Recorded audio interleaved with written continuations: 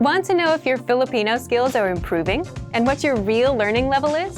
Get your language skills assessed with our free level assessment test. Just click the link in the description and sign up for a free lifetime account to get assessed.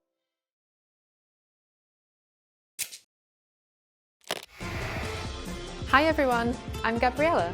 How are your Filipino listening skills? In this video, you'll have a chance to test them out with a quiz. First, you'll see an image and hear a question. Next comes a short dialogue. Listen carefully and see if you can answer correctly. We'll show you the answer at the end. Are you ready? May isang mag-asawa na tumitingin sa ilang mga floor plan. Anong apartment ang kanilang pupuntahan para tignan? Kung ito kaya, mayroon itong maganda at malawak na sala. Gusto ko ng malawak na sala, pero gusto ko rin ng espasyo para sa parking. Tignan natin. Kung ito kayang isa, Oo, maganda yan. Puntahan ba natin to para tignan? teka lang, hindi ba masyadong maliit ang aparador? Magandang punto. Mukhang walang perpekto. Teka, ito kayang isa? Nandito ang lahat ng ating kailangan, hindi ba? At may kalakihan din ang aparador. Puntahan natin ito, tignan. Okay. Anong apartment ang kanilang pupuntahan para tignan?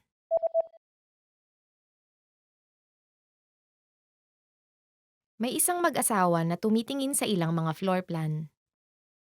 Anong apartment ang kanilang pupuntahan para tignan? Kung ito kaya, mayroon itong maganda at malawak na sala. Gusto ko ng malawak na sala, pero gusto ko rin ng espasyo para sa parking. Tignan natin. Kung ito kayang isa, Oo, maganda yan.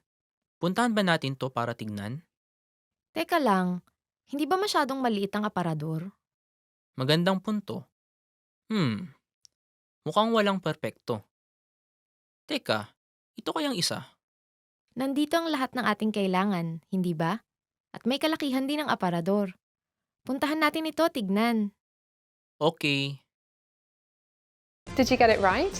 I hope you learned something from this quiz. Let us know if you have any questions. See you next time.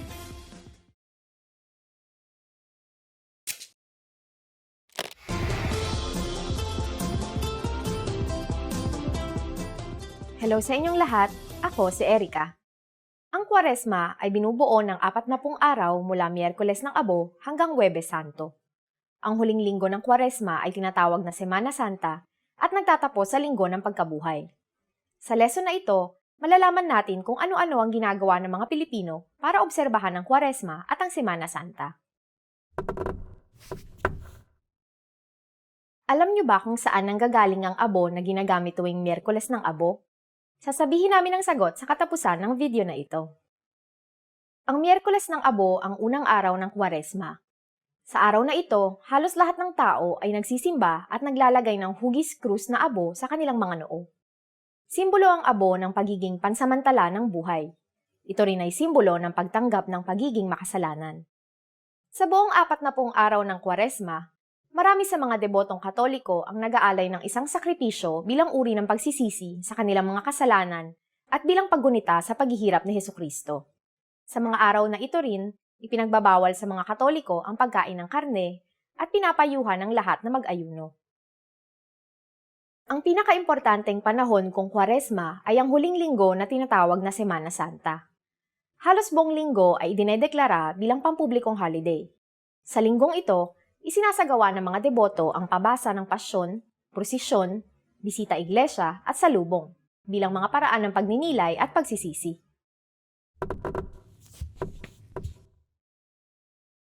Alam niyo ba na ang 40 araw ng Kwaresma ay bilang pag-alala sa 40 araw ng pag-aayuno ni Jesus? Sa Latin, ang Kwaresma ay tinatawag na Quadragesima, na ang ibig sabihin ay ika-40. At ngayon, ibibigay ko na ang sagot sa tanong kanina. Alam niyo ba kung saan nanggagaling ang abo na ginagamit tuwing Miyerkules ng Abo? Ang abo ay nanggagaling sa mga palaspas na binendisyonan noong linggo ng palaspas ng nakaraang taon. Ang paglalagay ng abo sa noo ay isang paalala na ang tao ay nagmumula sa abo at magbabalik sa abo sa dulo ng kanyang buhay. Kamusta ang lesson na ito? May interesanteng bagay ba kayong natutunan? Paano nyo inoobserbahan ang Kwaresma? Mag-iwan kayo ng komento sa filipinopod101.com. Hanggang sa susunod na lesson!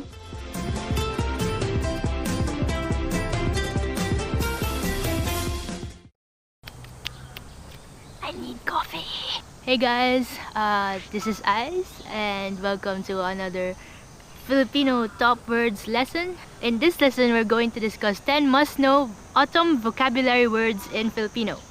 Okay, now let's go to the first word. It's sweater, meaning sweater. You got that one right. Filipinos don't usually use sweater because it's hot. There's this place called Baguio City, like north of Manila.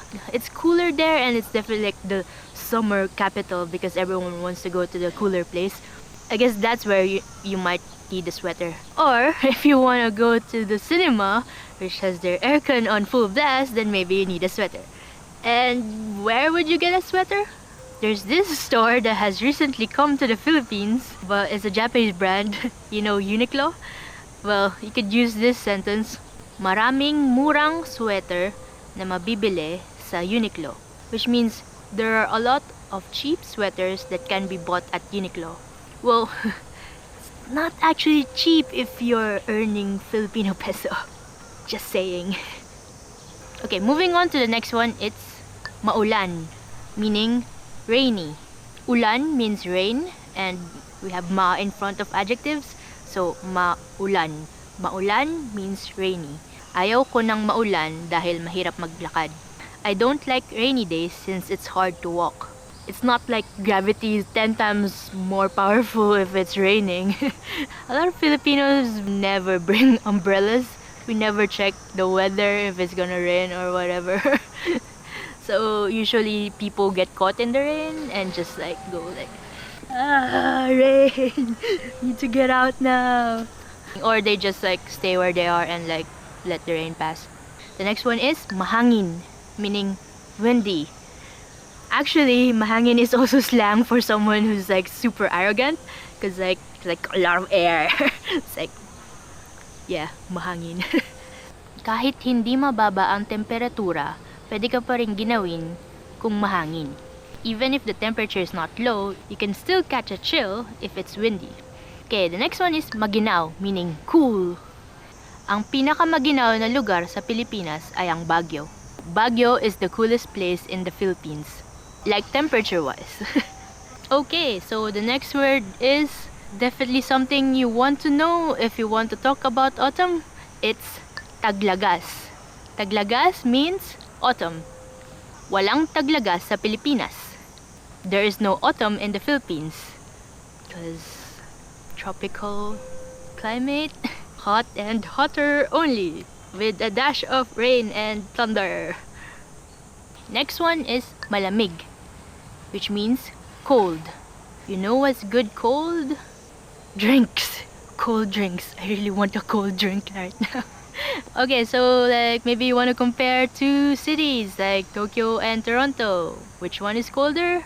Well, in Filipino, you can use this sentence. Mas malamig ang taglamig sa Toronto kaysa sa Tokyo. The winter in Toronto is colder than Tokyo. Yeah, you know, the earth, closer to the sun, farther from the sun is colder. Yay! Science! The next word, it's castañas, meaning chestnut. Okay, for a sample sentence, mahilig ang nanay ko sa castañas. My mom is fond of chestnuts. Is my mom fond of chestnut? I don't know. Mommy, mahilig ka ba sa chestnut? Please comment. So the next word is damit na may mahabang manggas or long sleeve shirt. Mas formal tingnan ang damit na may mahabang manggas.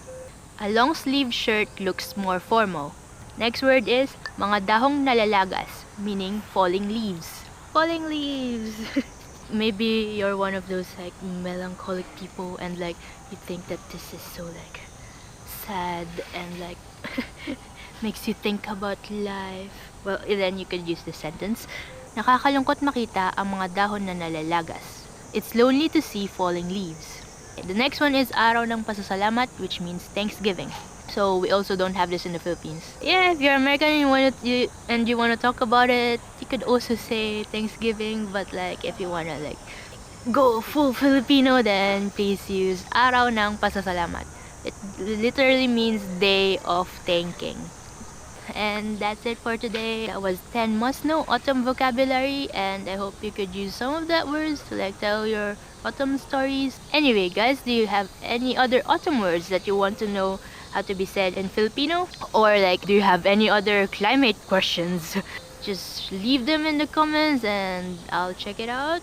I usually do, but I'm also like shy in replying.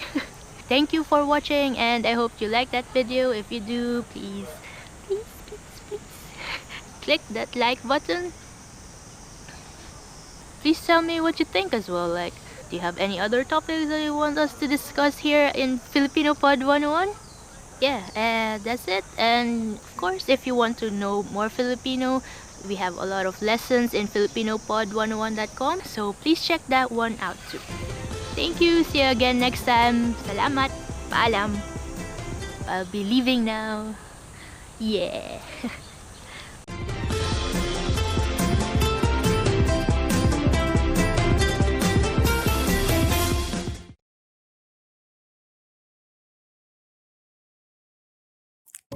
In this video, you'll learn 20 of the most common words and phrases in Filipino. Hi everybody, my name is Camille. Welcome to the 800 Core Filipino Words and Phrases video series. This series will teach you the 800 most common words and phrases in Filipino. But there's a twist. With each new lesson in this series, we'll include the previous lessons at the end. So, after you've learned the new words and phrases, stick around and review what you learned in previous lessons. Reviewing is one of the most important parts of learning a language. You can also get the full list right now at filipinopod101.com. Click the link to the description to access more example sentences, create your own flashcard deck, and finally master Filipino. Okay, let's get started. First is tumawa, laugh. Tumawa, tumawa, laugh. Tumawa ang mag-asawa sa isang biro. The couple laughed at a joke. Tumawa ang mag-asawa sa isang biro. Masarap, delicious. Masarap, masarap, delicious. Mukhang masarap. It looks delicious. Mukhang masarap. Tubig, water. Tubig, tubig, water. Ang lalaki ay umiinom mula sa bote ng tubig. The man is drinking from the water bottle.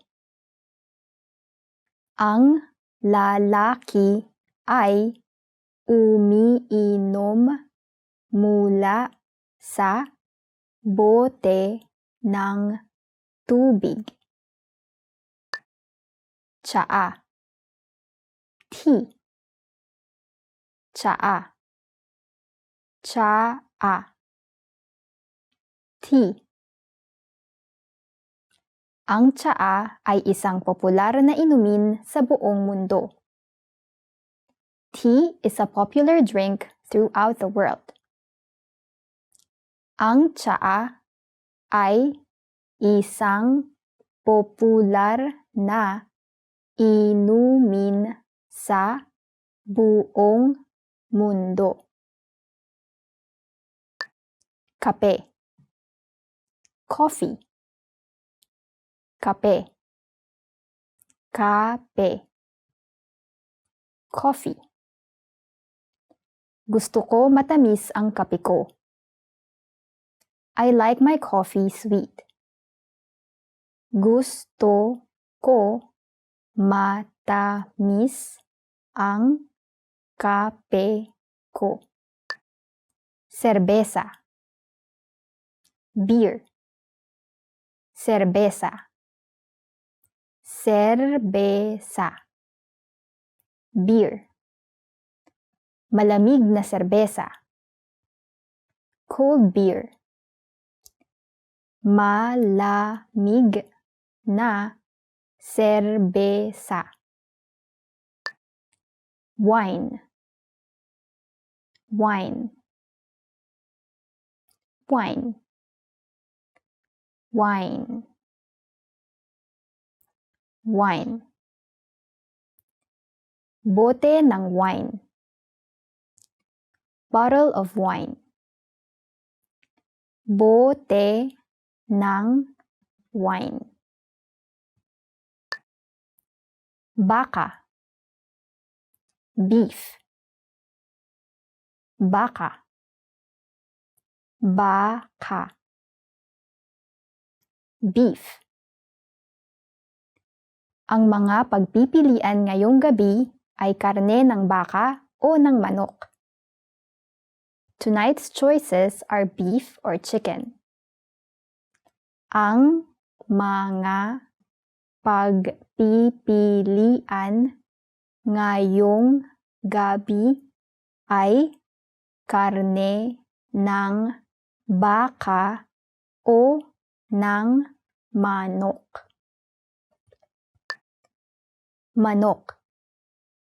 Chicken. Manok.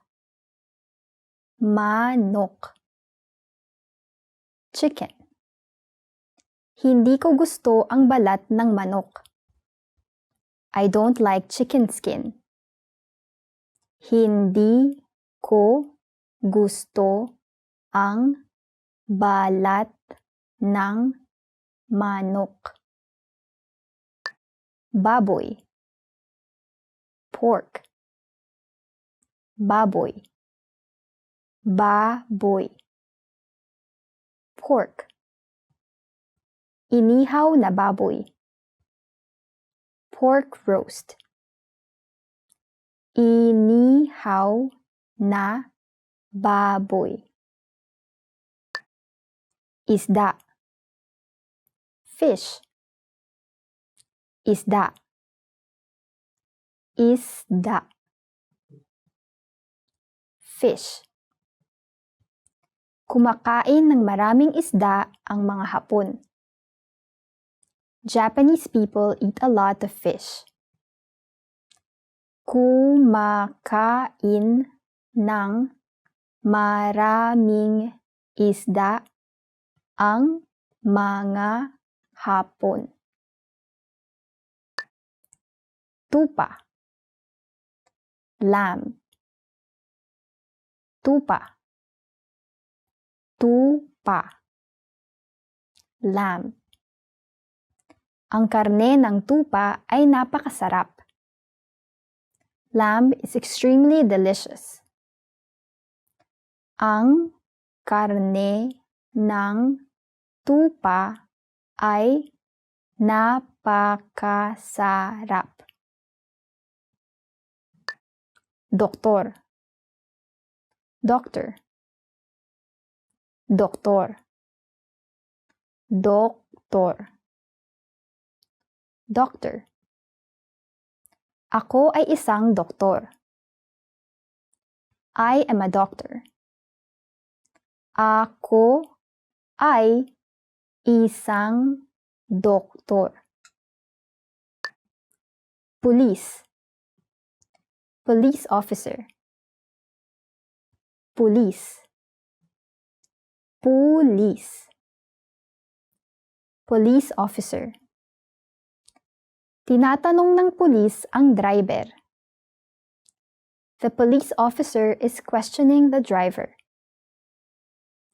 Tinatanong ng pulis ang driver.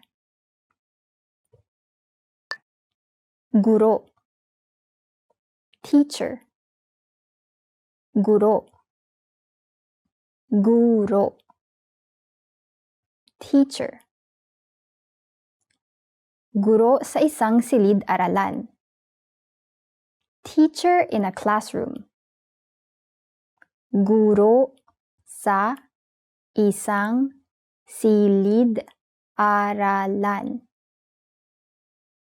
Empleyado. Employee. Empleyado. Empleyado. Employee. Merong 500 empleyado ang nagtatrabaho sa kumpanya namin. There are 500 employees working in our company. Merong 500 empleyado ang nagtatrabaho sa kumpanya namin. Pumunta. Come. Pumunta. Pumunta. Come. Pumunta ng maaga. Come early. Pumunta ng maaga. Makakita. See. Makakita. Makakita. See. Makakita ng paglubog ng araw. See a sunset. Makakita ng paglubog ng araw. Gawa. Make. Gawa. Gawa. Make. Gawa tayo ng kastilyong buhangin. Let's make a sand castle. Gawa tayo ng kastilyong buhangin. Gumamit. Use. Gumamit. Gumamit. Use. Huwag kang gumamit nito. Don't use this. Huwag kang gumamit nito. Well done! In this lesson, you expanded your vocabulary and learned 20 new useful words. Click the link in the description and sign up for free at filipinopod101.com to get access to the full list of vocabulary you need for daily life conversations. You'll also get example sentences, custom flashcard decks, and more learning resources.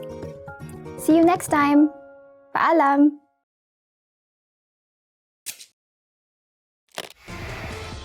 Hi everyone, I'm Gabriella. How are your Filipino listening skills? In this video, you'll have a chance to test them out with a quiz. First, you'll see an image and hear a question. Next comes a short dialogue. Listen carefully and see if you can answer correctly. We'll show you the answer at the end. Are you ready?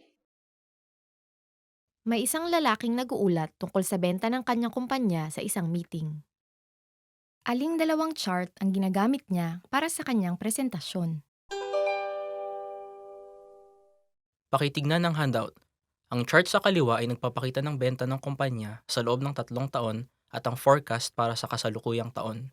Ang chart sa kanan naman ay nagpapakita ng breakdown ng buwan ng benta hanggang Oktubre ngayong taon. Ngayon, pakitignan ang chart sa kaliwa. Pinapakita nito ang patuloy na pagtaas ng benta sa loob ng nakaraang 3 taon. At kung patuloy nating patataasin ang benta, ang kabuuang benta para sa taong ito ay magpapakita ng dagdag na pagtaas kaysa sa benta ng nakaraang taon. Sunod, pakitignan ng chart sa kanan. Pinapakita nito na ang mga kampanyang isinagawa natin noong Abril at Agosto ay naging epektibo. Sang-ayon ako. Ngunit bumaba ang benta noong Mayo at Setyembre matapos ang mga kampanya. Oo, pero hindi maiiwasan ang ganitong pagsikat. Inaasahan ko na magpapakita ng lamang ang kabuoang benta para sa taong ito kumpara sa nakaraang taon kung patuloy nating mapapataas ang ating benta. Aling dalawang chart ang ginagamit niya para sa kanyang presentasyon?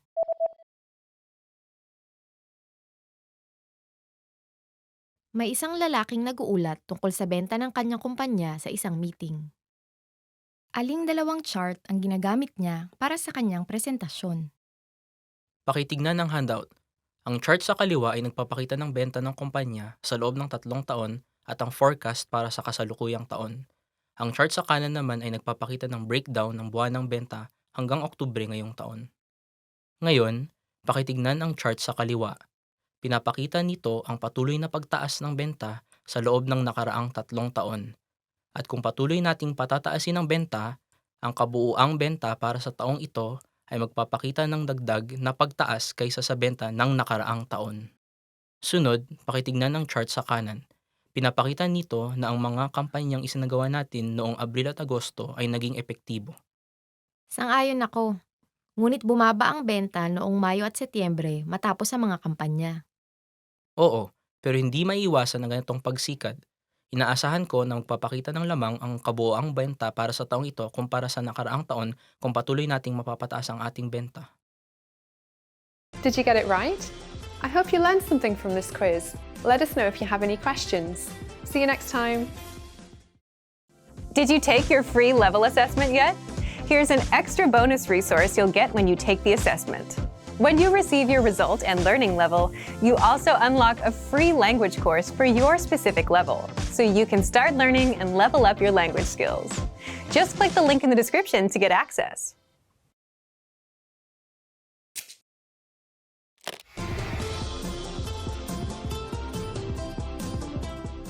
Hello sa inyong lahat, ako si Erica.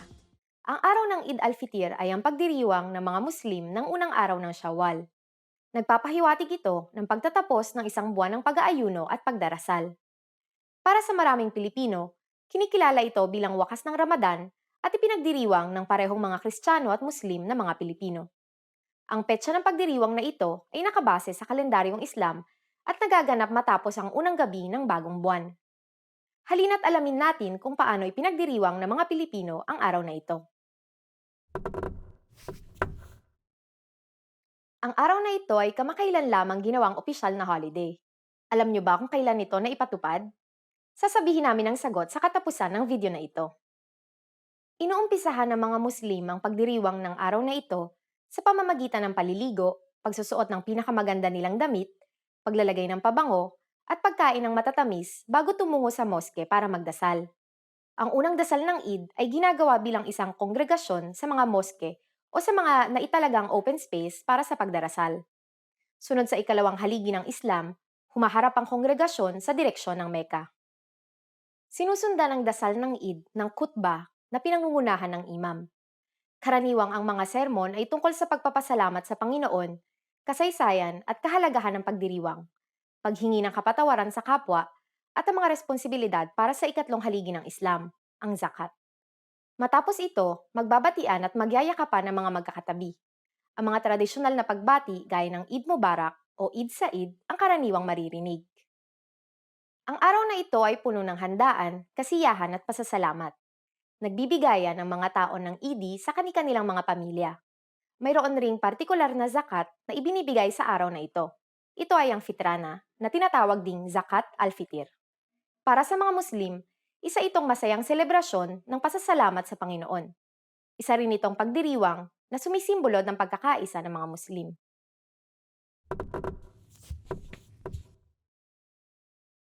Ang Pilipinas ay kinikilalang isang Kristiyanong bansa sa Asya. Ngunit ang Pilipinas rin ang natatanging Kristiyanong bansa na isinabatas ang pagdiriwang ng Eid al-Fitr at itinuring ito bilang pambansang holiday. At ngayon, ibibigay ko na ang sagot sa tanong kanina. Kamakailan lamang ginawang opisyal na holiday ang araw na ito. Alam niyo ba kung kailan ito naipatupad? Naipatupad ang pagiging pambansang holiday nito noong taong 2002. Layunin ng pagpapatupad nito na magkaisa ang bansa, Kristiyano man o Muslim. sa pagpapahalaga sa mga araw na may importansya sa bawat isa. Kamusta ang lesson na ito? May interesanteng bagay ba kayong natutunan? May mga pagdiriwang pa ba kayong alam na kahalintulad nito? Mag-iwan kayo ng komento sa filipinopod101.com. Hanggang sa susunod na lesson! Love these lessons? Want more? You'll find the rest of our 3-minute lessons on the website. Sign up for your free lifetime account. You'll unlock the full course in seconds and learn how to read and write in Filipino. You also get tons of other audio and video lessons that will get you using the language from your very first lesson and teach you how to read, write, and speak. Plus, you'll get PDF lesson notes, cheat sheets, study tools, and much more. Click the link in the description below and sign up for your free lifetime account. In this video, you'll learn 20 of the most common words and phrases in Filipino. Hi everybody, my name is Camille. Welcome to the 800 Core Filipino Words and Phrases video series. This series will teach you the 800 most common words and phrases in Filipino. But there's a twist. With each new lesson in this series, we'll include the previous lessons at the end. So, after you've learned the new words and phrases, stick around and review what you learned in previous lessons. Reviewing is one of the most important parts of learning a language. You can also get the full list right now at filipinopod101.com. Click the link to the description to access more example sentences, create your own flashcard deck, and finally master Filipino. Okay, let's get started. First is Kumusta? Hello. Kumusta? Kumusta? Hello. Kumusta, Maria? Hello, Maria. Kumusta, Maria? Mawalang galang lang. Excuse me. Mawalang galang lang. Mawalang galang lang. Excuse me. Mawalang galang lang. Nakita niyo ba ang aso ko? Excuse me, have you seen my dog? Mawalang galang lang. Nakita niyo ba ang aso ko? Pasensya na. I'm sorry. Pasensya na. Pasensya na. I'm sorry. Pasensya na po, hindi na po mauulit. I'm sorry, it won't happen again. Pasensya na po, hindi na po mauulit. Magandang gabi. Good night. Magandang gabi. Magandang gabi. Good night. Alis na ako. Magandang gabi. I'll go now. Good night. Alis na ako. Magandang gabi. Ikinagagalak kong makilala ka. Nice to meet you. Ikinagagalak kong makilala ka. Ikinagagalak kong makilala ka. Nice to meet you. Ikinagagalak kong makilala ka, sir. Nice to meet you, sir. Ikinagagalak kong makilala ka, sir. Kumusta ka? How are you? Kumusta ka? Kumusta ka? How are you? Uy, kumusta ka? Hey, how are you? Uy, Kumusta ka? Oo. Yes.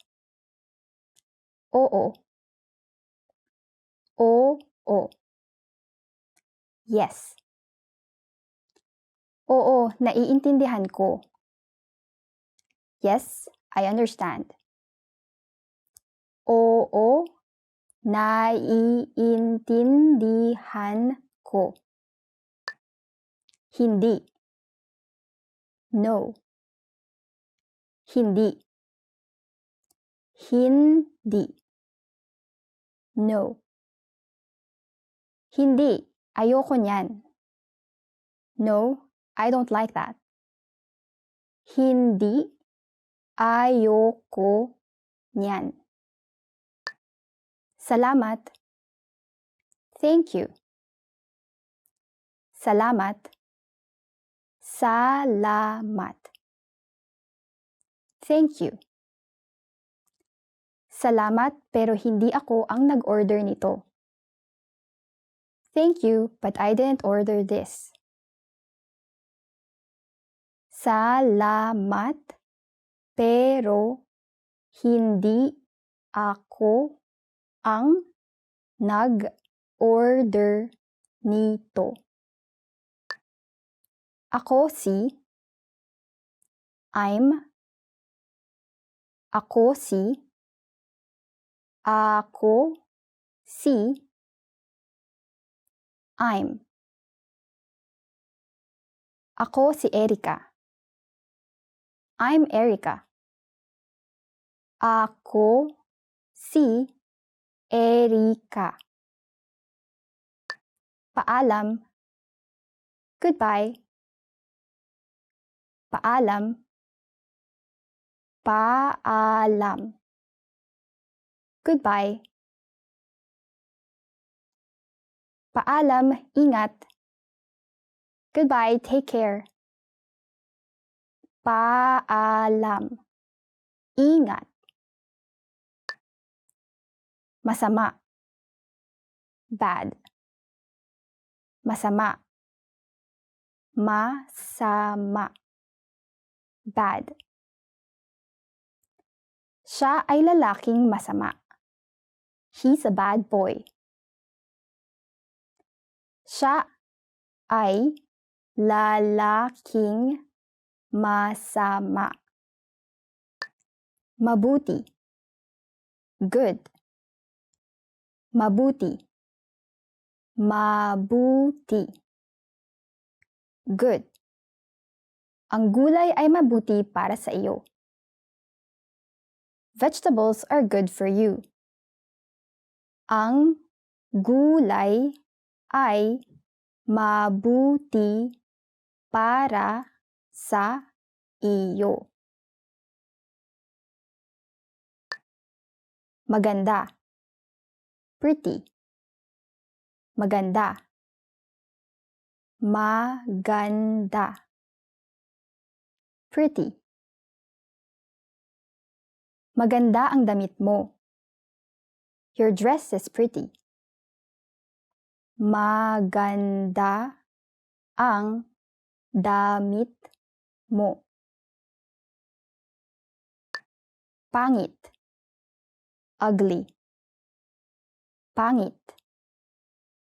Pangit. Ugly. Ang pangit na sisiw na pato ay naging isang magandang gansa. The ugly duckling became a beautiful swan. Ang pangit na sisiw ng pato ay naging isang magandang gansa. Madali. Easy. Madali. Madali. Easy.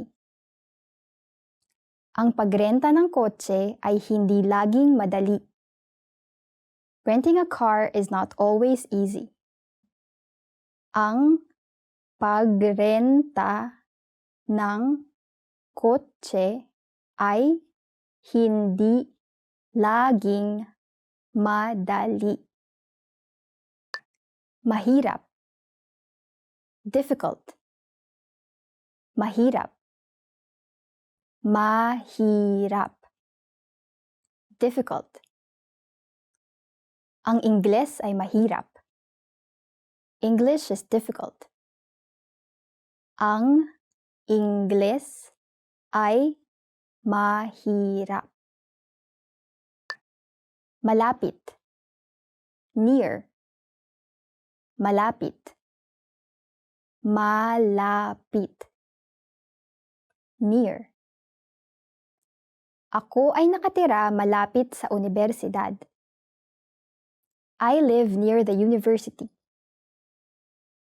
Ako ay nakatira malapit sa universidad. Malayo. Far. Malayo. Malayo. Far. Ang babae ay nakatingin sa isang bagay na malayo. The woman is looking at something far away. Ang babae ay nakatingin sa isang bagay na malayo. Maliit. Small. Maliit. Maliit. Small. Ang kotse ay maliit, ngunit ito ay talagang malakas. The car is small, but it's very powerful. Ang kotse ay maliit, ngunit ito ay talagang malakas. Well done! In this lesson, you expanded your vocabulary and learned 20 new useful words. Click the link in the description and sign up for free at filipinopod101.com to get access to the full list of vocabulary you need for daily life conversations. You'll also get example sentences, custom flashcard decks, and more learning resources. See you next time! Paalam! Hi guys, welcome to Filipino Top Words with me, Ice. And today's topic is 20 words you'll need for the beach. Okay, the first word is shades. Shades actually means sunglasses because it shades your eyes from the sun. For example, pahiram naman ng shades mo. Can I borrow your sunglasses? Salamat. Okay, the next one is tabing dagat, meaning beach. Nakatira ako malapit sa tabing dagat. I live near the beach. I feel like it's peaceful and you could hear the waves crashing. Let's just hope that it's not a huge wave crashing into your house.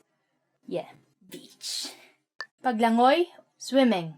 Ang paglangoy ay kayang matutunan ng lahat. Swimming is a skill that everyone can learn. I still have hope! Araw, meaning sun. Mas gusto ko ang araw kaysa sa buwan. I prefer the sun to the moon. Kabibe or seashell. Mahilig akong mangolekta ng kabibe. I enjoy collecting seashells. Why though? Swimsuit, which is definitely has the same meaning as swimsuit. Bawal ang hindi naka-swimsuit sa swimming pool na ito. Those who are not wearing swimsuits are not allowed in the swimming pool. I just come in with like t-shirt and shorts. I can't go in. Tagapagsagip, meaning lifeguard. We usually just call them lifeguards anyway. Huwag kang lalayo sa hindi tanaw ng tagapagsagip. Don't go far away beyond the watch of the lifeguard. Yeah, because like if he can't see you drowning, he can't come and save you. Jet ski! I'm not even saying the meaning for this one. Because you know what it is. mayayaman lang ang nakakabili ng sariling jet ski. Only those who are rich can buy their own jet ski. Yeah, because it's expensive and you don't need it for daily life. Okay, next is beach chair, meaning beach chair. For example, ayokong lumangoy kaya doon na lang ako sa may beach chair. I don't want to swim so I'll just stay by the beach chairs. Sandcastle, which means sandcastle. Hindi ko na-enjoy ang paggawa ng sandcastle nung ako ay bata pa dahil parati na lang itong inaalon ng tubig. I never enjoyed building sandcastles when I was young since it kept being washed away. Like, I never really built sandcastles when I was young. It's more of like, let's bury someone in the sand. Yeah. And make like mermaid figures of them. Yeah, you get what I mean. Okay, the next one is palamigan, meaning cooler. This is kind of a straightforward. Lamig means cold or cool. And like if you put the prefix pa and the suffix an, it's gonna be like the place where. So it's like the place where cold. But actually, yeah, most people would just call it a Coleman. Yeah, it's one of those brand names that became common names. For example, siguraduhin yung dalhin ang palamigan sa beach para masarap ang inumin. Make sure to bring the cooler on the beach so that our drinks would be thirst quenching. Cause like, everywhere it's hot, so we like our drinks cold. A cooler is a must-have. Okay, next is laki ng tubig or tide. Usually in the Philippines, we just call it either high tide or low tide. But anyway, you could use it in the sample sentence. Hindi ako marunong tumingin ng pagpalit ng laki ng tubig. I don't know how to observe the change of tides. Guess if it's like low, it's low tide, and if it's high, it's high tide. There's this expression, if you ask Filipinos like, how many islands are there in the Philippines? They would ask you back, in high tide or low tide? Kulay balat, meaning tan. Bakit ang mga may kulay balat ay gustong magpaputi at ang mga maputi ay gustong magkakulay balat? Why is it that people with tan skin want to have pale skin and people with pale skin want to have tan skin? This is so true. Just be proud of your skin color. Next is snorkeling, meaning snorkeling. May magandang snorkeling spot sa Coron, Palawan. There is a nice snorkeling spot in Coron, Palawan. If you want to go to a beach in the Philippines, please go to Palawan because it's very beautiful. Chinelas or flip-flop. Hindi na kailangan magdala ng sapatos pag pupunta sa beach. Chinelas na lang. There is no need to bring shoes when going to the beach. Just wear flip-flops. Chinelas is part of like Filipino culture. It's like the footwear you use at home. It's also the footwear that parents might use if you're being naughty. Sunblock or sunscreen. Kailangan maglagay ng sunblock dahil hindi maganda sa katawan ang matinding sikat ng araw. It's necessary to put on sunscreen because the strong UV rays is not good for your skin. Yeah, this is very important because like the sun could be very damaging to your skin. Bikini, meaning bikini. Bihira lang ang nakabikini sa beach sa Pilipinas. It's quite rare for people to wear bikinis in the beaches in the Philippines. I never really tried to count who has bikinis and who has swimsuits and who has just t-shirts and shorts. Everyone is free. Beach volleyball, meaning beach volleyball. There's an easy one for you. Beach volleyball ang usong sport kapag tag-init. Beach volleyball is a trendy sport during the summer. Okay, the next word is puno ng niyog. Coconut tree. Noong bata kami, mahilig kaming umakyat sa puno ng niyog. When we were young, we liked to climb the coconut trees so that you get the coconuts. The next one is pamaypay, meaning fan. Gusto kong bumili ng pamaypay. I want to buy a fan. It's like, yeah, like if it's hot, you just need a fan. Or a lot of fans. We also use fans for barbecuing, so it's very popular during the summer. Okay, so that's it. That's the 20 words you'll need for the beach. And actually, If you know more words that you could use in the beach, just put them in the comments below. So, and if you like this video, please click the thumbs up. Subscribe to our channel. And if you want to learn more Filipino, please go to our site, filipinopod101.com. Thank you, salamat, and paalam.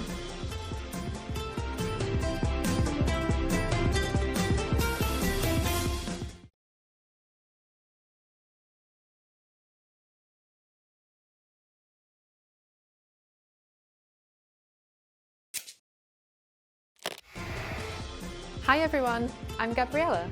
How are your Filipino listening skills? In this video, you'll have a chance to test them out with a quiz. First, you'll see an image and hear a question. Next comes a short dialogue. Listen carefully and see if you can answer correctly. We'll show you the answer at the end. Are you ready? May isang mag-asawa na tumitingin sa ilang mga floor plan. Anong apartment ang kanilang pupuntahan para tignan? Kung ito kaya, mayroon itong maganda at malawak na sala. Gusto ko ng malawak na sala, pero gusto ko rin ng espasyo para sa parking. Tignan natin. Kung ito kayang isa? Oo, maganda yan. Puntahan ba natin to para tignan? Teka lang, hindi ba masyadong maliit ang aparador? Magandang punto. Mukhang walang perpekto. Teka, ito kayang isa? Nandito ang lahat ng ating kailangan, hindi ba? At may kalakihan din ang aparador. Puntahan natin ito, tignan. Okay. Anong apartment ang kanilang pupuntahan para tignan?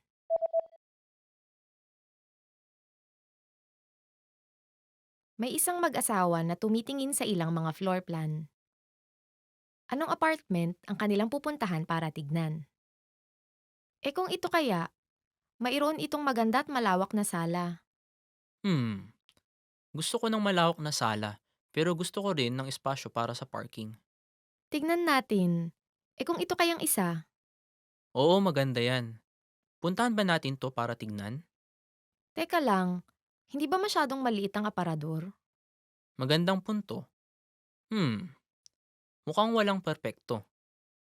Teka, ito kayang isa? Nandito ang lahat ng ating kailangan, hindi ba? At may kalakihan din ang aparador. Puntahan natin ito, tignan. Okay. Did you get it right? I hope you learned something from this quiz. Let us know if you have any questions. See you next time. Hi, my name is Erica. And welcome. Hi, my name is Erica. And welcome to Filipino Top Words.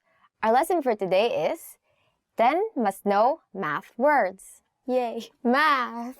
Matematika. Ma-te-ma-tika. Mathematics or math. Math in Filipino is matematika. How do we use math in a sentence? We can say, matematika ang paborito kong subject. Mathematics is my favorite subject. Matematika ang paborito kong subject. Is math your favorite subject? Well, it's not my favorite, but I don't also hate it. No, I like math, I think. Numero. Numero. Number. Numero. In English, number. Let's use numero in a sentence. Maraming tao ang ayaw sa numero. Maraming tao ang ayaw sa numero. A lot of people do not like numbers. A significant number of people do not like numbers. According to studies. But you cannot escape it because numbers are everywhere. If you are on a budget, numbers. If you're thinking of when you're going to get married, numbers. If you're planning a wedding, numbers. If you're looking for a job, numbers. Kalahati. Kalahati. Half. The next word is kalahati. In English, half. Kalahati ka ng edad ko. You are half my age. Kalahati ka ng edad ko. Well, I cannot yet tell this to anyone, except really small kids. Porsyento. Porsyento. Percent. Our next word is porsyento. In English, percent. Ilang porsyento ang income tax sa Pilipinas? Ilang porsyento ang income tax sa Pilipinas? How much is the income tax percentage in the Philippines? Even. Even. Even. The next word is even. In English, even. Madaling hatiin sa dalawa ang mga even number. Madaling hatiin sa dalawa ang mga even number. It is easy to divide even numbers. 2, 4, 6, 8, 10, 12. Anything ending in even numbers can be divided into 2. Odd. Odd. Odd. The next word is odd. In English, odd. Kapag magbibigay ka raw ng pera sa kasal, dapat odd ang unang numero para hindi ito mahati. Kapag magbibigay ka raw ng pera sa kasal, dapat odd ang unang numero para hindi ito mahahati. They say that if you were to give money at a wedding, it should be an odd number so that it can be divided. So it means that you should give odd numbered amount of money so that symbolically, right? So symbolically it means that the couple won't be separated, right? Magkalkula. Magkalkula. To calculate. Magkalkula. In English, to calculate. Kaya mo bang magkalkula ng mabilis? Kaya mo bang magkalkula ng mabilis? Can you calculate quickly? Can you? No, she cannot. Sorry. Dagdagan. Dagdagan. To add. Next word is dagdagan or to add. Pakidagdagan ng 5 pang order ng kanin. Pakidagdagan ng 5 pang order ng kanin. Please add 5 more orders of rice. Wow, rice is life. Okay, I don't judge this person, but still like 5 orders of rice. Please eat whatever you want. Bawasan. Bawasan. To subtract. Bawasan or to subtract. Huwag mong bawasan ng tax ang mga nagpa-part-time job lamang. Huwag mong bawasan ng tax ang mga nagpa-part-time job lamang. Don't subtract the tax for those who are just working part-time. Hatiin. Hatiin. To divide. Hatiin or to divide. Hatiin natin ito sa 8. Hatiin natin ito sa 8. Let's divide this into 8. What else do you divide by 8? Just pizza and cake. Or you probably get like 8 cups of rice. Divide this into 2. So that is the end of the lesson and hope you learned something new. Do you like math? Why or why not? So if you have any answer to that question, don't forget to put them in the comment section. Don't forget to like, subscribe to the channel, and visit FilipinoPod101.com to learn more Filipino. Hanggang sa muli! So how do we... because couple that eats together, stays together. Hi, Smitly!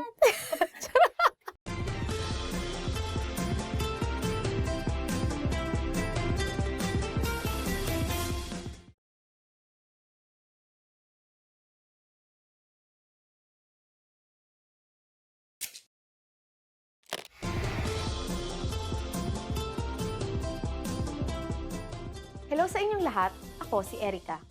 Ang Pahiyas Festival ay pinagdiriwang tuwing ika-15 ng Mayo taon-taon sa bayan ng Lokban, Quezon. Ang selebrasyong ito ay isang uri ng pasasalamat sa patron ng mga magsasaka na si San Isidro Labrador para sa masaganang ani ng taon. Sa piyestang ito, naglalagay ng mga palamuti ang mga taga-Lokban sa kani-kanilang mga bahay. Gawa ang mga dekorasyon sa mga prutas, gulay, handicrafts at keeping. Matapos ang piyesta, karaniwang pinagsasaluhan ng mga palamuting prutas at gulay. Tara, tuklasin natin kung ano nga ba ang Pahiyas Festival. Alam niyo ba kung anong mga salita ang pinanggalingan ng pahiyas? Sasabihin namin ang sagot sa katapusan ng video na ito. Kung napansin na ninyo, marami sa mga pagdiriwang ng mga Pilipino ay nagumpisa bilang mga paganong ritual na nagkaroon ng mga Kristiyanong kahulugan sa pagtagal ng panahon. Ang Pahiyas Festival ay sinasabing nagumpisa bilang isang simpleng ritual ng pagpapasalamat sa mga anito para sa masaganang ani. Nang lumaganap ang Katolisismo sa Pilipinas, inialay ang pagdiriwang na ito sa patron ng mga magsasaka na si San Isidro Labrador. Ayon sa mga alamat, habang nagdadasal si San Isidro Labrador, isang puting kalabaw at isang anghel ang nagtulong para mag-araro ng kanyang taniman. Kapag sinabing Pahiyas Festival, unang salitang naiisip ng mga Pilipino ay ang kiping. Ang kiping ay gawa sa giniling na bigas na hinugis gamit ang iba't ibang dahon at kinukulayan ng mga matitingkad na kulay gaya ng dilaw, fuchsia, pula at berde. Kung ito ay ibe-bake, maaari itong kainin. Sinasabing na imbento ang keeping noong panahon ng galyo ng Maynila at Acapulco nang pagbalik ng lukban, ninais ng isang tagaluto na kumain ng tacos. Ngunit dahil hindi niya mahanap ang mga tamang sangkap, siya ay nag-eksperimento at nagawa niya ang keeping. Ang huling bahagi ng piyesta ay ang prosesyon ng imahe ni San Isidro Labrador. Lahat ng madadaan ng bahay ay napapalamutian ng kanilang mga ani. Kasama rin ang imahen ng asawa ng patron na si Santa Maria de la Cabeza na may bitbit na mga biskwit na madalas ay ibinibigay sa mga bata habang nagaganap ang prosesyon. Mayroon ring mga magagarbong karosa at effigy na paper mache ng dalawang santo. Matapos nito, nakaugalian na ang pagkakaroon ng malaking salo-salo kasama ang mga bisita, turista, at ng buong bayan kung saan iba't ibang mga pagkaing pinagmamalaki ng lukban ang inihahanda, gaya ng pansit habhab, longganisang lukban, inihaw na kiping, at iba pa.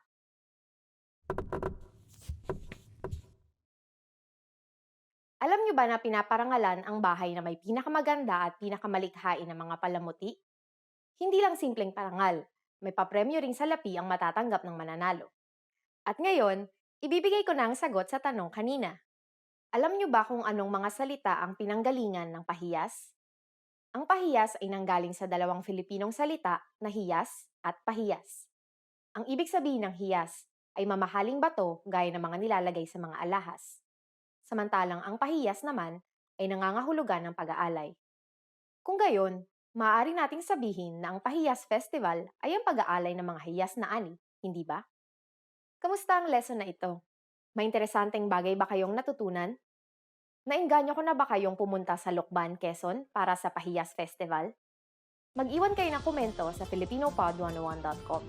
Hanggang sa susunod na lesson,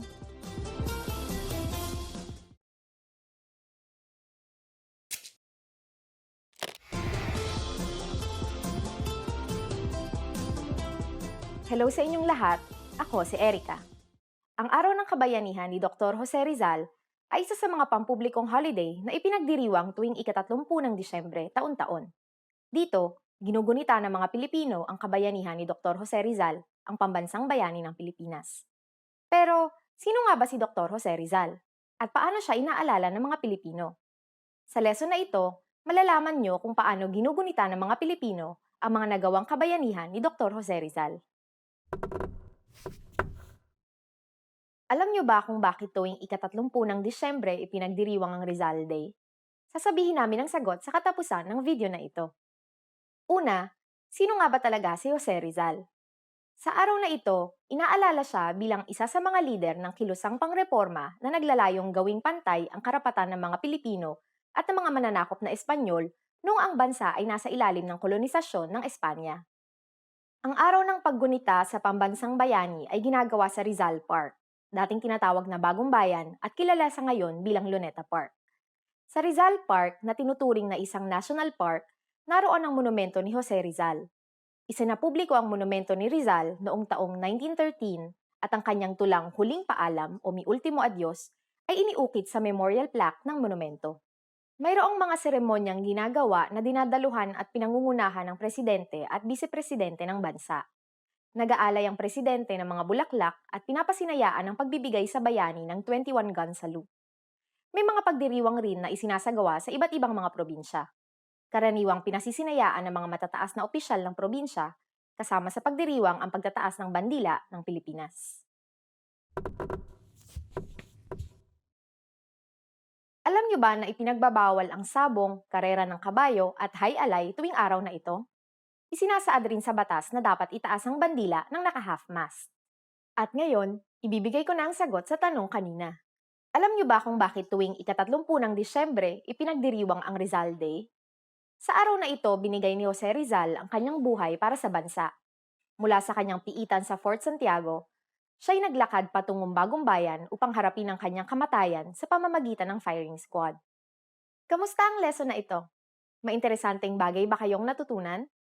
Paano nyo ginugunita ang inyong pambansang bayani?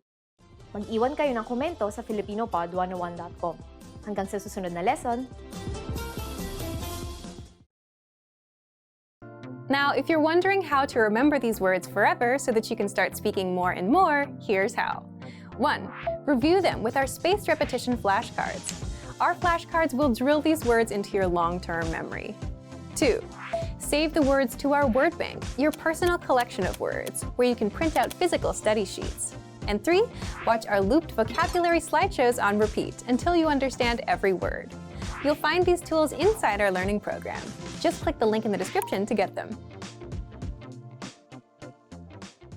Want to speak real Filipino from your first lesson? Sign up for your free lifetime account at filipinopod101.com.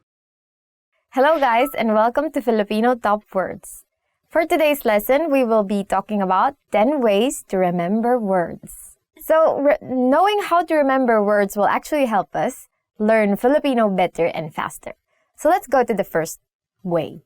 So the first way is sa pamamagitan ng pag-uulit, through repetition.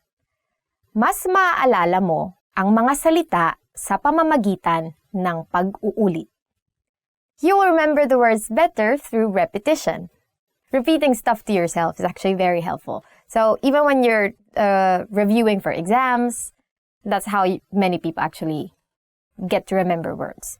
And one tip, if you're going to review or try to remember words or things that you just want to do, better study them before you go to bed. Do you know that? So the next way is manood ng TV series na may subtitle.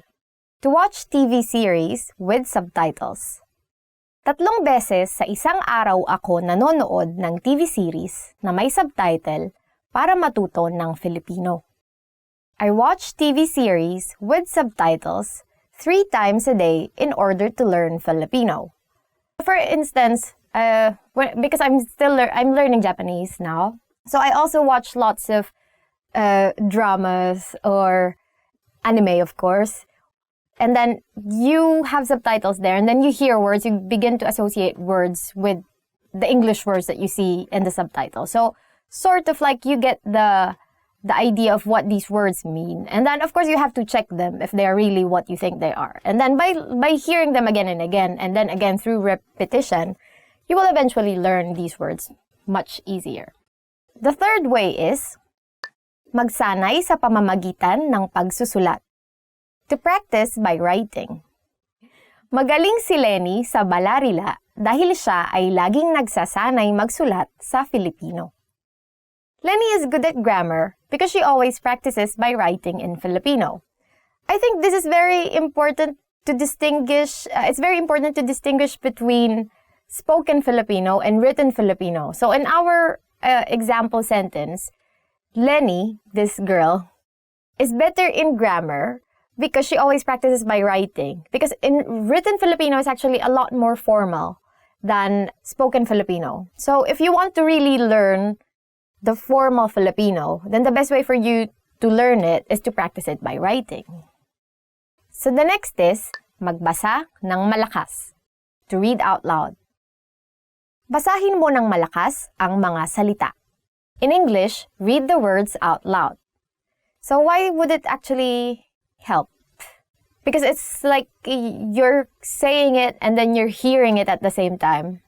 Yeah, because sometimes if you're just like trying to read something and you just try to remember things, you cannot really, I mean, you can remember, but of course it's different when you start speaking it out loud. So that's why when you attend say, language classes. There are classes just for reading, right? And for speaking. So you can also build confidence when you speak. So you know how the words are spoken.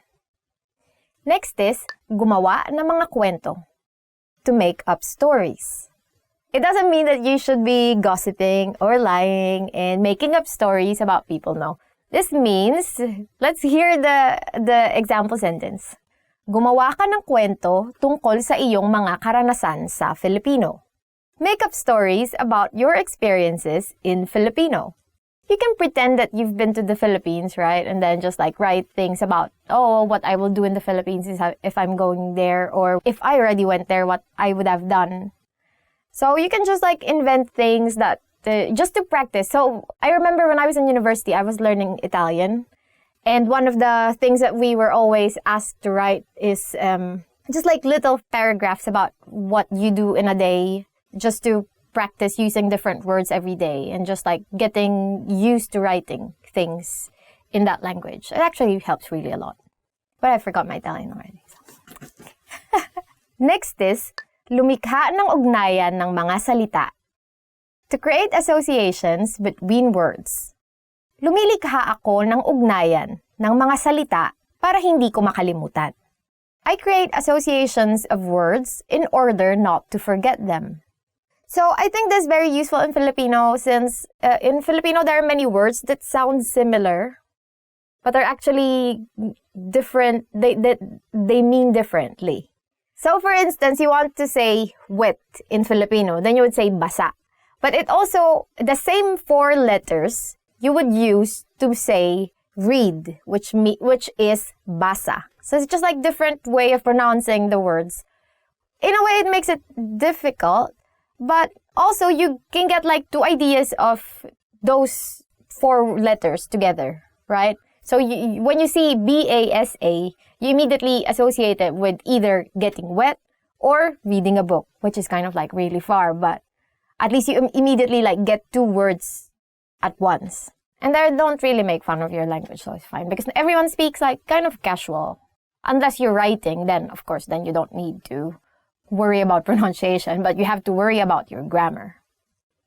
Next is, magkabisa sa pamamagitan ng pakikinig. To memorize by listening. Magaling ang pandinig ni Kay dahil kaya niyang kabisaduhin ang salita kahit sa pamamagitan ng pakikinig lamang.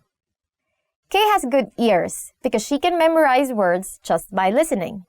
So some people can actually really remember words just by listening, but it depends on the language. So for instance, in Filipino, it's actually kind of easy to remember things by hearing.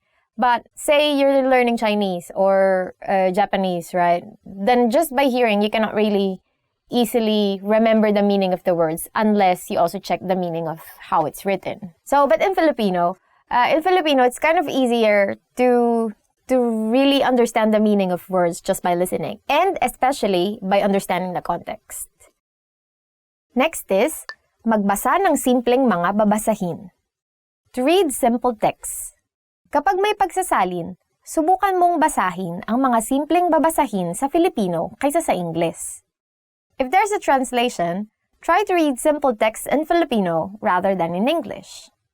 It's actually for more practice. So, because sometimes when you have textbooks, right, there's always an English version of it and the version of the language that you're studying. So, sometimes it helps if you go first, read the word in the target language, and then you read the English, because you can sort of first guess what it means and then check if you actually got the meaning. And that's actually very helpful. And I say actually a lot.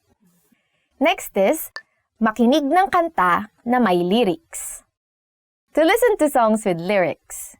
Maraming magagandang kantang Filipino na may lyrics na mapapakinggan sa YouTube. There are a lot of nice songs with lyrics in Filipino that you can listen to on YouTube.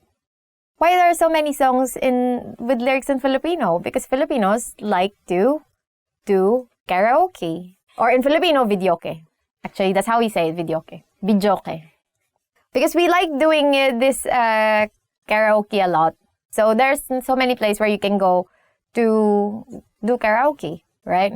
And then even on days that you don't want to do karaoke, people are still doing karaoke. Your neighbors are still singing. Everyone is singing. It's everyone's birthday every day. So there's always going to be someone singing around you. Next is, ulitin bago matulog. To repeat before going to sleep. Ulitin mo bago matulog ang mga salitang natutunan mo. Repeat the words you've learned before going to sleep. This is actually very, very helpful because now I'm learning how to bike. I was gifted a bike for my birthday because I was told that I need to learn a new skill. And then every evening I actually practice it. And then one of my friends said, you should study something or practice something before going to bed. And then after you practice this, don't do anything anymore. So don't look at your phone, don't read anything. If you want this information to be retained in your mind and in your body, if it's like an activity. So actually, learning how to bike every evening helped me a lot. So now I can bike. So that's it for today's lesson and hope you learned something new. So what are your ways of learning words? If there is anything that we didn't say but you actually use and is very helpful for you, don't forget to comment them down below and like and subscribe to our channel. And if you want to learn more Filipino, visit filipinopod101.com. Hanggang sa muli! See you in the next lesson!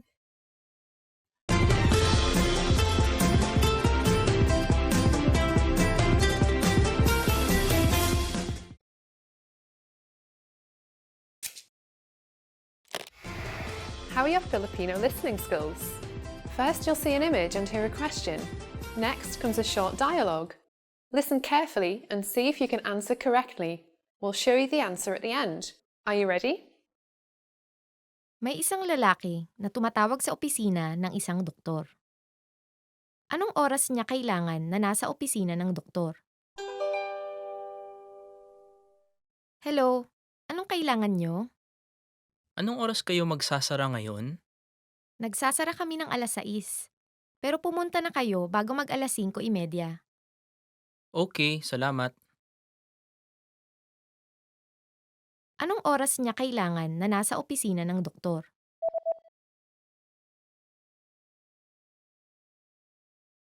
May isang lalaki na tumatawag sa opisina ng isang doktor. Anong oras niya kailangan na nasa opisina ng doktor?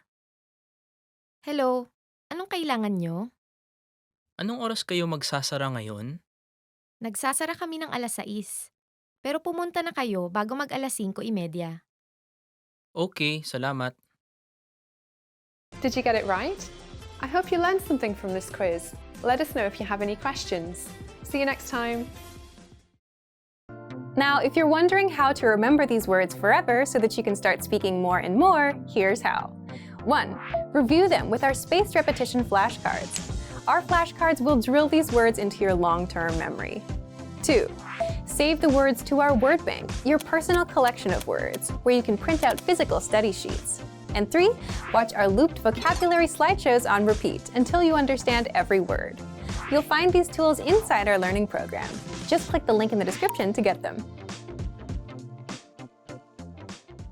Hi, my name is Erica. And welcome. Hi, my name is Erica. And welcome to Filipino Top Words. Our lesson for today is 10 must-know math words. Yay! Math. Matematika.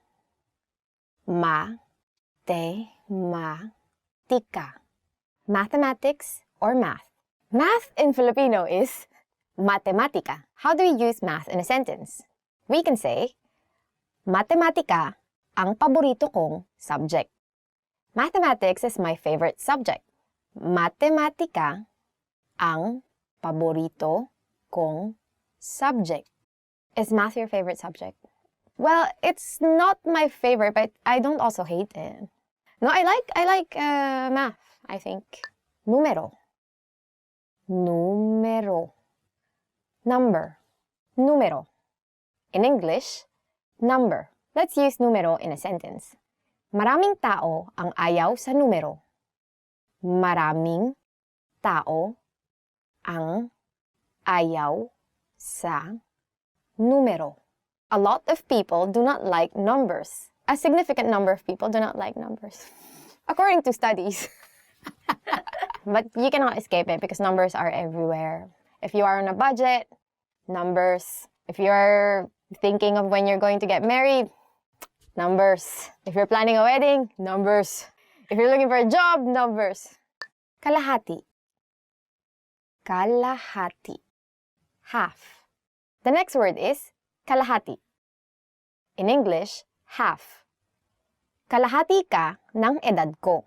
You are half my age. Kalahati ka ng edad ko. Well, I cannot yet tell this to anyone, except really small kids. Porsyento. Porsyento. Percent. Our next word is porsyento. In English, percent.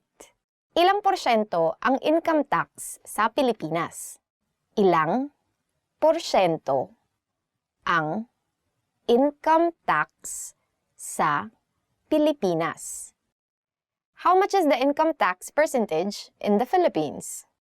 Even. Even. Even. The next word is even. In English, even. Madaling hatiin sa dalawa ang mga even number. Madaling hatiin sa dalawa ang mga even number. It is easy to divide even numbers. 2, 4, 6, 8, 10, 12. Anything ending in even numbers can be divided into 2. Odd. Odd. Odd. The next word is odd. In English, odd. Kapag magbibigay ka raw ng pera sa kasal, dapat odd ang unang numero para hindi ito mahati. Kapag magbibigay ka raw ng pera sa kasal, dapat odd ang unang numero para hindi ito mahahati. They say that if you were to give money at a wedding, it should be an odd number so that it can't be divided. So it means that you should give odd numbered amount of money so that symbolically, right? So symbolically it means that the couple won't be separated, right? Magkalkula. Magkalkula. To calculate. Magkalkula. In English, to calculate. Kaya mo bang magkalkula ng mabilis? Kaya mo bang magkalkula ng mabilis? Can you calculate quickly? Can you? No, she cannot. Sorry. Dagdagan. Dagdagan. To add. Next word is dagdagan or to add. Pakidagdagan ng 5 pang order ng kanin. Pakidagdagan ng 5 pang order ng kanin. Please add 5 more orders of rice. Wow, rice is life. Okay, I don't judge this person, but still like 5 orders of rice. Please eat whatever you want. Bawasan. Bawasan. To subtract. Bawasan or to subtract. Huwag mong bawasan ng tax ang mga nagpa-part-time job lamang. Huwag mong bawasan ng tax ang mga nagpa-part-time job lamang. Don't subtract the tax for those who are just working part-time. Hatiin. Hatiin. To divide. Hatiin or to divide. Hatiin natin ito sa 8.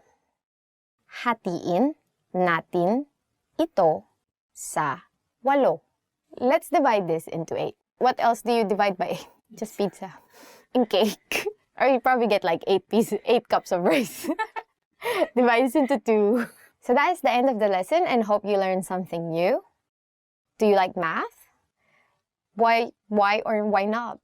So if you have any answer to that question, don't forget to put them in the comment section. Don't forget to like, subscribe to the channel, and visit FilipinoPod101.com to learn more Filipino.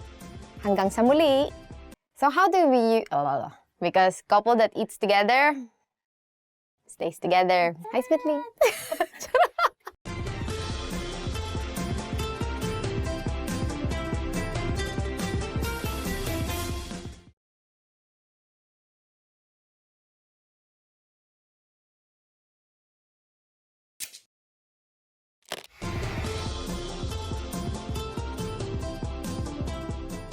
Hello sa inyong lahat, ako si Erica.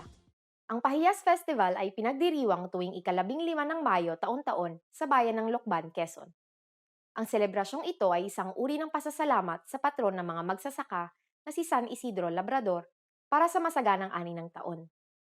Sa piyestang ito, naglalagay ng mga palamuti ang mga taga-Lokban sa kani-kanilang mga bahay. Gawa ang mga dekorasyon sa mga prutas, gulay, handicrafts at keeping. Matapos ang piyesta, karaniwang pinagsasaluhan ng mga palamuting prutas at gulay. Tara, tuklasin natin kung ano nga ba ang Pahiyas Festival. Alam niyo ba kung anong mga salita ang pinanggalingan ng pahiyas? Sasabihin namin ang sagot sa katapusan ng video na ito. Kung napansin na ninyo, marami sa mga pagdiriwang ng mga Pilipino ay nagumpisa bilang mga paganong ritual na nagkaroon ng mga Kristiyanong kahulugan sa pagtagal ng panahon. Ang Pahiyas Festival ay sinasabing nagumpisa bilang isang simpleng ritual ng pagpapasalamat sa mga anito para sa masaganang ani. Nang lumaganap ang Katolisismo sa Pilipinas, inialay ang pagdiriwang na ito sa patron ng mga magsasaka na si San Isidro Labrador.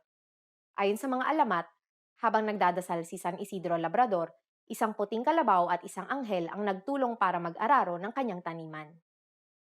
Kapag sinabing Pahiyas Festival, unang salitang naiisip ng mga Pilipino ay ang keeping. Ang keeping ay gawa sa giniling na bigas na hinugis gamit ang iba't ibang dahon at kinukulayan ng mga matitingkad na kulay gaya ng dilaw, fuchsia, pula at berde.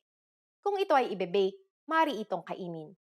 Sinasabing na imbento ang keeping noong panahon ng galyo ng Maynila at Acapulco nang pagbalik ng Lukban, ninais ng isang tagaluto na kumain ng tacos. Ngunit dahil hindi niya mahanap ang mga tamang sangkap, siya ay nag-eksperimento at nagawa niya ang keeping. Ang huling bahagi ng piyesta ay ang prosesyon ng imahe ni San Isidro Labrador. Lahat ng madadaan ng bahay ay napapalamutian ng kanilang mga ani. Kasama rin ang imahen ng asawa ng patron na si Santa Maria de la Cabeza na may bitbit na mga biskwit na madalas ay ibinibigay sa mga bata habang nagaganap ang prosesyon. Mayroon ring mga magagarbong karosa at effigy na paper mache ng dalawang santo. Matapos nito, nakaugalian na ang pagkakaroon ng malaking salo-salo kasama ang mga bisita, turista, at ng buong bayan kung saan iba't ibang mga pagkaing pinagmamalaki ng Lukban ang inihahanda, gaya ng pansit habhab, longganisang Lukban, inihaw na keeping, at iba pa.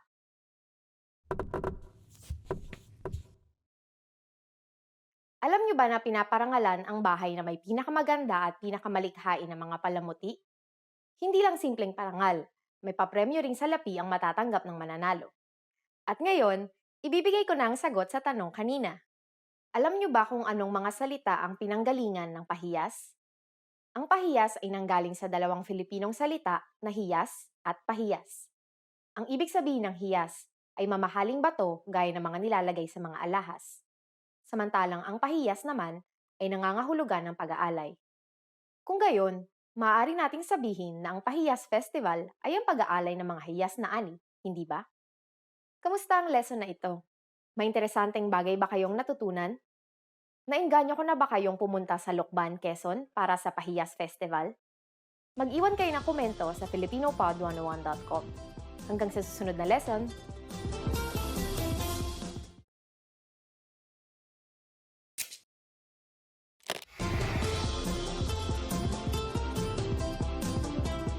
Hello sa inyong lahat, ako si Erica.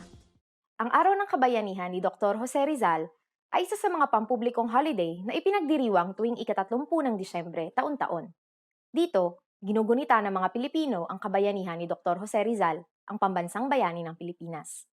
Pero, sino nga ba si Dr. Jose Rizal? At paano siya inaalala ng mga Pilipino? Sa lesson na ito, malalaman nyo kung paano ginugunita ng mga Pilipino ang mga nagawang kabayanihan ni Dr. Jose Rizal. Alam niyo ba kung bakit tuwing ika-30 ng Disyembre ipinagdiriwang ang Rizal Day? Sasabihin namin ang sagot sa katapusan ng video na ito. Una, sino nga ba talaga si Jose Rizal? Sa araw na ito, inaalala siya bilang isa sa mga lider ng kilusang pangreporma na naglalayong gawing pantay ang karapatan ng mga Pilipino at ng mga mananakop na Espanyol noong ang bansa ay nasa ilalim ng kolonisasyon ng Espanya. Ang araw ng paggunita sa pambansang bayani ay ginagawa sa Rizal Park, dating tinatawag na Bagong Bayan at kilala sa ngayon bilang Luneta Park. Sa Rizal Park na tinuturing na isang national park, naroon ang monumento ni Jose Rizal. Isinapubliko ang monumento ni Rizal noong taong 1913 at ang kanyang tulang Huling Paalam o Mi Ultimo Adios ay iniukit sa memorial plaque ng monumento. Mayroong mga seremonyang ginagawa na dinadaluhan at pinangungunahan ng presidente at vice-presidente ng bansa. Nag-aalay ang presidente ng mga bulaklak at pinapasinayaan ang pagbibigay sa bayani ng 21 gun salute. May mga pagdiriwang rin na isinasagawa sa iba't ibang mga probinsya. Karaniwang pinasisinayaan ng mga matataas na opisyal ng probinsya, kasama sa pagdiriwang ang pagtataas ng bandila ng Pilipinas. Alam niyo ba na ipinagbabawal ang sabong, karera ng kabayo at high-alay tuwing araw na ito? Isinasaad rin sa batas na dapat itaas ang bandila ng naka-half-mast. At ngayon, ibibigay ko na ang sagot sa tanong kanina. Alam niyo ba kung bakit tuwing ika-30 ng Disyembre ipinagdiriwang ang Rizal Day? Sa araw na ito, binigay ni Jose Rizal ang kanyang buhay para sa bansa. Mula sa kanyang piitan sa Fort Santiago, siya'y naglakad patungong Bagong Bayan upang harapin ang kanyang kamatayan sa pamamagitan ng firing squad. Kamusta ang lesson na ito? May interesanteng bagay ba kayong natutunan? Paano niyo ginugunita ang inyong pambansang bayani? Mag-iwan kayo ng komento sa filipinopod101.com. Hanggang sa susunod na lesson! Hello guys and welcome to Filipino Top Words. For today's lesson, we will be talking about 10 ways to remember words. So, knowing how to remember words will actually help us learn Filipino better and faster. So, let's go to the first way. So, the first way is sa pamamagitan ng pag-uulit, through repetition. Mas maaalala mo ang mga salita sa pamamagitan ng pag-uulit. You will remember the words better through repetition. Repeating stuff to yourself is actually very helpful. So even when you're reviewing for exams, that's how many people actually get to remember words. And one tip, if you're going to review or try to remember words or things that you just want to do, better study them before you go to bed. Do you know that? So the next way is manood ng TV series na may subtitle. To watch TV series with subtitles. 3 beses sa isang araw ako nanonood ng TV series na may subtitle para matuto ng Filipino. I watch TV series with subtitles 3 times a day in order to learn Filipino. For instance, because I'm learning Japanese now, so I also watch lots of dramas or anime, of course.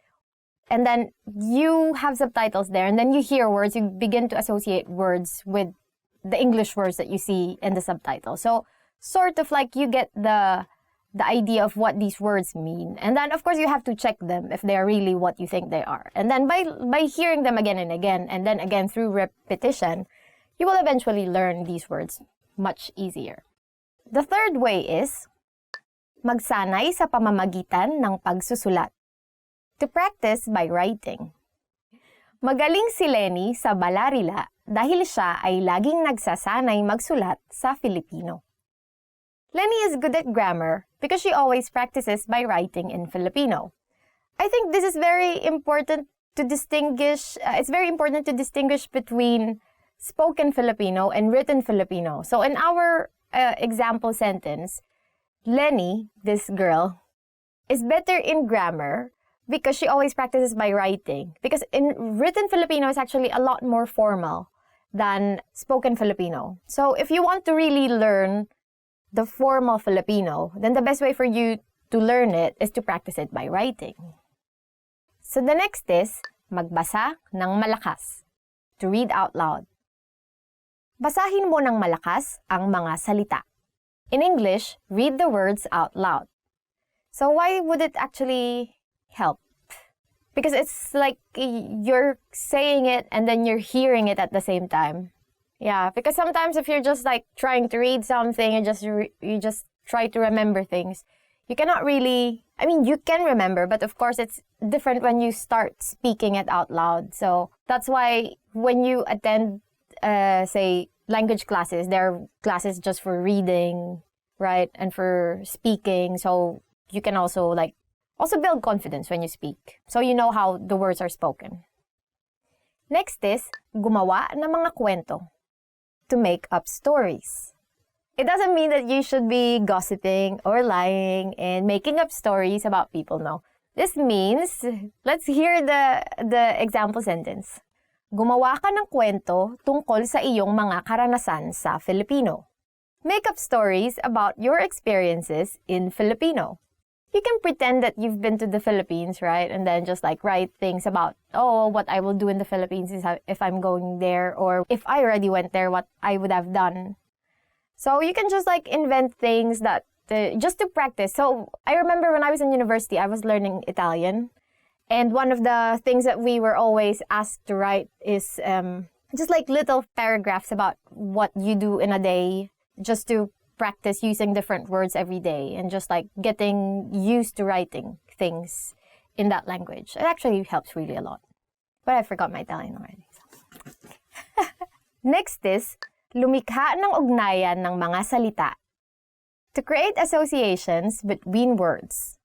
Lumilikha ako ng ugnayan ng mga salita para hindi ko makalimutan. I create associations of words in order not to forget them. So I think this is very useful in Filipino since in Filipino there are many words that sound similar but are actually different. They mean differently.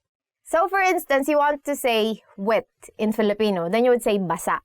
But it also, the same 4 letters you would use to say read, which is basa. So it's just like different way of pronouncing the words. In a way, it makes it difficult. But also, you can get like 2 ideas of those 4 letters together, right? So when you see B-A-S-A, you immediately associate it with either getting wet or reading a book, which is kind of like really far, but at least you immediately like get 2 words at once. And I don't really make fun of your language, so it's fine, because everyone speaks like kind of casual. Unless you're writing, then of course, then you don't need to worry about pronunciation, but you have to worry about your grammar. Next is, magkabisa sa pamamagitan ng pakikinig. To memorize by listening. Magaling ang pandinig ni Kay dahil kaya niyang kabisaduhin ang salita kahit sa pamamagitan ng pakikinig lamang. Kay has good ears because she can memorize words just by listening. So some people can actually really remember words just by listening, but it depends on the language. So for instance, in Filipino, it's actually kind of easy to remember things by hearing. But say you're learning Chinese or Japanese, right? Then just by hearing, you cannot really easily remember the meaning of the words unless you also check the meaning of how it's written. So, but in Filipino, it's kind of easier to really understand the meaning of words just by listening, and especially by understanding the context. Next is, magbasa ng simpleng mga babasahin. To read simple texts. Kapag may pagsasalin, subukan mong basahin ang mga simpleng babasahin sa Filipino kaysa sa Ingles.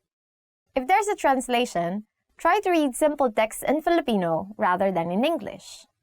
It's actually for more practice. So, because sometimes when you have textbooks, right, there's always an English version of it and the version of the language that you're studying. So, sometimes it helps if you go first, read the word in the target language, and then you read the English, because you can sort of first guess what it means and then check if you actually got the meaning. And that's actually very helpful. And I say actually a lot.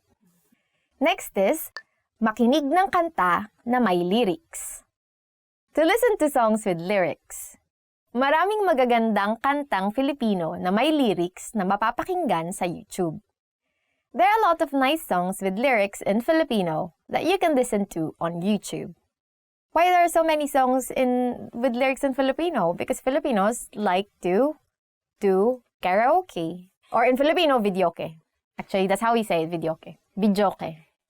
Because we like doing this karaoke a lot. So there's so many places where you can go to do karaoke, right? And then even on days that you don't want to do karaoke, people are still doing karaoke. Your neighbors are still singing. everyone is singing, it's everyone's birthday every day. So there's always going to be someone singing around you. Next is, ulitin bago matulog. To repeat before going to sleep. Ulitin mo bago matulog ang mga salitang natutunan mo. Repeat the words you've learned before going to sleep. This is actually very, very helpful because now I'm learning how to bike. I was gifted a bike for my birthday because I was told that I need to learn a new skill. And then every evening I actually practice it. And then one of my friends said, you should study something or practice something before going to bed. And then after you practice this, don't do anything anymore. So don't look at your phone, don't read anything. If you want this information to be retained in your mind and in your body, if it's like an activity. So actually, learning how to bike every evening helped me a lot. So now I can bike. So that's it for today's lesson and hope you learned something new. So what are your ways of learning words? If there is anything that we didn't say but you actually use and is very helpful for you, don't forget to comment them down below and like and subscribe to our channel. And if you want to learn more Filipino, visit filipinopod101.com. Hanggang sa muli! See you in the next lesson!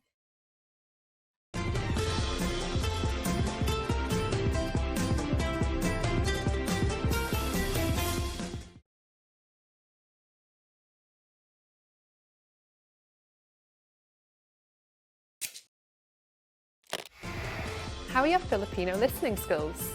First, you'll see an image and hear a question. Next comes a short dialogue. Listen carefully and see if you can answer correctly.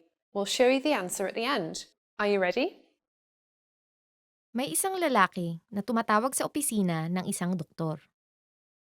Anong oras niya kailangan na nasa opisina ng doktor?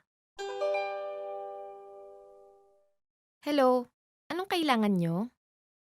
Anong oras kayo magsasara ngayon? Nagsasara kami ng alas 6. Pero pumunta na kayo bago mag alas 5:30. Okay, salamat. Anong oras niya kailangan na nasa opisina ng doktor?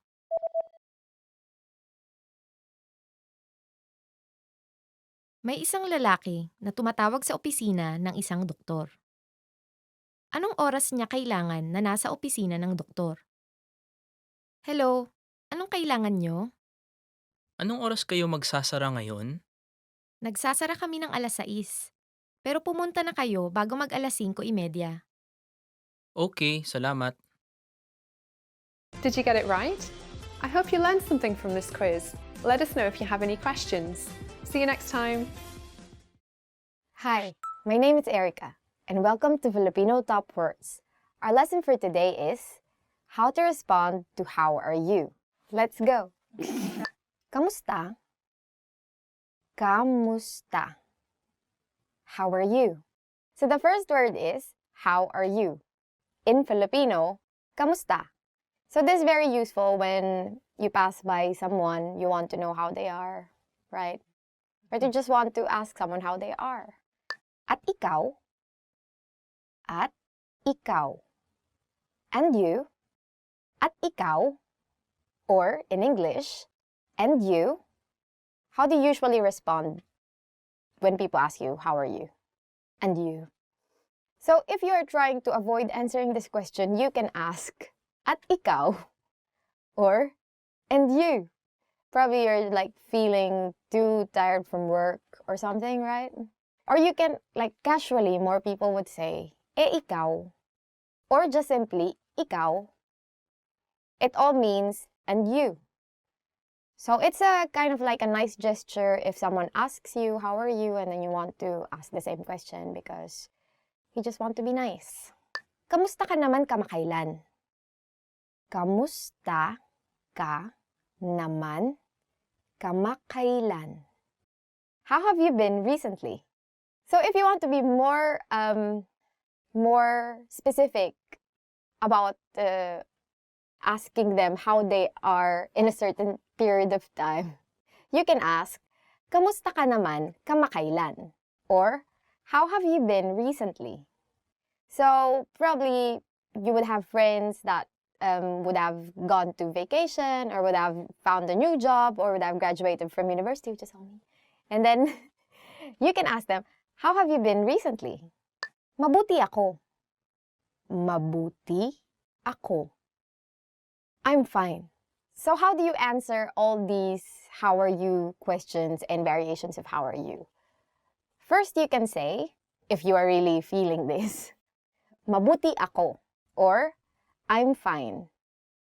Of course, you can say it if you're not fine, right? I mean, if you just want to because sometimes when you say, I'm not so okay, I'm feeling a bit down, then they would ask you more things. But sometimes if you don't want to answer any of these things, but you are not fine, you can still say, I'm fine. But in Filipino, you ask people how are you because you want to know how they are. Or we don't really say this as a greeting. Okay naman ako. Okay naman ako. I'm not bad. Aside from I'm fine, how can you respond to how are you? You can say, okay naman ako, or I'm not bad. So if you are feeling like saying that you are not so fine, but you are also not fine, you can say, well, I'm not bad. It's okay. Everything's cool. But I'm crying inside. I'm dead inside. Okay. Inaantok ako. Inaantok ako. I'm sleepy. If you're feeling sleepy, you can say, inaantok ako, or I'm sleepy. After lunch, usually that's the time when you feel this, you're really sleepy. Even though you have lots of work, you're feeling sleepy, or sometimes you don't have lots of work, you're feeling sleepy. So you can say it. It's valid. It's okay. Just don't say it to your boss. I don't think if your boss asks you, how are you? I'm sleepy. Oh, that's not really good. Well, probably should go home, not come back anymore. Goodbye. Thank you for your service. That's how it will go, right? Masama ang pakiramdam ko. Masama ang pakiramdam ko. I'm feeling bad. Or if you are not feeling so well, you can say, masama ang pakiramdam ko. Or, I'm feeling bad. So, you can say this if you have a bit of cold, for instance, or your stomach is upset, or what else? Or you have a broken heart, those kinds of things. So, if you want to say that you're feeling bad, you say, masama ang pakiramdam ko. Okay ako. Okay ako. I'm okay. But what if you're just fine? What if you're just okay, but you don't want to say, I'm fine? Or mabuti naman ako, or ayos naman ako. You can also say casually, okay ako, which is very casual. Very simple, okay ako. Okay na okay ako. Okay na okay ako. I'm great. If you want to say that you are really doing great, then you can say, okay na okay ako. You would have to note that in Filipino, when you repeat words, it what's it called? It's a superlative version of the adjective, kind of, but it's not. But it's kind of amps up the impact of the adjective. So it's equivalent to very. So you would say okay na okay ako, meaning I'm super duper okay, right? Or if you're really, for instance, sleepy, you would say antok na antok ako instead of just saying antok ako, right? Salamat sa pagtatanong. Salamat sa pagtatanong. Thank you for asking. And for instance, you were feeling bad and then this person that asked you, how are you, made you feel happy, then you can say, thank you for asking, or salamat sa pagtatanong. Because of course, you felt happy that someone asked you, especially if you're feeling bad. So that's it for the end of this lesson. Hope you learned something new. And what do you usually say to your friends, your colleagues, people who ask you how you are? And how do they respond to you? Leave them in the comment section and don't forget to like, subscribe, and visit FilipinoPod101.com to learn more Filipino. Salamat! Hanggang sa muli!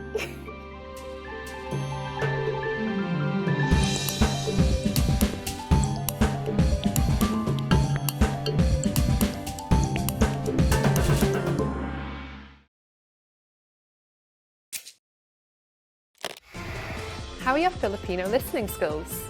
First, you'll see an image and hear a question. Next comes a short dialogue. Listen carefully and see if you can answer correctly. We'll show you the answer at the end. Are you ready? May isang lalaki at babaeng mag-aaral na tumitingin sa mga anunsyo ng trabaho. Sa aling trabaho mag-a-apply ang babaeng mag-aaral? Anong tingin mo sa trabahong ito? Ang bayad kada oras ay medyo mataas. Sige, mukhang mainam ang bayad. Pero kaya mo ba talaga mag-deliver ng dyaryo? Oo naman, magaling ako magbisikleta. Pero inaalala kong paggising ng maaga. Ito kayang isa. Hindi mataas ang bayad, pero maari kang magtrabaho ng 2 o 3 araw sa isang linggo at mag-umpisang magtrabaho sa gabi. Ito. Kahira sa supermarket ha. Sa bagay, mainam magtrabaho matapos ang klase. Mukhang mainam rin itong sa coffee shop. Oo nga, gusto ko yung lugar na yan. At nasa daan yan papunta ng eskwelahan. Hindi na masama, di ba? Saan kaya ako dapat mag-apply? Sa pagitan ng coffee shop at ang pag-deliver ng dyaryo? Oo, maganda ang bayad sa pag-deliver ng dyaryo. Okay, nakapag-desisyon na ako. Siguro pipilitin ko na lang bumangon ng maaga. Sa aling trabaho mag-a-apply ang babaeng mag-aaral?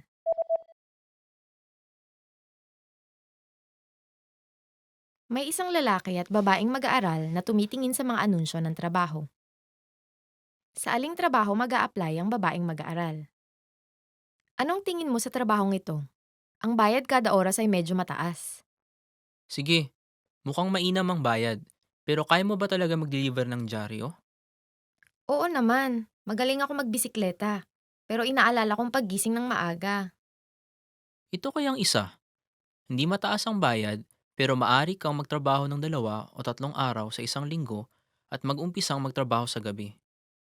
Ito. Kahira sa supermarket ha. Sa bagay, mainam magtrabaho matapos ang klase. Mukhang mainam rin itong sa coffee shop. Oo nga, gusto ko yung lugar na yan. At nasa daan yan papunta ng eskwelahan. Hindi na masama, di ba? Saan kaya ako dapat mag-apply? Sa pagitan ng coffee shop at ang pag-deliver ng dyaryo? Oo, maganda ang bayad sa pag-deliver ng dyaryo. Okay, nakapag-desisyon na ako. Siguro pipilitin ko na lang bumangon ng maaga. Did you get it right? I hope you learned something from this quiz. Let us know if you have any questions. See you next time. Hi everyone, my name is Erica, and welcome to Filipino Top Words. Our lesson for today is very exciting, and it's about the top 10 phrases you'll need for a date.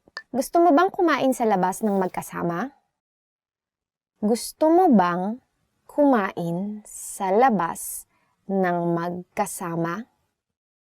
Would you like to go out to dinner with me? The first phrase or sentence that you would need is, gusto mo bang kumain sa labas ng magkasama? In English, would you like to go out to dinner with me? Yeah, it's a bit too formal. But I think that's how it should be, right? Like, because dates are serious things. So first you have to introduce yourself. I would assume that this is already by the time that they are friends, right? Then you would say, oh, would you like to go out to dinner with me? Would you like to have drinks? Blah, blah. Snacks. Or if this girl's a tita, you would say, would you like to have tea with me? Libre ka ba sa katapusan ng linggo? Libre ka ba sa katapusan ng linggo? Are you free this weekend? Libre ka ba sa katapusan ng linggo? Are you free this weekend? Probably that's when his salary is going to come. That's why he's asking you this weekend. But I think it's a good time for everyone, weekends, right? Unless they work on the weekends, then it might be hard. Or you can say, are you free this evening, right? Then you would say, libre ka ba mamayang gabi or bukas ng gabi? Mamayang gabi meaning later tonight, or bukas ng gabi meaning tomorrow night, right? So it's libre ka ba sa, and then your time or the date when you want. You can be specific, say on Friday the 13th or something like that, right? November 1, right? December 25. So, are you free this weekend, or are you free tomorrow, or are you free this Saturday.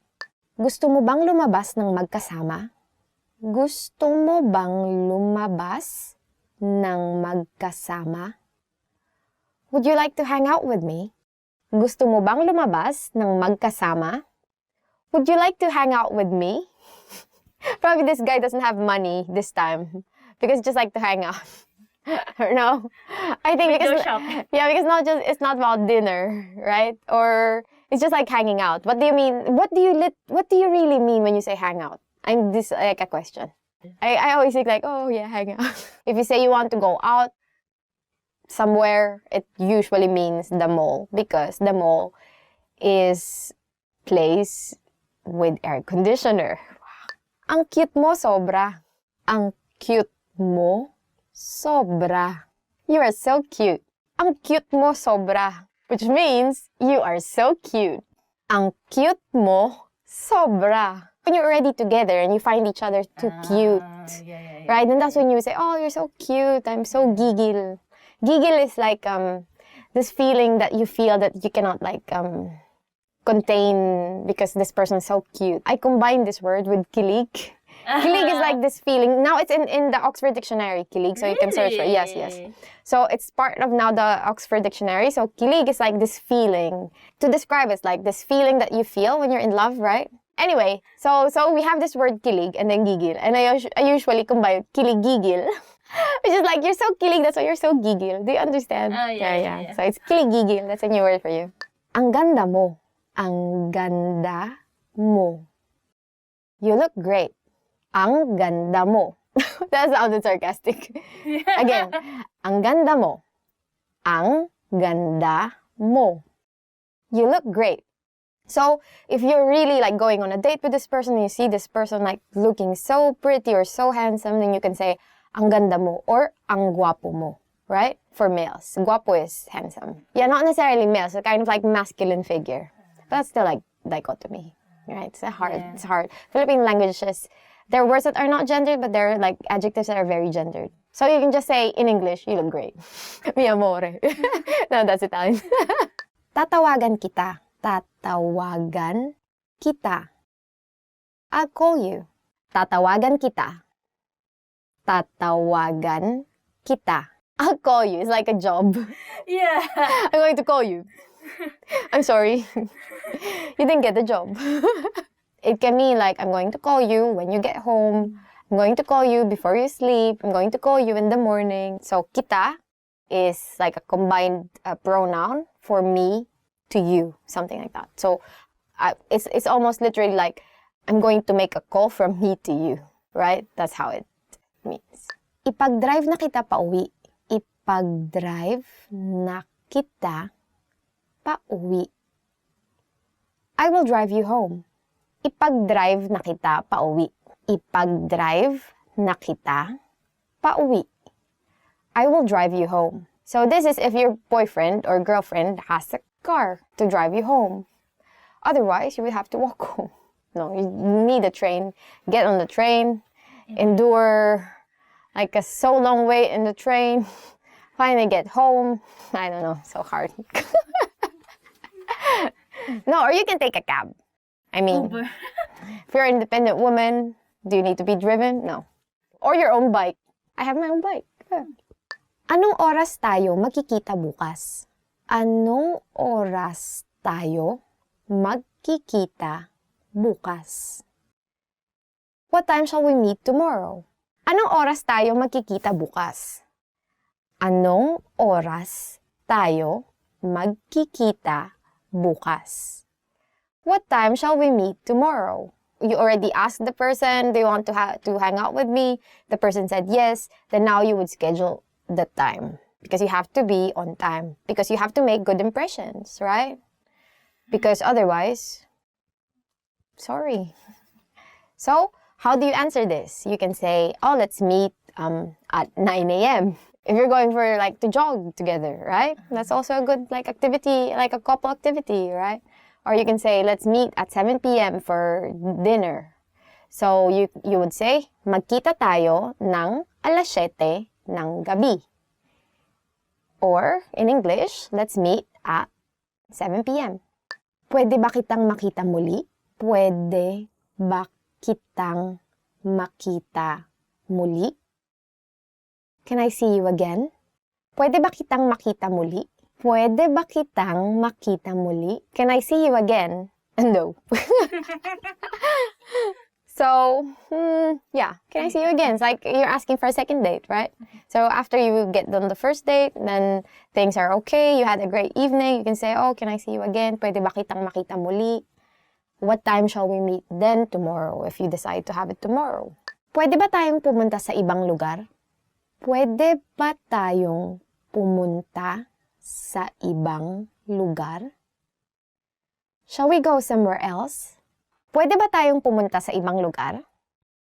Pwede ba tayong pumunta sa ibang lugar?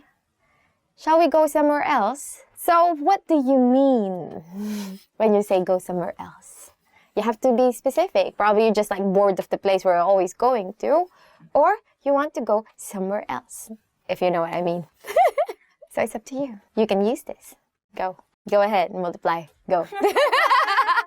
Malls in the Philippines are so fun. So that's it for the end of this lesson. Hope you learned something new. And where would you bring your date? How would you ask your date to date you? Where would you bring this person? So tell us in the comment section, and don't forget to like, subscribe to this channel, and visit FilipinoPod101.com to learn more Filipino. Hanggang sa muli! There's a joke in Filipino that when you say someone is cute, one of their legs is shorter. Do you know? I don't even know. I probably just this one of my friends. I don't know. Probably not your friends. Because you have this like...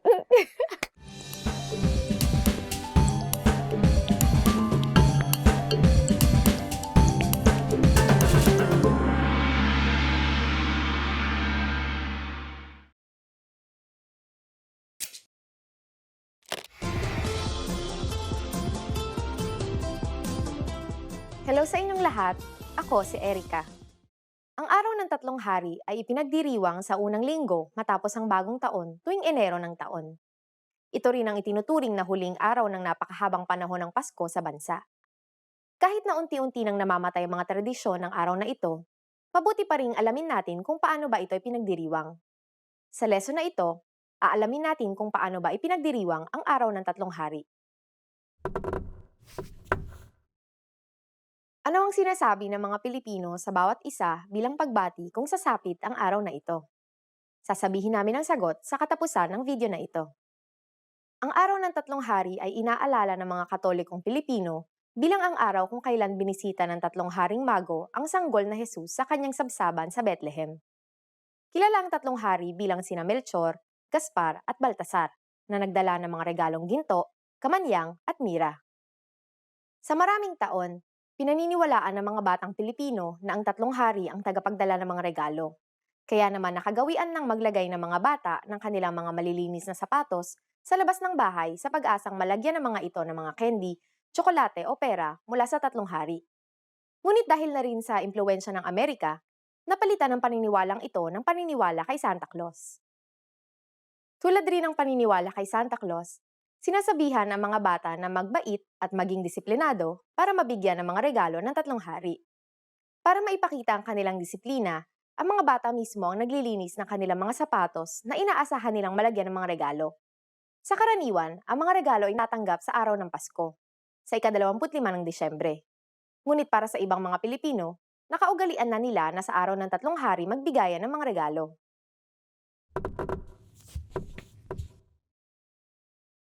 Ang araw ng tatlong hari ay tinatawag din na Pasko ng Matatanda. Marahil, ito ay dahil sa ang karaniwang depiksyon ng tatlong hari ay tatlong marurunong na hari na may katandaan na. Malamang, dahil na rin ito siguro sa sinasabing kaugnayan ng edad at karunungan. At ngayon, ibibigay ko na ang sagot sa tanong kanina. Anong sinasabi ng mga Pilipino sa bawat isa bilang pagbati kung sasapit ang araw na ito? Simpleng-simple lang ang pagbati sa araw na ito. Happy Three Kings. Kahit hindi na ganoon na ipinagdiriwang ang araw na ito, karaniwan pa ring maririnig ang pagbati ng Happy Three Kings kung ika-6 ng Enero. Kamusta ang lesson na ito? Mainteresanteng bagay ba kayong natutunan? Kayo, ipinagdiriwang nyo ba ang araw ng tatlong hari? Mag-iwan kayo ng komento sa filipinopod101.com. Hanggang sa susunod na lesson!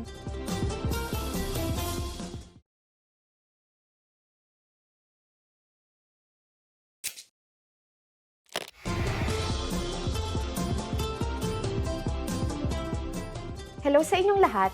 Ako si Erica. Sa araw na ito, pag-uusapan natin ang Kadayawan Festival.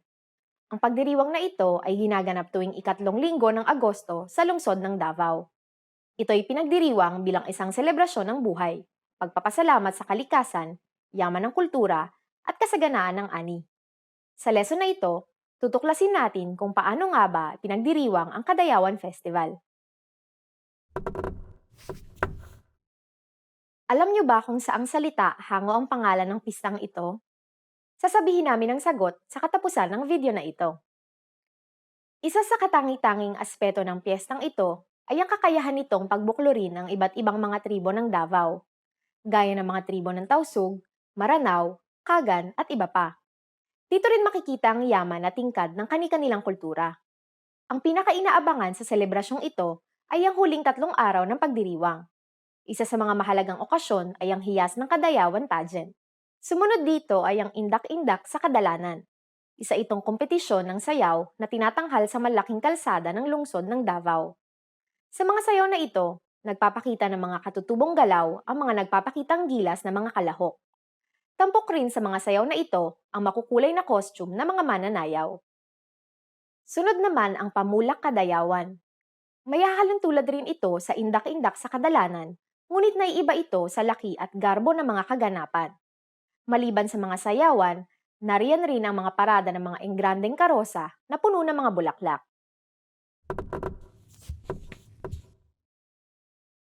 Matapos ang batas militar noong taong 1986, ang piyestang ito na tinawag na Apo Duwaling noon ay nagsilbing piyesta para pagbuklurin ang mga Davaoenyo. Ang pangalang Apo Duwaling ay galing sa 3 icon ng Davao, ang Bundok Apo, Durian at Waling-Waling. At ngayon, ibibigay ko na ang sagot sa tanong kanina. Alam niyo ba kung saang salita hango ang pangalan ng pistang ito? Ang pangalan na Kadayawan ay nagmula sa pagbating madayaw mula sa salitang Davaoenyo na dayaw. Ang ibig sabihin ng salitang ito ay isang bagay na mabuti, mahalaga at maganda. Kamusta ang lesson na ito? May interesanteng bagay ba kayong natutunan? Nakadalo na ba kayo sa Kadayawan Festival? Anong masasabi nyo? Mag-iwan kayo ng komento sa filipinopod101.com. Hanggang sa susunod na lesson!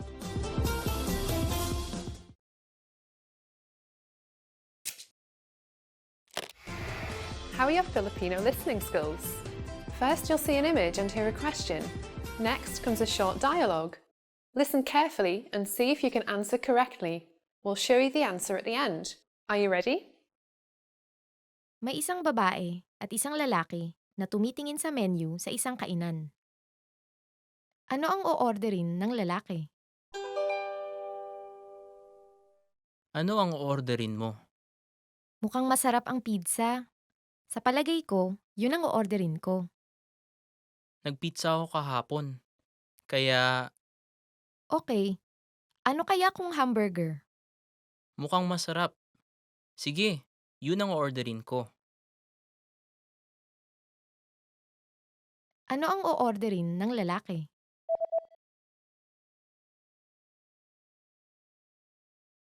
May isang babae at isang lalaki na tumitingin sa menu sa isang kainan.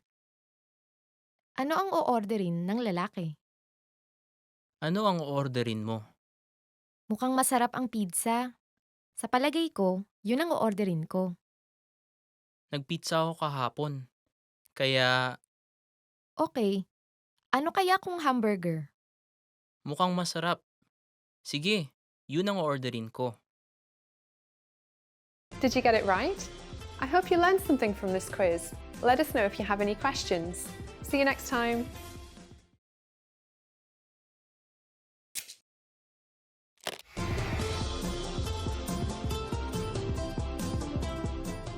Hello sa inyong lahat, ako si Erica. Ang Dinagyang Festival ay pinagdiriwang tuwing ika-4 na linggo ng Enero, sa Iloilo bilang pagpupugay sa Santo Niño. Ang dinagyang ay isang salitang Ilonggo na ang ibig sabihin ay magdiwang at magkaroon ng kasiyahan. Ito ay isa sa mga pista na ginaganap para sa Santo Niño, kagaya ng ati-atihan ng Aklan at ng Sinulog ng Cebu. Paano ba ipinagdiriwang ang dinagyang? Malalaman natin iyan sa lesson na ito. Alam nyo ba na ang dinagyang ay mayroong mascot? Alam nyo ba kung ano ang pangalan nito? Sasabihin namin ang sagot sa katapusan ng video na ito. Unang tinawag ang dinagyang sa pangalan na Iloilo Ati-Atihan para pag-ibahin ito mula sa ati-atihan ng Aklan. Nagumpisa ito noong taong 1967 nang dalhin sa Iloilo ang isang replika ng Santo Niño mula sa Cebu. Sinalubong ng mga deboto ang imahen pagkalapag nito sa paliparan at ipinarada ito sa mga kalye ng Iloilo. Noong una, ipinagdiriwang lamang ito sa parokya, hanggang sa dumami na ang mga tribo na sumasali taon-taon at naging mas magarbo at mas masigla na ang mga naging selebrasyon.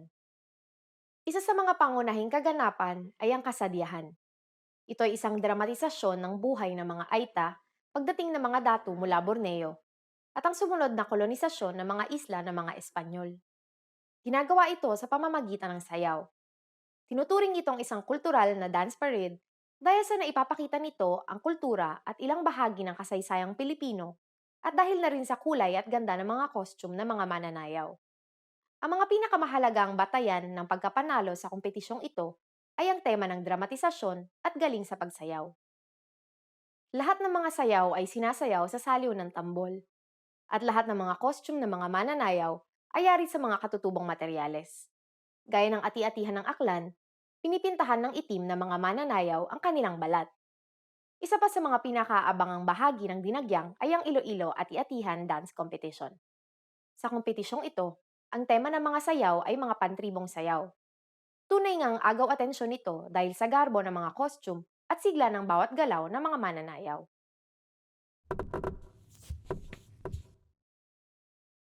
Sinasabing nagsimula ang dinagyang at ati-atihan ng bilhin ng 10 datu ng Borneo ang panay mula sa mga Aita. Ito ay nakatala sa alamat ng Maragtas, na tinatawag rin na Kodigo ng Maragtas, na nagdedetalye ng pagdating ng 10 datu sa panay upang takasan ang pagmamalupit ni Datu Makatunaw ng Borneo. At ngayon, ibibigay ko na ang sagot sa tanong kanina. Alam nyo ba na ang dinagyang ay mayroong mascot? Alam nyo ba kung ano ang pangalan nito? Dagoy ang pangalan ng mascot ng dinagyang. Una siyang ipinakilala bilang opisyal na mascot ng dinagyang noong taong 2004. Inilalarawan siya bilang isang batang aitang mandirigma, kayumanggiang balat at may suot na headdress na may disenyo ng Santo Niño. Simbolo siya ng pagkakaibigan ng mga Ilonggo at ng mga turistang dumadayo sa Iloilo para masaksihan ng dinagyang. Kamusta ang lesson na ito? May interesanteng bagay ba kayong natutunan? Anong kahalintulad na selebrasyon ang pinagdiriwang ninyo? Mag-iwan kayo ng komento sa filipinopod101.com. Hanggang sa susunod na lesson!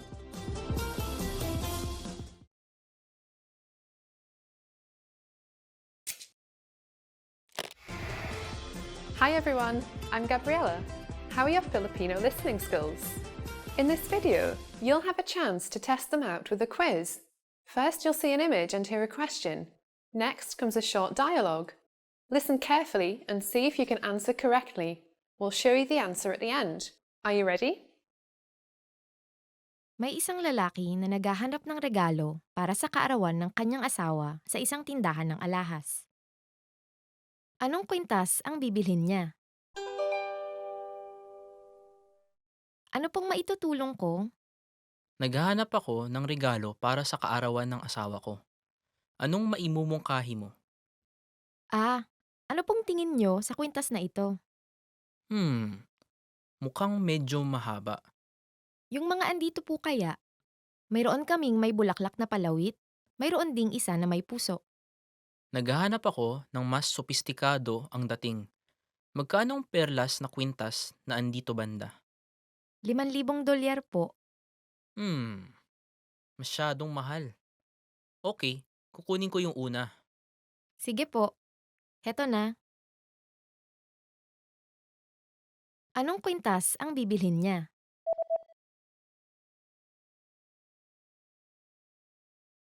May isang lalaki na naghahanap ng regalo para sa kaarawan ng kanyang asawa sa isang tindahan ng alahas. Anong kwintas ang bibilhin niya? Ano pong maitutulong ko? Naghahanap ako ng regalo para sa kaarawan ng asawa ko. Anong maimumungkahi mo? Ano pong tingin nyo sa kwintas na ito? Mukhang medyo mahaba. Yung mga andito po kaya, mayroon kaming may bulaklak na palawit, mayroon ding isa na may puso. Naghahanap ako ng mas sopistikado ang dating. Magkano ang perlas na kwintas na andito banda? $5,000 po. Masyadong mahal. Okay, kukunin ko yung una. Sige po. Heto na. Did you get it right? I hope you learned something from this quiz. Let us know if you have any questions. See you next time. Hi everyone, I'm Erica, and welcome to Filipino Top Words. Our lesson for today is 10 most romantic ideas for a date. Candlelit dinner. Candlelit dinner. Candlelit dinner. So our first idea is candlelit dinner. Or in English, candlelit dinner. Uso pa ba ngayon ang date na candlelit dinner? Uso pa ba ngayon ang date na candlelit dinner? Is a candlelit dinner still a popular idea for a date? I don't know, is it? I think so. I don't know, we haven't done candlelit dinner. I think, personally for me, I don't like it when I eat in very, like, dimly lit. Really? I like eating, like, in dimly lit restaurants, but not, like, super dark, especially when it's just, like, a very small candle. It doesn't. No, need because to of be. my eyes, I think. Because I need more light. But usually candlelit dinner is not just candle. No, but there are some places like that, right? Like, for instance, you eat out in, like, in open spaces, and then they have this. Because it's really, even at home sometimes, like, Svetlin just wants to turn on, like, one of the lamps in the living room. But then to me, it's like, I cannot see my food. I want to see my food. So I turn on everything. I go, Parang barbecue on camping. yeah, I don't want to be, I cannot see my food. So, I don't know. But to some people, of course, this is, like, very romantic. And I think it's a very romantic thing because you are prettier, more handsome in the dark. I think that's the purpose of candlelit dinner, right? You have to agree with me. Yes. See? Maglakad ng malayo ng magkasama.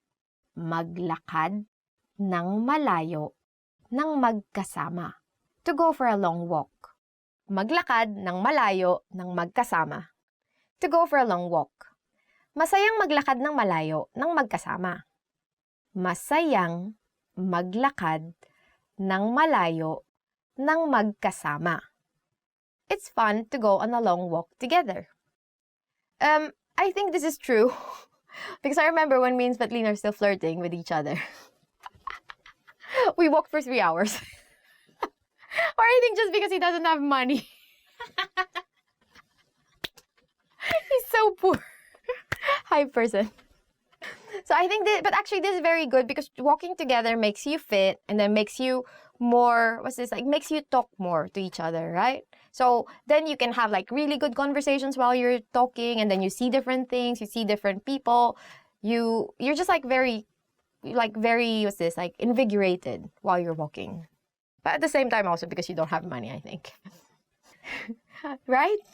Yes, that means if your partner wants to walk so much, that means it's a very practical partner, right? And also a very poor partner. Poor but healthy. Poor and healthy, yeah. So this person will live very long. Prepare to walk for very long. Mag-bowling. Mag-bowling. To go bowling. Mag-bowling or to go bowling. Imbitahin natin ang iba pang kaibigan para mag-bowling. Imbitahin natin ang iba pang kaibigan para mag-bowling. Let's invite some friends to go bowling. Bowling is actually much more fun if you go there with friends, right? Then because you feel, like, very competitive, you just want to beat your friends, beat them to the dust, right? You could use your bowling ball for that. Yeah. But I'm never good at bowling. Yeah, so It's still fun. yeah, but it's really fun even if you're not good at it. It's not so expensive also, right? So it's a good idea for a date actually because then you both get fit, you see each other, like, having fun, and then it's not so expensive. Very good. Pumunta sa aquarium. Pumunta sa aquarium. To go to the aquarium. Pumunta sa aquarium. To go to the aquarium. Maraming taong pumupunta sa aquarium para mag-date. Maraming taong pumupunta sa aquarium para mag-date. There are a lot of people going on a date to the aquarium. Have you been for a date? Not really a date. I'm still a friend thing. Yeah, I don't actually, I mean, I like seeing fish. I like eating fish. But I'm not like the type of person to actively go to an aquarium for a date. I think Maybe it's also like it's kind of dark and like the water is like I am moving. It's very romantic, and then again in the dark, you are both like more handsome and prettier, right? And then, yeah, or at least you feel like you're prettier than the fish, especially if it's a jellyfish or it's a blowfish. No, I think for many people, I think especially if you watch Japanese dramas, right? There's always like some scene in the aquarium, right? So, yeah, so probably I think it's a very, especially if it's a pretty aquarium, but if it's like a not so clean looking aquarium, probably not a good place to bring your date to. So choose your aquariums. Pumunta sa opera. Pumunta sa opera. To go to the opera. Pumunta sa opera. Or, to go to the opera. Mahilig si Maria sa opera songs, kaya pumunta sila ni Ibarra sa opera.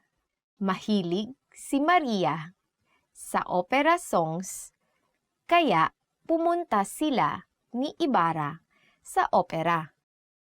Maria likes opera songs. That's why she and Ibarra went to the opera. But in the Philippines, we don't have so much. There are theaters, of course, right? We can go to the theater, watch a play, right? See a musical. But opera, we don't really have opera. But before, I think in the history, you had like zarzuela, like really old types of opera, zarzuela or vaudeville, right? Those kinds of older ones.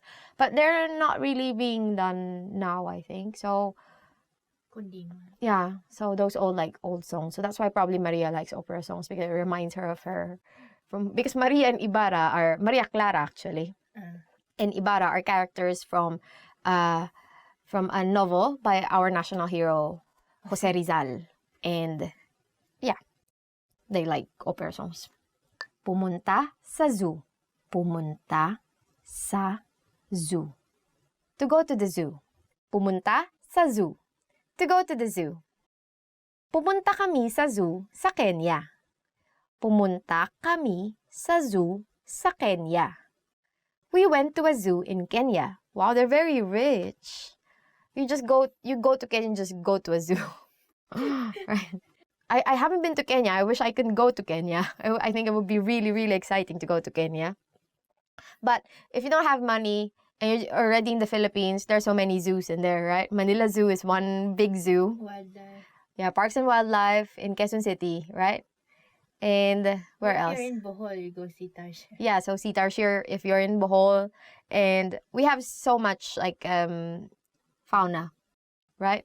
So much to see in the Philippines. You will look at very cute animals. Scary animals. Why do you think it's romantic to? But I don't know also. I don't know. Let's ask people. Why is it romantic to go to the zoo? Please let us know. Mag-picnic. Mag-picnic. To have a picnic. Mag-picnic. Or to have a picnic. Masayang mag-picnic kasama ang ibang kaibigan. Masayang mag-picnic kasama ang ibang kaibigan. It's enjoyable to have a picnic with friends. This is a very good idea, I think, right? Then because I think if you're just like in the beginning of your dating, then you can see how this girl or this guy interacts with your friends. And it's a good, I think it helps you understand more if you're really going to be like good with this person, like good together with this person or not. It's judgment time. Yeah, and then at the same time, this is very affordable. Picnic is very affordable. Just like bring some stuff to eat, enjoy the weather, and then just have nice conversations with your friends, right? So I think it's a very good idea. And bring the guitar. Yeah, and then in the Philippines, actually, you bring a guitar because everyone likes to sing, right? And then just someone would be playing music and then you start singing, right? That's very, very nice. Then where can you have a picnic? Luneta Park, Quezon City Circle. In Luneta Park, you can have a very nice picnic there. But usually I go there with, I think, there were some mornings when I was a kid that Papa would just bring us all, me, Gilio, Mama, Eric. And then he would just take us to Parks and Wildlife and just have some picnic there. But usually we only have plantains. It's his favorite. He just boiled plantains and then we have it in the car and we're like, are we going to eat anywhere? And he will say, here's plantain. Okay. Maghapunan at manood ng pelikula. Maghapunan at manood ng pelikula. To have dinner and see a movie. Maghapunan at manood ng pelikula. To have dinner and see a movie. Magandang ideya ba ng date ang maghapunan at manood ng pelikula? Magandang ideya ba ng date ang maghapunan at manood ng pelikula? Is having dinner and seeing a movie a good idea for a date? This is a usual idea for a date, right? This is like what most people would do for a date. Now, I think if you're in a relationship for a long time, but if you're just starting, then you go first to a dinner and then you go to a movies, right? Go to the movies because then again it's dark and then everyone is like much more beautiful people in dark places. Okay, so this is a very common idea for a first date. I think it's very good idea, very safe. If you don't want anything like adventurous, anything that will like surprise your date so much and make him scared, right? Go for it. Sumakay ng ferry. Sumakay ng ferry. To take a ferry ride. Sumakay ng ferry. To take a ferry ride. Sumakay ng ferry si Jerry at Cherry para ipagdiwang ang kanilang ika-4 na taong anibersaryo. Sumakay ng ferry si Jerry at Cherry para ipagdiwang ang kanilang ika-4 na taong anibersaryo. Jerry and Cherry took a ferry ride to celebrate their 4-year anniversary. I think Jerry and Cherry are meant to be together. And they're meant to be in a ferry. Yeah, so if your name is Jerry and Cherry, then it's time to take a ferry, right? I think it's also a very romantic thing to do. Get on a ferry and then have like a cruise. I think there is like a ferry going to this small island near Manila. Maglakad sa beach. Maglakad sa beach. To walk on the beach. Maglakad sa beach. Or to walk on the beach. Nakita ko si Nino at Ninya na naglalakad sa beach habang magkahawak ng kamay. Nakita ko si Nino at Ninya na naglalakad sa beach habang magkahawak ang kamay. I saw Nino and Niña walking on the beach while holding hands. Aren't they like siblings? No, I think they're just meant to be together. So again, if your name is Nino and Niña and you're not siblings, you're meant to be together. Let's just make it clear, right? Yeah. And then you can walk along the beach, right? Holding hands. But this is also but if you're in the beach, right? With your, on the beach, with your girlfriend or boyfriend or any other loved one, it's time to hold their hands. And be romantic.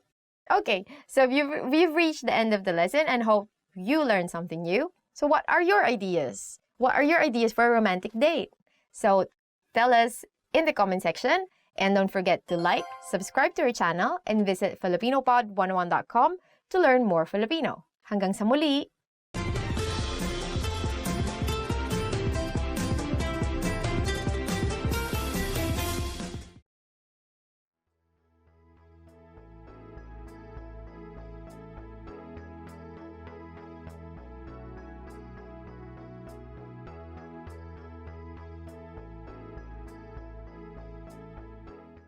You are at a bus terminal where you're attempting to buy a ticket from a ticket counter. There are 4 different counters. Which counter should you line up at to go to the south side of the city?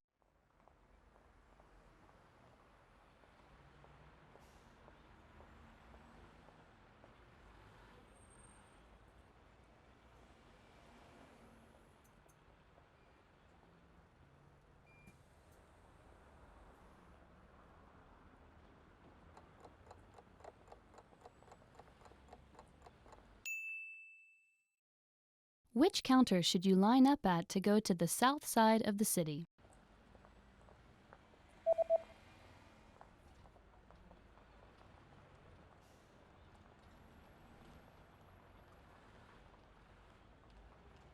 The third counter is the counter for bus tickets that go to the south side of the city.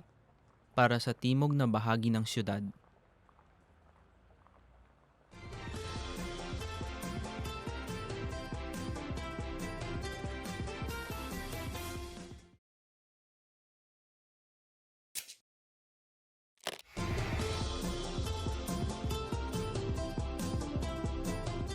Hello sa inyong lahat, ako si Erica.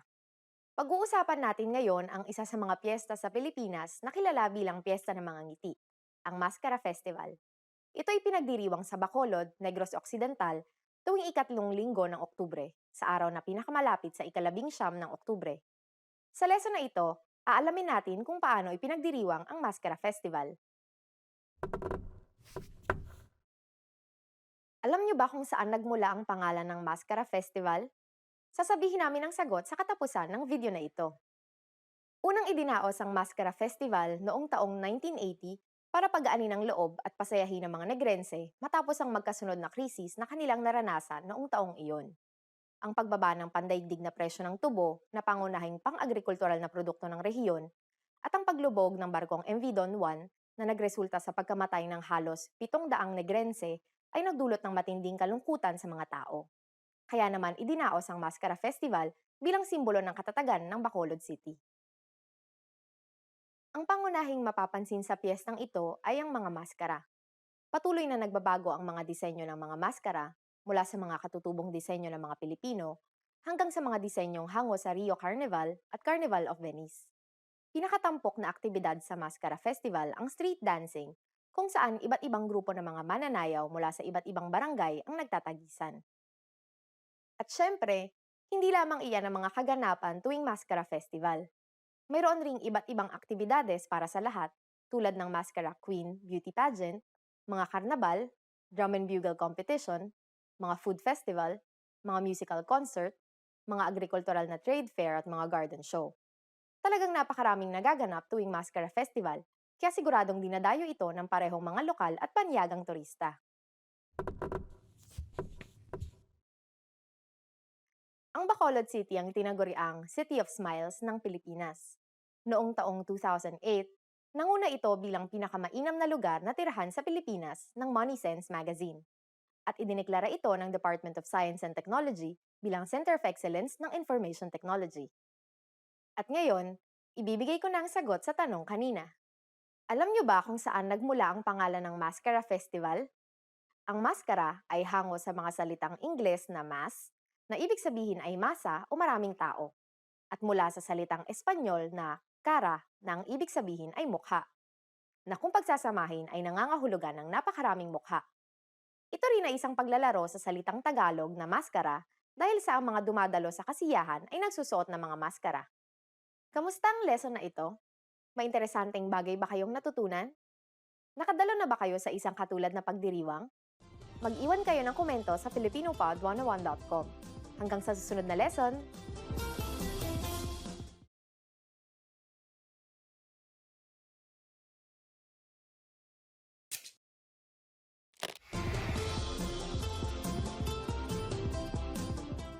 Hello sa inyong lahat, ako si Erica. Ang Sinulog Festival ay isang linggong pagdiriwang sa probinsya ng Cebu. Ang pinakaabangang bahagi ng pagdiriwang na ito ay ang parada na nagaganap sa ikatlong linggo ng Enero. Ang pistang ito ay kilala bilang isa sa pinakamalaking pista at kasiyahan sa buong bansa. Sa paradang ito, lahat ng tao ay sumasayaw kasabay ang kumpas ng tambol bilang pagbibigay galang sa Santo Niño. Alamin natin ang mga kaganapan sa pistang ito. Alam niyo ba kung bakit sinulog ang pangalan ng pistang ito? Sasabihin namin ang sagot sa katapusan ng video na ito. Sinasabing nagsimula ang pagdiriwang ng pista ng sinulog nang ibigay bilang regalo ni Magellan ang imahen ng Batang Jesus kay Reyna Juana ng Cebu nang siya ibinyagan bilang Kristiyano. Ang imahen ng Batang Jesus ay tinawag na Santo Niño.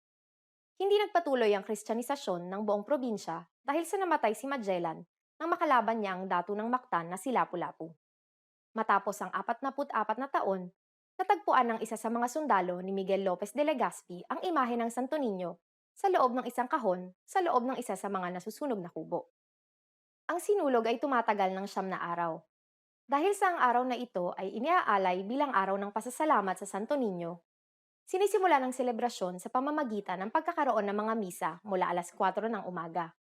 Una rito ay ang Mañanita Mass, susundan ang Pontifical Mass, at ang huli ay ang Holy Mass.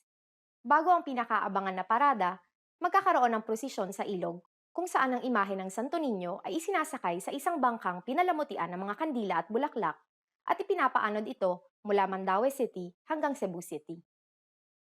Ang pinakahihintay ng lahat ay ang Grand Street Parade na tumatagal ng 9 hanggang 12 oras. Ang mga kalahok na nagmumula pa sa iba't ibang bayan ay nagsusuot ng mga makukulay at magagarbong kasuotan at sumasayaw sa saliw ng iba't ibang instrumento. Tuwing ipinagdiriwang ang sinulog, sinisigaw ng mga tao ang Viva Pit Señor. Ang pagbating Pit Señor ay pinaiksing Panangpit sa Señor na isang tawag sa Panginoon, sa Señor Santo Niño, kung para kanino ipinagdiriwang ang sinulog.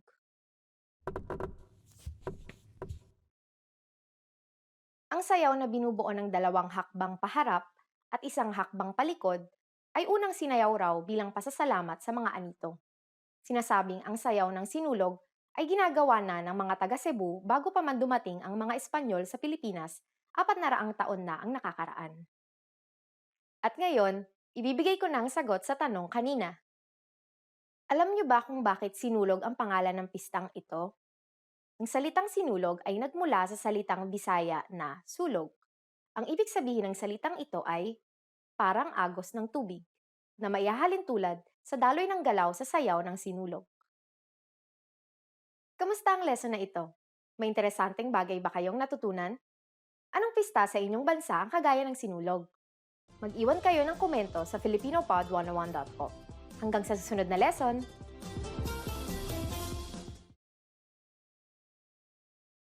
You are sitting on a bus that is about to arrive at the next bus stop. Suddenly, a signal lights up. What does the signal mean?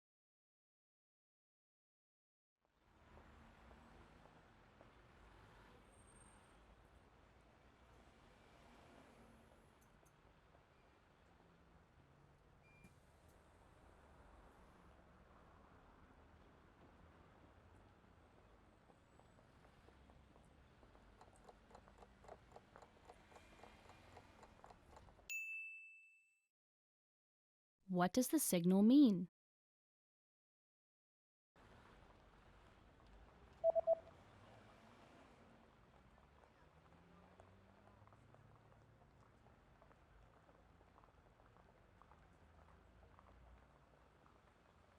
The signal reads, "Please stay seated until the bus stops." Manatiling nakaupo hanggang sa huminto ang bus.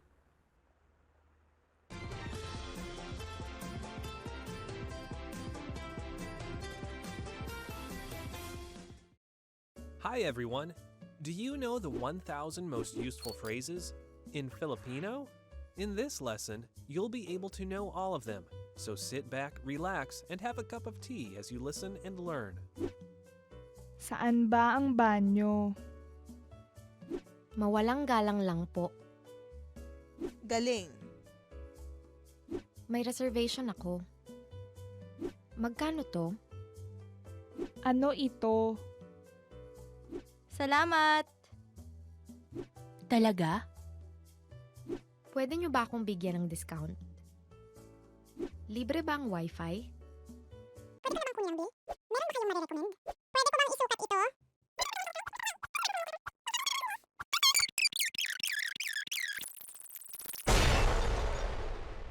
You just learned the 1,000 most useful phrases in Filipino. And if you're interested in learning more, try learning the core 2,000 word list. With this, you'll understand 95% of the language, and best of all, this is not a joke.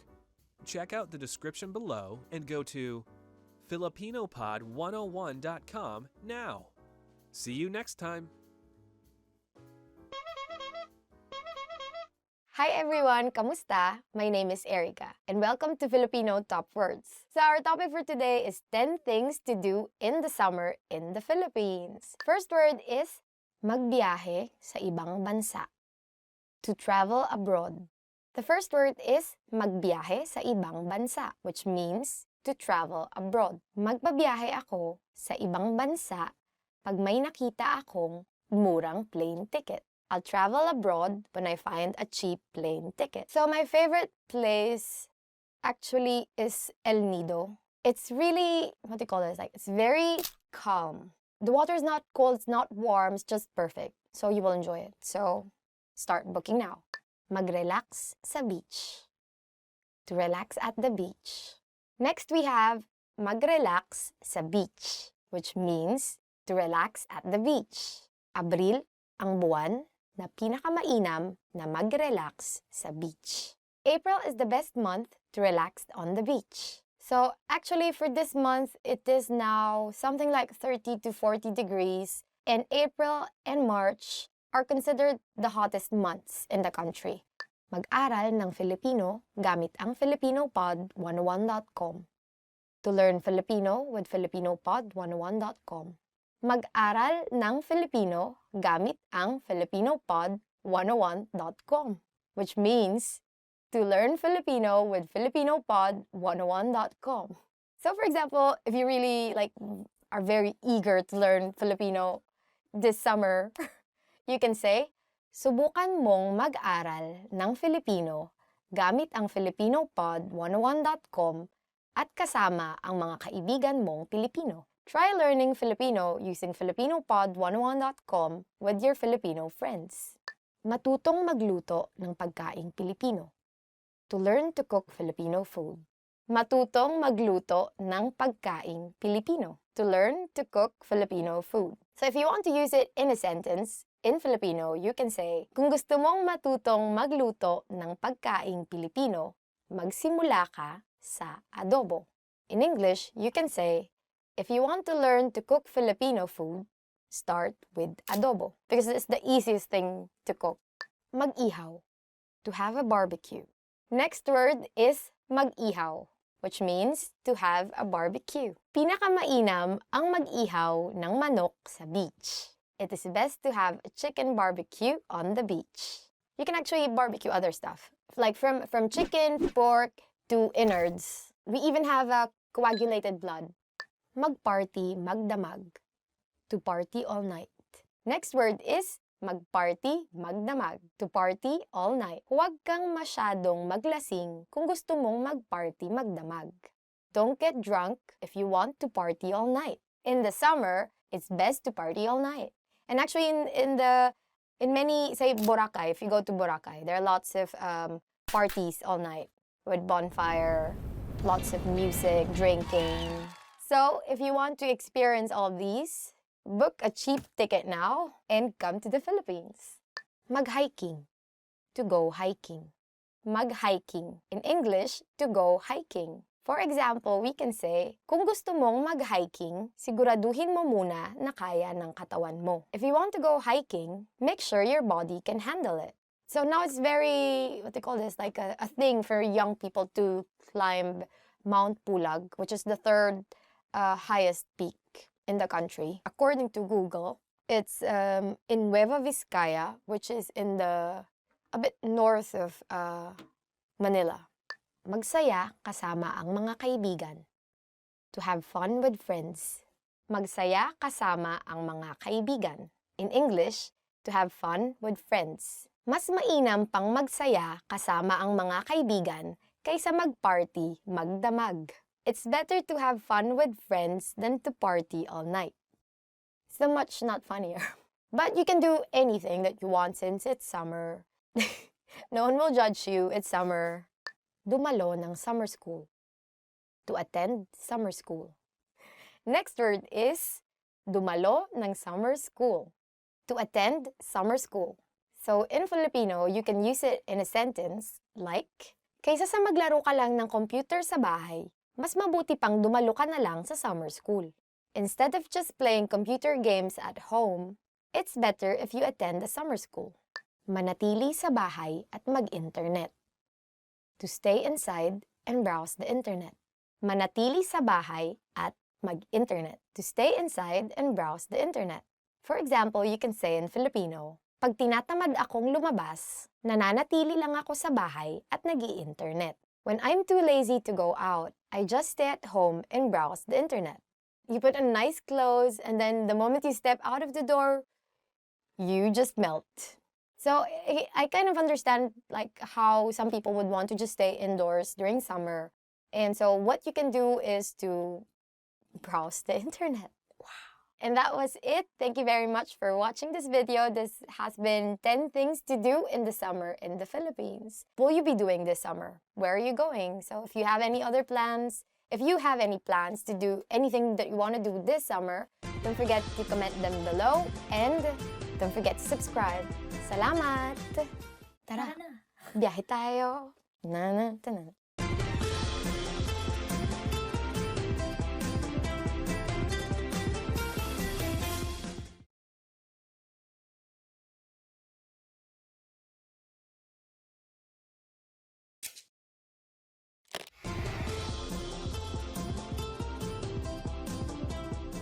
Hello sa inyong lahat! Ako si Erica. Ang Ati-Atihan Festival ay pinagdiriwang tuwing ikatlong linggo ng Enero. Ito ay ginaganap sa Kalibo sa probinsya ng Aklan. Sa pagdiriwang na ito, inaalala at binibigyang papuri ang Santo Niño. Sinasabing ang mga pista ng Sinulog ng Cebu at Dinagyang ng Iloilo ay hango sa pagdiriwang na ito. Sinasabing ito ang pinagmulan ng maraming mga kapistahang Pilipino. Sa lesson na ito, malalaman natin kung paano ipinagdiriwang ang Ati-Atihan Festival. Alam niyo ba kung ano ang ibig sabihin ng salitang ati-atihan? Sasabihin namin ang sagot sa katapusan ng video na ito. Sinasabing nagsimula ang pagdiriwang nang dumating sa isla ng Panay ang 10 datong tumakas mula sa Borneo kasama ang kanilang mga pamilya, alipin at mandirigma sa kayang balangay. Kapalit ang isang ginintoang salakot at iba pang mga yaman, binili nila ang lupa mula sa mga katutubong nakatira doon. Matapos ang palitan, nagkaroon ng kasiyahan at pagdiriwang. Nang masakop at naging katolikong bansa ang Pilipinas, binigyan ng Kristiyanong kahulugan ang pagdiriwang. Sinasagawa ang pagdiriwang sa loob ng 1 linggo. Nag-uumpisa ang pagdiriwang sa isang misa. Nagbubukas sa mga pagdiriwang sa ikalawang araw sa isang prosesyon habang dinadasal ang rosaryo at natatapos ito sa isang misa. Sa gitna ng linggo, nagkakaroon ng masiglang parada kung saan ang 17 bayan ng Aklan ay nagpapakitang gilas ng kanilang katangi-tanging kultura, sayaw at galing. Pero hindi lamang kultural ang mga pagdiriwang sa Ati-Atihan. Dito, mayroon ring mga pagtatanghal ng mga lokal na banda at mga artista gabi-gabi para rin makilala ang popular na kultura ng Pilipinas. Karaniwang sinisigaw ang halabira habang pinagdiriwang ang Ati-Atihan Festival. Sa huling araw ng pagdiriwang, makikita ang pinakaabangang sayawan at parada ng mga nakapintang mga mananayaw, suot ang kanilang mga magarbong costume, at sumasayaw kasabay ang kumpas ng mga tambol. Pati ang mga manonood ay inaanyayahang sumali sa sayawan. Natatapos ang pagdiriwang sa isang prosesyon kung saan nagdadala ang mga gustong lumahok ng mga kandila at ng mga iba't ibang imahe ng Santo Niño.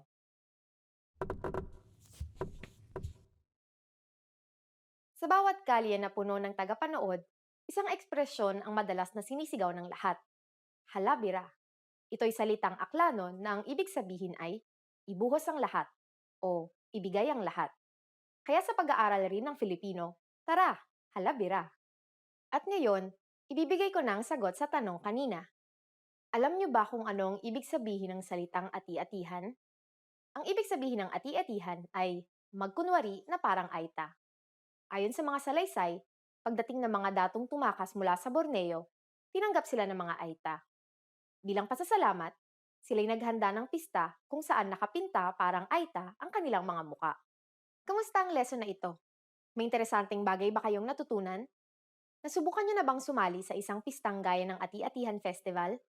Mag-iwan kayo ng komento sa filipinopod101.com. Hanggang sa susunod na lesson! Trying to learn Filipino? You need a filipinopod101.com free lifetime account. It's one of the most powerful language learning tools you can command, and signing up takes less than 7 seconds. So what exactly do you get that makes it so special? First, new lessons are published every week, and you get them for free. Enjoy learning with fun and effective audio and video lessons with real teachers. Make the most of your study time as our teachers help you hack Filipino and get you speaking in minutes. Second, free instant access to the first 3 lessons of every lesson series. Explore and try any lesson series that interests you, from beginner to advanced. Find teachers you love and lessons for your goals. Third, learn Filipino anywhere, anytime with the free companion app. Download it now for free for the iPhone, iPad, or any Android device, and have instant access to your free lifetime account and lessons anywhere, anytime. Fourth, boost your vocabulary with the free word of the day. Every day, receive 1 new word in your inbox that you can master in seconds. Want even more words? 5. Get complete access to our word and phrase lists. Wow native Filipino speakers with cool, topical, and seasonal words and phrases from our lists. And finally, number 6, the best for last. 7 days of unlimited access to our entire library of audio and video lessons. Premium study tools like line-by-line audio, word bank, and smart flashcards to help you learn lightning fast. Get your free lifetime account right now at filipinopod101.com. Sign up in less than 7 seconds. And the account is yours for free for life. So what are you waiting for? Get yours now.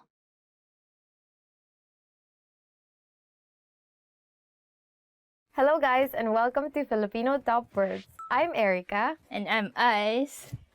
And for today, we will learn about the 10 reasons to learn Filipino. Filipino! Ano ba yun? Ako muna, ikaw. Ikaw muna. So why should you learn Filipino? Why? Because... Number 1 reason is because ito ay isang magandang wika. It's a beautiful language. Ito ay isang magandang wika. Or, in English, it's a beautiful language. Is it? Is it? Formal Filipino is very beautiful language. It's a very romantic language. Right? If you read, say, novels written in Filipino. Like the old ones? Yes. Like Florante at Laura? Yeah, Florante at Laura, which is, what's Florante? It's like our own version of Romeo and Juliet, right? Yeah. But like with monsters? Yeah. It's a bit fantasy. Yeah. Like maybe it's our own version of Game of Thrones. Yeah, it's our Game of Thrones. Laro ng trono. Next reason is para makipag-usap sa mga kaibigang Pilipino. To chat with Filipino friends. Para makipag-usap sa mga kaibigang Filipino, which is to chat with Filipino friends. If you want to really be close to your Filipino friends, it's really better if you know how to speak the language. And yeah, we all could understand English, but yeah, it's more fun in Filipino. There are jokes that you can only say in Filipino, that they're only funny in Filipino, right? For example, si Dan ay nag-aaral ng Filipino para makipag-usap sa mga kaibigang Pilipino. Dan is studying Filipino to chat with Filipino friends. Good for you, Dan. Mahusay, Dan. Good, Dan. Next reason is para makapagsalin. To do translations. Para makapagsalin. Or to do translations. Nagsisikap ako mag-aral ng Filipino para makapagsalin. I am doing my best to study Filipino to be able to do translations. Do you need to do translations in Filipino? I guess it's still better to translate if like there are some things that not all Filipinos would know if it's in English, so yeah, I think there is still some jobs that involve like translating to Filipino. Or actually maybe it's the other way around, like you translate the Filipino works into English. Yeah, which is I guess you're doing that. Para makanood ng pelikula na walang subtitle. To watch movies without subtitles. Para makanood ng pelikula na walang subtitle.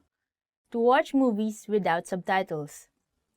yeah, like there are a lot of Filipino films, and like I guess they would not be like in pure Filipino, but like Tagalog English, because that's usually how people talk in real life. Yeah. It's a great reason to learn. Especially, Filipino. I think now that our indie movie Yeah. industry is booming. Exactly. So there's those kinds of movies that deal with concepts that are kind of hard to translate in English. So it's best if you like have those subtitles so you can be guided, right?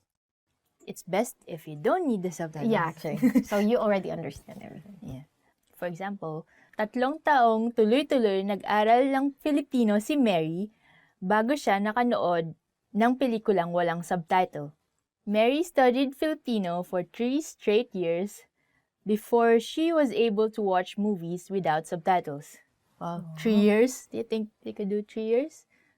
It's easier to understand movies because you see the reaction, like, you know, non-verbal communication is still very important. So you put it into context, right? Yeah. The words being said. So actually, that's easier if you watch it in movies than just like reading books. Next reason is para manirahan sa Pilipinas. To live in the Philippines. Para manirahan sa Pilipinas. To live in the Philippines. Because it's more fun in the Philippines. It's also more traffic. It's also hotter. Depends on where you're coming from. So, for example, si Yutaro, that's in Filipino, right? Yutaro. You don't say Yutaro. Si Yutaro ay maninirahan sa Pilipinas kaya siya nag-aaral ng Filipino. Yutaro will live in the Philippines. That's why he's studying Filipino. Para maintindihan ang lyrics. To understand song lyrics. Para maintindihan ang lyrics. To understand song lyrics. For example, hindi ko inakalang malalim pala ang ibig sabihin ng kantang ito hanggang sa naintindihan ko ang lyrics. I didn't know that the meaning of this song was deep until I understood the song lyrics. This very, very interesting reason. What we call like OPM, or original Filipino music, is a very big industry. And we like singing a lot. So we always have lots of deep, romantic songs, right? Really deep love songs that you would only appreciate it if you know the lyrics. Just not just love songs, but yeah. Well, even like maybe jingle. 90%. Yeah. Or maybe 90% is romantic songs. I don't know why. People are just like, they were hurt, those people. Who hurt them? I don't Okay, next. Para makagawa ng bagong mga kaibigan. To make new friends. Para makagawa ng bagong mga kaibigan. To make new friends. It will make them comfortable if they are speaking in their own language, and like that's the time that you could know more about a person if they're in their most comfortable state, I guess.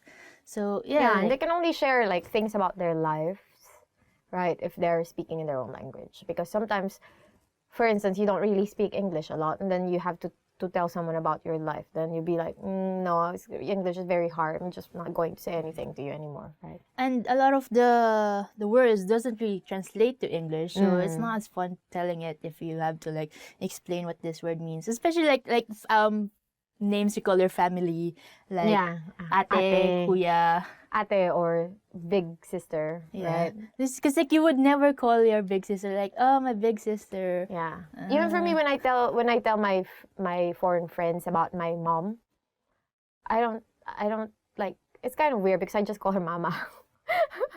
She's not the mom, she's a mama. So it's like weird. Mama's son. For example, palakaibigan ang mga Pilipino, kaya gusto kong matuto ng Filipino para makagawa ng bagong mga kaibigan. Filipinos are friendly, so I want to learn Filipino to make new friends. There are two kinds of Filipinos.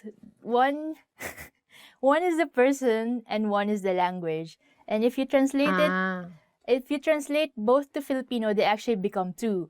Filipino is the person and Filipino with is F the language. Is the language. Yeah. So you have to be careful with that because they're both Filipinos in English, but they become Filipino and Filipino in Filipino. In the same way that Philippines, it's not with an F, right? It's a PH. But if you make it into Filipino, you would say Pilipinas, which is with a P. That's why people living in the Philippines are called Filipino at Pilipina, right? Yes. Yeah, that's a good point. Do not spell Filipino with a PH. Yes. It's F. Yeah. Para makapagnegosyo sa mga kumpanya sa Pilipinas. To do business with Filipino companies. Para makapagnegosyo sa mga kumpanya sa Pilipinas. To do business with Filipino companies. Balak palawakin ng boss ang kumpanya sa Pilipinas, kaya mag-aaral ako ng Filipino para makapagnegosyo. My boss plans to expand the company in the Philippines. That's why I will study Filipino in order to do business. I guess this is one major reason for people to learn languages is for business. It's the same thing like we've been saying. If you don't get the inside jokes, then you also don't get the inside deals. Like making friends is one thing. Doing business is another. Because doing business actually involves money. So for you not to lose any money in this business, then you better do your research. Yeah. And study your language. Para makapasok sa graduate school sa Pilipinas. To go to a graduate school in the Philippines. Para makapasok sa graduate school sa Pilipinas. To go to a graduate school in the Philippines. Para makapasok sa Universidad ng Pilipinas, nagsisikap si Jane mag-aral ng Filipino. In order to enter the University of the Philippines, Jane is studying Filipino very hard.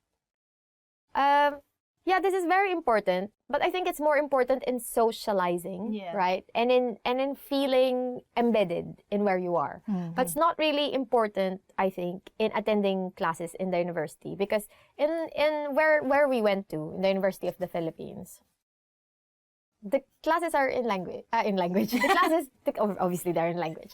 The classes are in English, right? Yeah. And so you can go to, well, of course, your classmates and your teachers will speak Filipino. But everything is in English. Your textbook, your reading materials. I guess there are some subjects which are in Filipino. Yeah, in Filipino, of course, like Humanidades. Yeah. But like, sometimes your teacher would still accommodate you and speak English most of the time if need be. But yeah, it's still important to learn Filipino if you want to like not be an outcast. Yeah, so if you want, because that's very important in university life, right? For you to enjoy university life.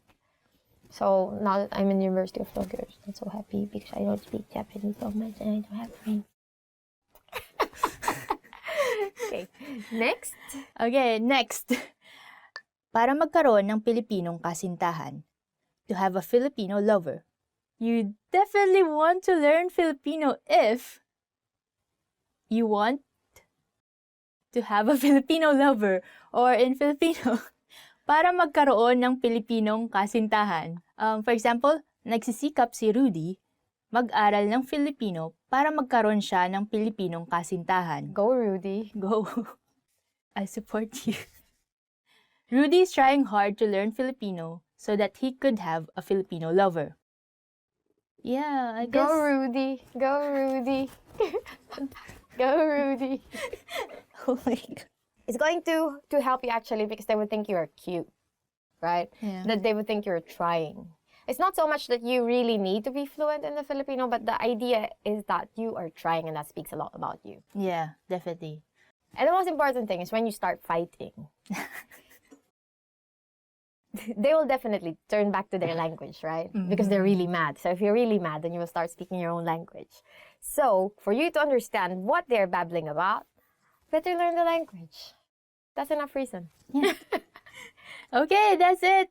Thank you for tuning with us today. Thank you for watching this lesson in Filipino. Oh my God. Filipino top words. What is your reason for studying Filipino? Yeah, please tell us in the comments. And if there are things here that you want to be clarified, I don't know. Yeah, don't hesitate to put them down below. And like and subscribe to our channel. If you need tips to have a Filipino lover, write them down. Right? Yeah. Ice will help you. No. And if visit FilipinoPod101.com for more Filipino lessons. Yeah. Thank you. For more Erica, more Ice. Hanggang sa muli. Hanggang sa muli. Paalam.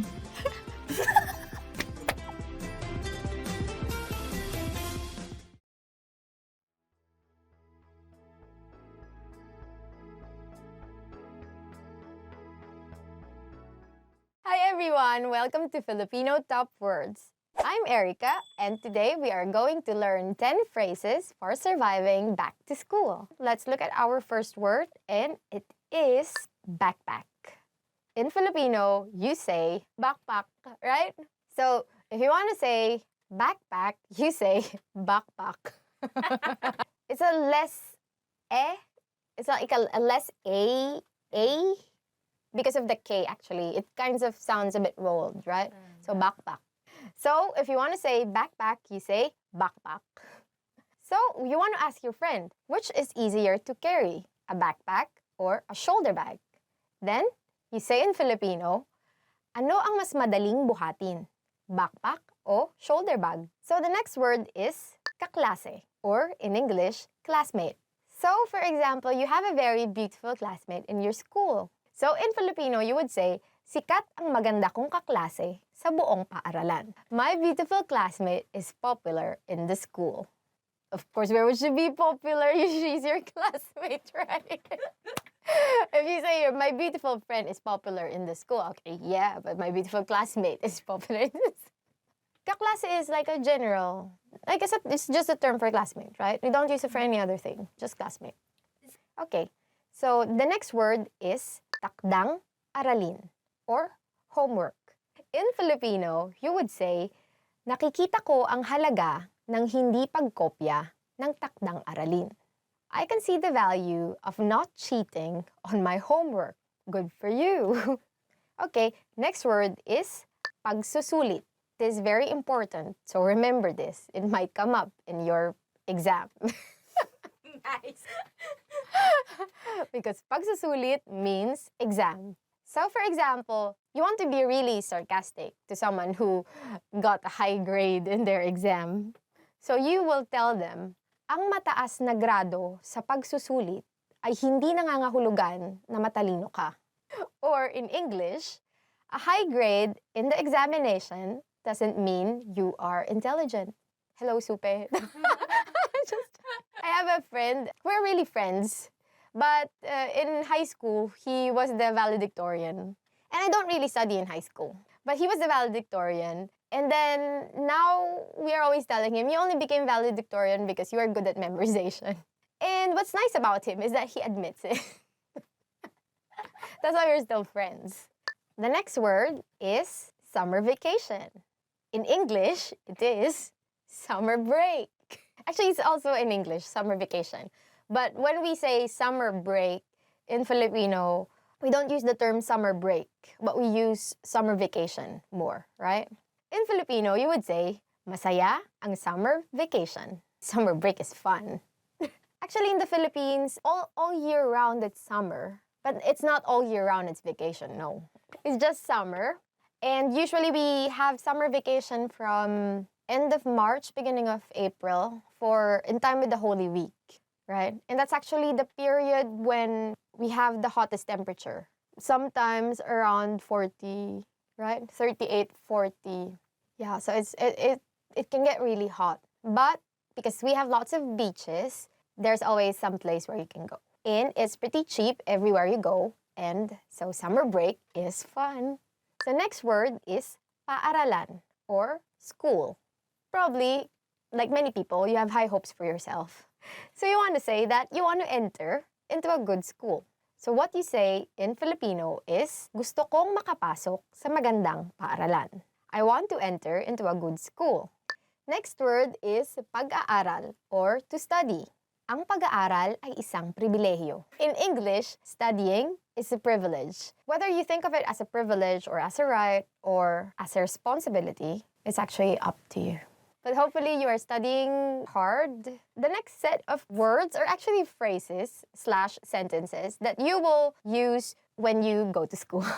Actually, you can use it also for different things. You just change some words in it. So the first sentence is, ito ang unang araw ng klase. Or, it's the first day of class. So you can also use it if you're working, you can say, ito ang unang araw ko sa trabaho. Or you can also use it for many things. Like you have a boyfriend or girlfriend. This is our first day together.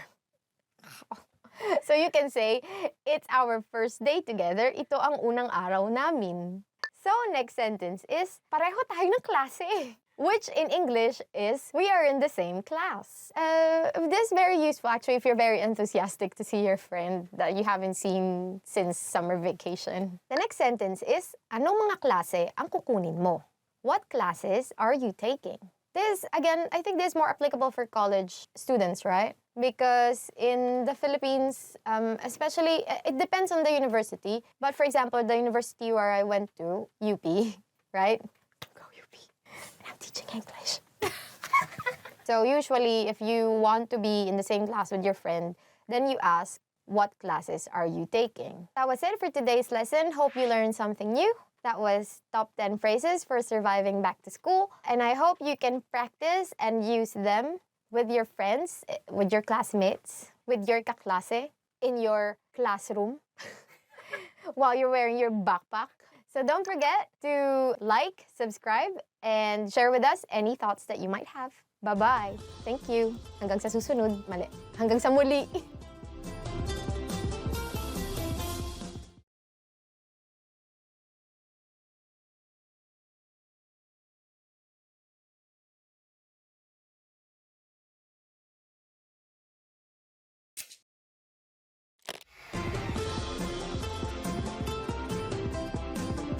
Hello sa inyong lahat, ako si Erica.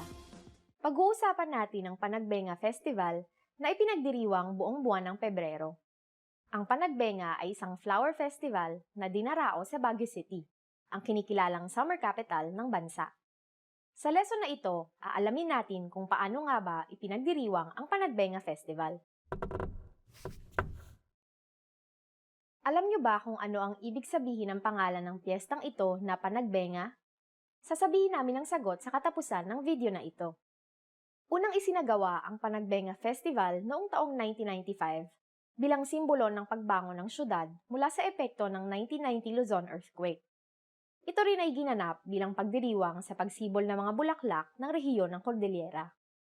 Napagdesisyonan na idaos ang Panagbenga tuwing Pebrero dahil walang masyadong kaganapan sa buwang ito, lalo na dahil sa ito ay nasa pagitan ng panahon ng Pasko at Kwaresma. Ang opening parade ay nagaganap sa ikaunang araw ng Pebrero. Matapos ito, iba't ibang kompetisyon na ang sinisimulan, gaya ng drum and lyre competition at street dancing competition sa pagitan ng mga estudyante sa elementarya. Sa buong buwan din ng Pebrero, nagkakaroon ng mga trade fair at bazaar na dinadaluhan ng napakaraming tao. Isa pa sa pinakakilalang lugar sa Baguio ay ang Session Road. Sa ika-4 na Lunes ng Pebrero, idinaraos ang Session Road in Bloom kung saan isinasarado ang buong kalye para sa mga stalls at mga cafe. Nariyan rin ang mga marching band na tumutugtog para sa parada ng mga float na gawa sa mga bulaklak.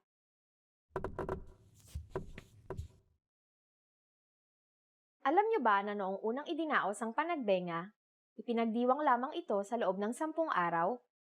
Dahil na rin sa mabilis na pagtaas ng popularidad ng kasiyahan, hinabaan ito at ginawang 3 linggo, hanggang sa napagdesisyonan na ipagdiwang ito ng buong buwan ng Pebrero.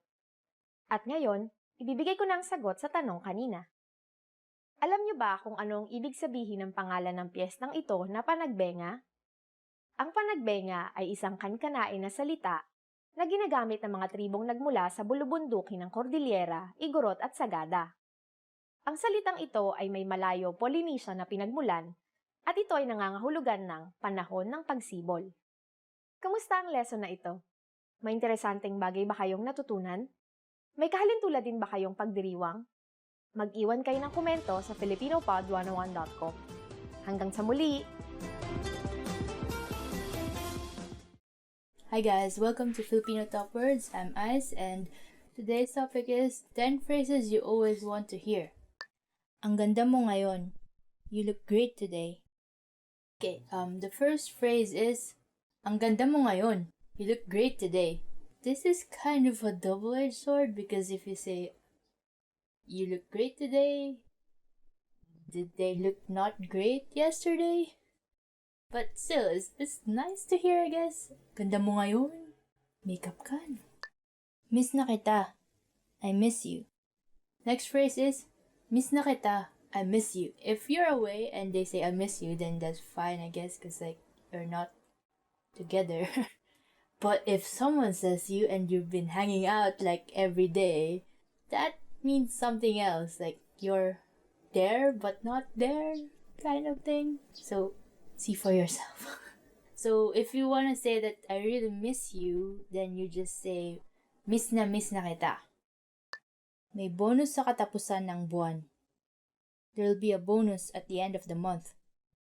Okay, the next phrase that you always want to hear is may bonus sa katapusan ng buwan. There will be a bonus at the end of the month. Yeah, this one, you'd want to hear this. Especially if you're like not good with the bills. Napakagaling mong magluto. You're an excellent cook. Napakagaling mong magluto. You're an excellent cook. If you know how to cook, unlike me, and you give your friends some of the things you cook, and they say this to you, then always want to hear that. Yeah. Magpahinga ka. Ako ang maglilinis ngayon. Take a break. I'll do the cleaning today. Magpahinga ka. Ako ang maglilinis ngayon. Take a break. I'll do the cleaning today. Oh, yeah. Like, guess if you hear this, that would be very great as well. I need help with the cleaning. Tama ka. You were right. Okay, another thing you might want to hear is tama ka. Or you were right. Yeah, I guess you want to hear this when you're in an argument. Dinalhan kita ng isang special na bagay. I brought you something special. Next one is, dinalhan kita ng isang special na bagay. That means, I brought you something special. I want something special. Unlimited ang budget. The budget is unlimited. Next phrase you would want to hear is, unlimited ang budget. Or, the budget is unlimited. Definitely, if you want like bunch of equipment and they say to you, the budget is unlimited. Like, yeah! Ililibre kita. I'll treat you. Next one is, ililibre kita. Meaning, I'll treat you. Ah, so nice. Oh, many Filipinos love hearing this. So like, if you want to make Filipino friends, make sure to say this. Yeah. Ang bait mo. You're kind. Ang bait mo. Meaning, you're kind. Sometimes it's nice to know that like your kindness is being appreciated. So like if someone says this to you, then you'll feel happy, I guess. If you want to convey that they're very kind, just repeat the adjective. So it's gonna be ang bait-bait mo. So that means you're very kind. Okay, and that's it for this topic. 10 phrases you always want to hear. And if you like this video, press the thumbs up button and subscribe to our channel somewhere. To learn more Filipino, please go to filipinopod101.com. And I'll see you next time. Salamat, thank you, paalam.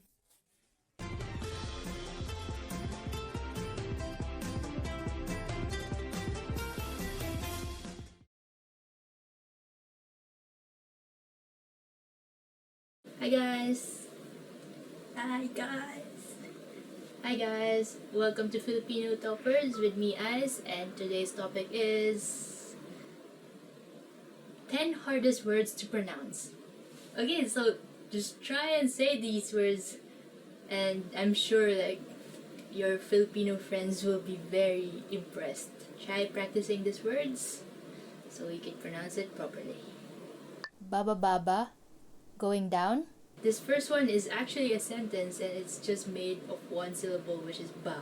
So it goes baba baba, it means going down. Baba means down, and bababa means going down, and the ba at the end is like our question marking particle. So baba baba. If you're going down, and someone asks this to you, then you just reply with oo, meaning yes, or bababa. So, bababa, bababa. It's like the longest conversation in Filipino using one syllable. Bulaklak, flower. Okay, next is bulaklak, meaning flower. For example, mabango ang bulaklak. The flower smells good. Dumadagundong, rumbling. Dumadagundong, meaning rumbling. Doesn't it sound like it's a rumbling noise? Like, dumadagundong. It's like all the bass in that word. For example, dumadagundong na ang bagyo sa labas. The storm is already rumbling outside. Dumadagundong. Dumadagundong. Dumadagundong. Di ka pani-paniwala, unbelievable. Next is di ka pani-paniwala, meaning unbelievable. For example, di ka pani-paniwala ang sinapit ng pamilya niya. The plight of his family is unbelievable. Kagilagilalas, astounding. Next is kagilagilalas, which means astounding. Hindi na ako nakakakita ng kagilagilalas na pangyayari. I no longer see any astounding events. Kinakailangan, important. Next one is kinakailangan, meaning important. Kinakailangan laging maging tapat sa trabaho. We must always be honest at work. Kumukuti-kutitap, twinkling. Next one is kumukuti-kutitap, meaning twinkling. So I guess the hard part of this is like the vowels, because like it's mostly oo, but there's like I and somewhere. Kumukuti-kutitap. I guess the only way to pronounce this is to remember all the syllables. Kumukuti-kutitap, twinkling. Ang between ay kumukuti-kutitap. The star is twinkling. How would you even sing like Twinkle Twinkle Little Star? Kumukuti-kutitap, kumukuti-kutitap. Try to say it very fast, like kumukuti-kutitap, kumukuti-kutitap, kumukuti-kutitap. Mamasa-masa, moist. The next is mamasa-masa, meaning moist. You have to be careful of the accents here because masa means moist, but there's another word spelled the same called masa, which means the masses. So masa and masa. So just be careful to say it as masa. Mamasa-masa. For example, mamasa-masa pa ang damo. The grass is still moist. Misterioso, mysterious. Next one is misterioso, meaning mysterious. I don't know, it sounds like it's easy enough to pronounce, like just mysterious becomes misterios with an O at the end.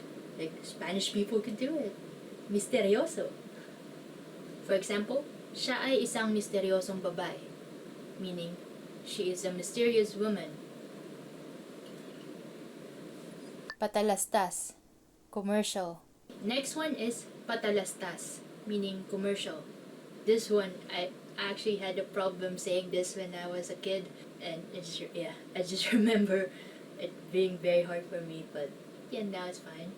For example, laging maraming patalastas ang laban ni Manny Pacquiao. Manny Pacquiao's fights always have a lot of commercials. Cause yeah, those things like involve a lot of money. So they need a lot of commercials.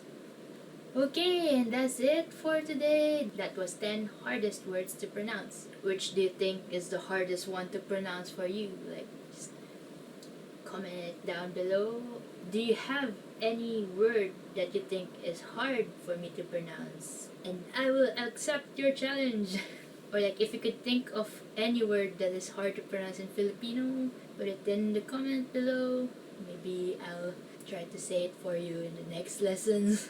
Anyway, that's it for today. Thank you for watching, and if you like this video, press the thumbs up and subscribe to our channel. And if you want to learn more Filipino, check out our site, filipinopod101.com.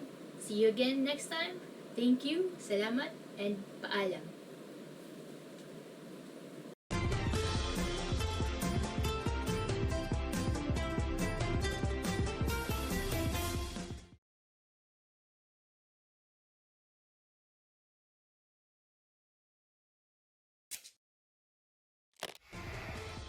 Hi everyone, I'm Gabriella.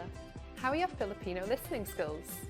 In this video, you'll have a chance to test them out with a quiz. First, you'll see an image and hear a question. Next comes a short dialogue. Listen carefully and see if you can answer correctly. We'll show you the answer at the end. Are you ready? May isang babae na nagtatanong sa salesman sa isang tindahan ng libro. Anong libro ang gustong makita ng babae? Mawalang galang lang, gusto ko sanang makita yung libro sa istanteng iyon. Anong librong gusto mo? Yung tungkol sa mga kotse. Sandali lang. Eto ba? Oo, iyan nga. Eto na. Anong libro ang gustong makita ng babae?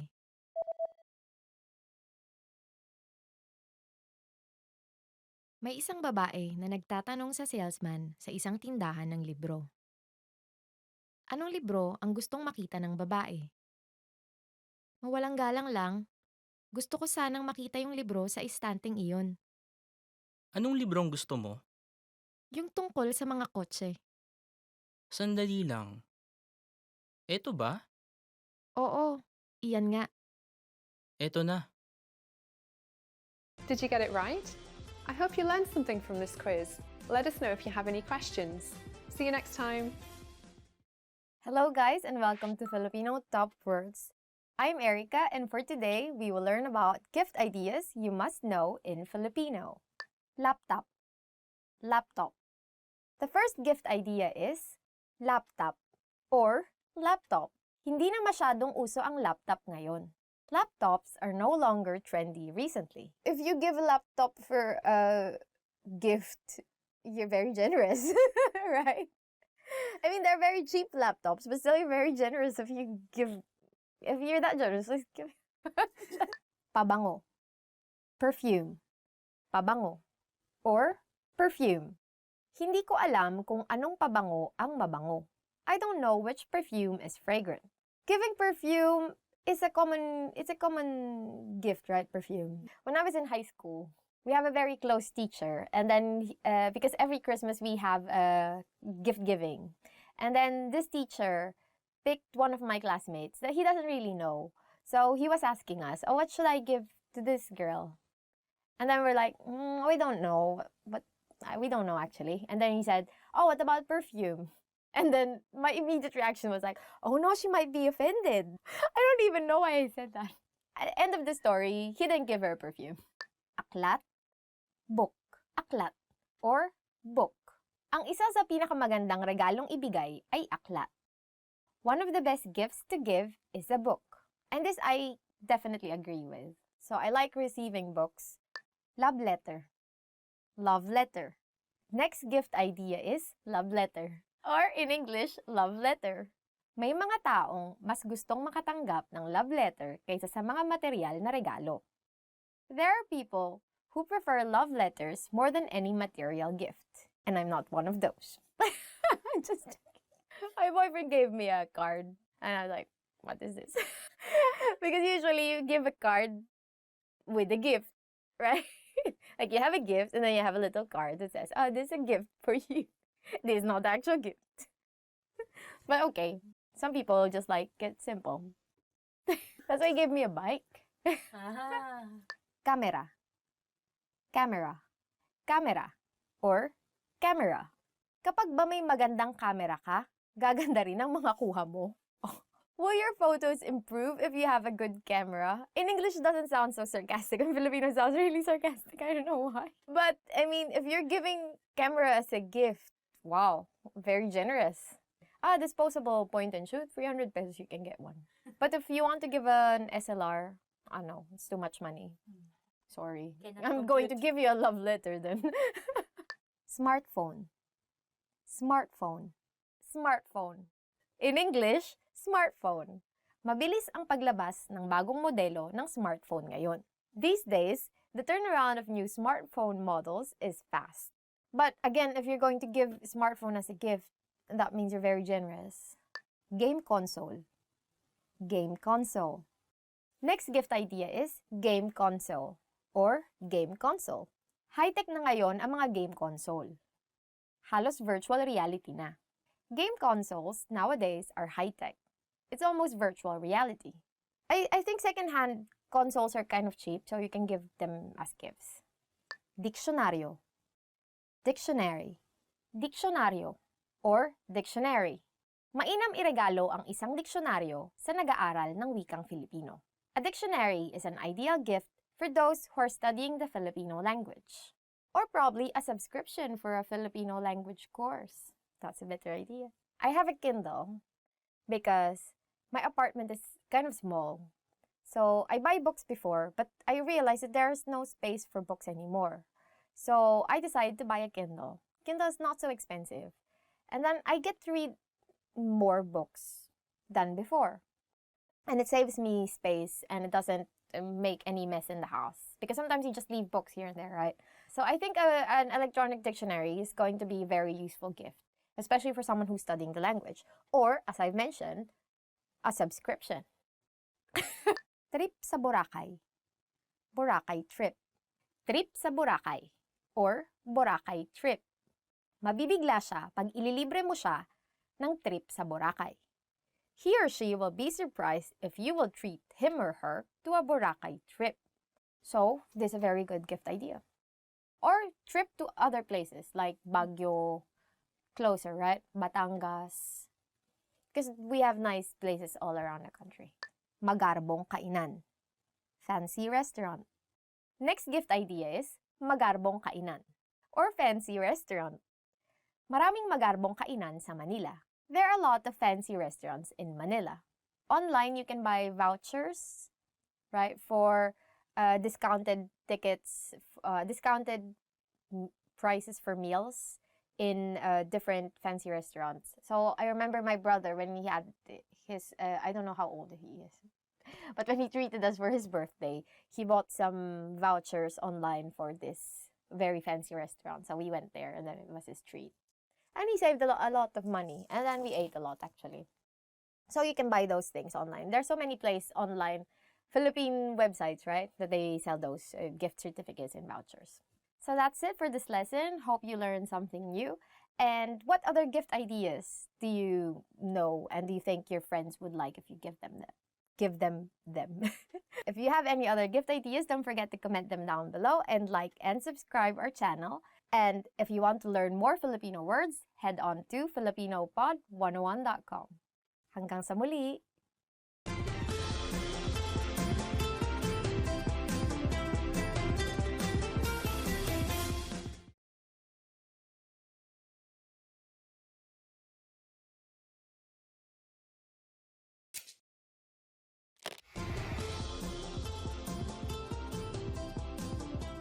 Hello sa inyong lahat, ako si Erica.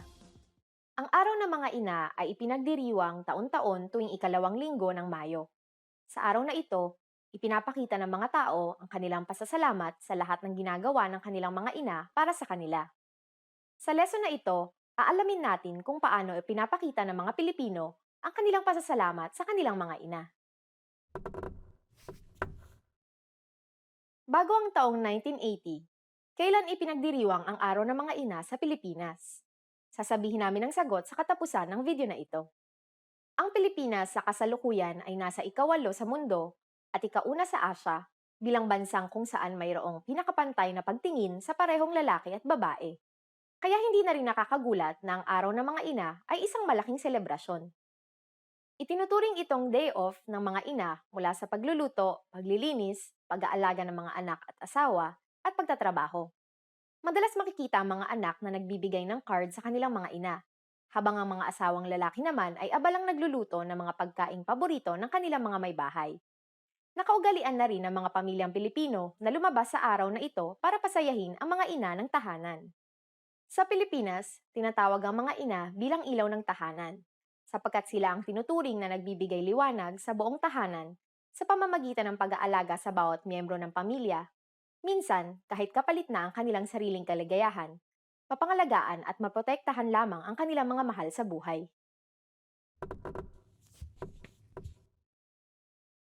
Dahil sa karaniwang malalaki ang mga pamilyang Pilipino, madalas na ipinagdiriwang ang araw na ito kasama hindi lamang ang mga ina, kundi pati ang mga lola, tiya, mga pinsang babae, at kahit sinong babae sa pamilya na may anak. At ngayon, ibibigay ko na ang sagot sa tanong kanina. Bago ang taong 1980, kailan ipinagdiriwang ang Araw ng Mga Ina sa Pilipinas? Bago ang taong 1980, ipinagdiriwang ang Araw ng Mga Ina tuwing ika-8 ng Disyembre, kasabay ang Feast of the Immaculate Conception. Ngunit, iminungkahi na ilipat ito sa ika-2 linggo ng Mayo dahil ipinagdiriwang ito sa ibang parte ng mundo sa parehong petsa. Kamusta ang lesson na ito? May interesanteng bagay ba kayong natutunan? Paano nyo ipinapakita sa inyong mga ina ang inyong pasasalamat? Mag-iwan kayo ng komento sa filipinopod101.com. Hanggang sa susunod na lesson! Hi guys, and welcome to Filipino Top Words. I'm Erica, and for today we will be learning about Filipino foods. So, you probably know, or probably don't know, that there are many different and delicious Filipino foods. Adobo. Adobo. The first food that everyone should know about is adobo. In English, we also call it adobo. Adobo ang paborito kong pagkaing Pilipino. Adobo is my favorite Filipino dish. So actually, adobo is the first thing that I've ever learned to make. It's the easiest, so you just need soy sauce, vinegar, bay leaf, or laurel leaf, whatever you call them. Sometimes people call them bay leaf, sometimes laurel leaf. And peppercorns, right? And then just boil those things together with pork or chicken or pork and chicken, depending on what you want to eat. And then everything will be nice and soft. Chicharon. Chicharon. Next is chicharon. In English, chicharon. Ang chicharon ay gawa sa balat ng baboy. Chicharon is made from pig skin. So it's actually crackling pig skin. Yeah, it's very crunchy. But I saw some show where they made chicharon by putting it in the oven. And I put it in the oven, and then afterwards it came out really crackling. So that's how they made it. But I don't know if that's actually how you make it. I think the most popular brand of chicharon is Lapids. So if you want to try chicharon, try the Lapids chicharon. Just remember that's not very healthy. Try it, don't eat too much. You can also eat it with rice, actually. Durian. Durian. Next food is, or fruit, is durian. Or actually just durian. Masarap ang durian kahit na may amoy ito. Durian, or durian, is delicious, even if it doesn't smell good. Yeah, it actually doesn't smell good. But it tastes nice. To me, it just tastes like jackfruit. I don't know about you. If you want to try durian, you go to the southern part of the Philippines. That's where you can get them cheaper. Yeah, fresher, more potent smell. Go to Davao, get them there fresh, and it's really good. Halo-halo. Halo-halo. Halo-halo. In English, halo-halo. Tuwing tag-araw, mabenta ang halo-halo. Every summer, halo-halo sells well. So halo-halo is made up of crushed ice with some sweet beans, with different fruits, and sometimes, what other stuff? Nata de coco, or like sweet coconut things. And also leche flan or caramel flan. That's actually how it is, like caramel flan. Or sometimes, what is it? Sweet yam. You know yam, right? Ube. And then sometimes, in some stores, they put ice cream on top of it. When I was young, my aunt actually sells halo-halo. So every summer, she makes halo-halo. And those are the best halo-halo. I don't really like halo-halo in other places. I only like her halo. But she didn't make them anymore because the way you make the crushed ice, it's very manual. Everything is manual. You have this small device, right? You know it, like, to do this with the ice. It's not like you buy crushed ice already. So you have this small, like this device. So for every what's this glass of halo-halo, it takes a lot of time for you to get crushed ice. So my friend here drew halo-halo. And this is it. So this is the crushed ice. And these are the stuff that you can put inside, like sweet beans, some fruits, and then this the caramel flan or the pudding.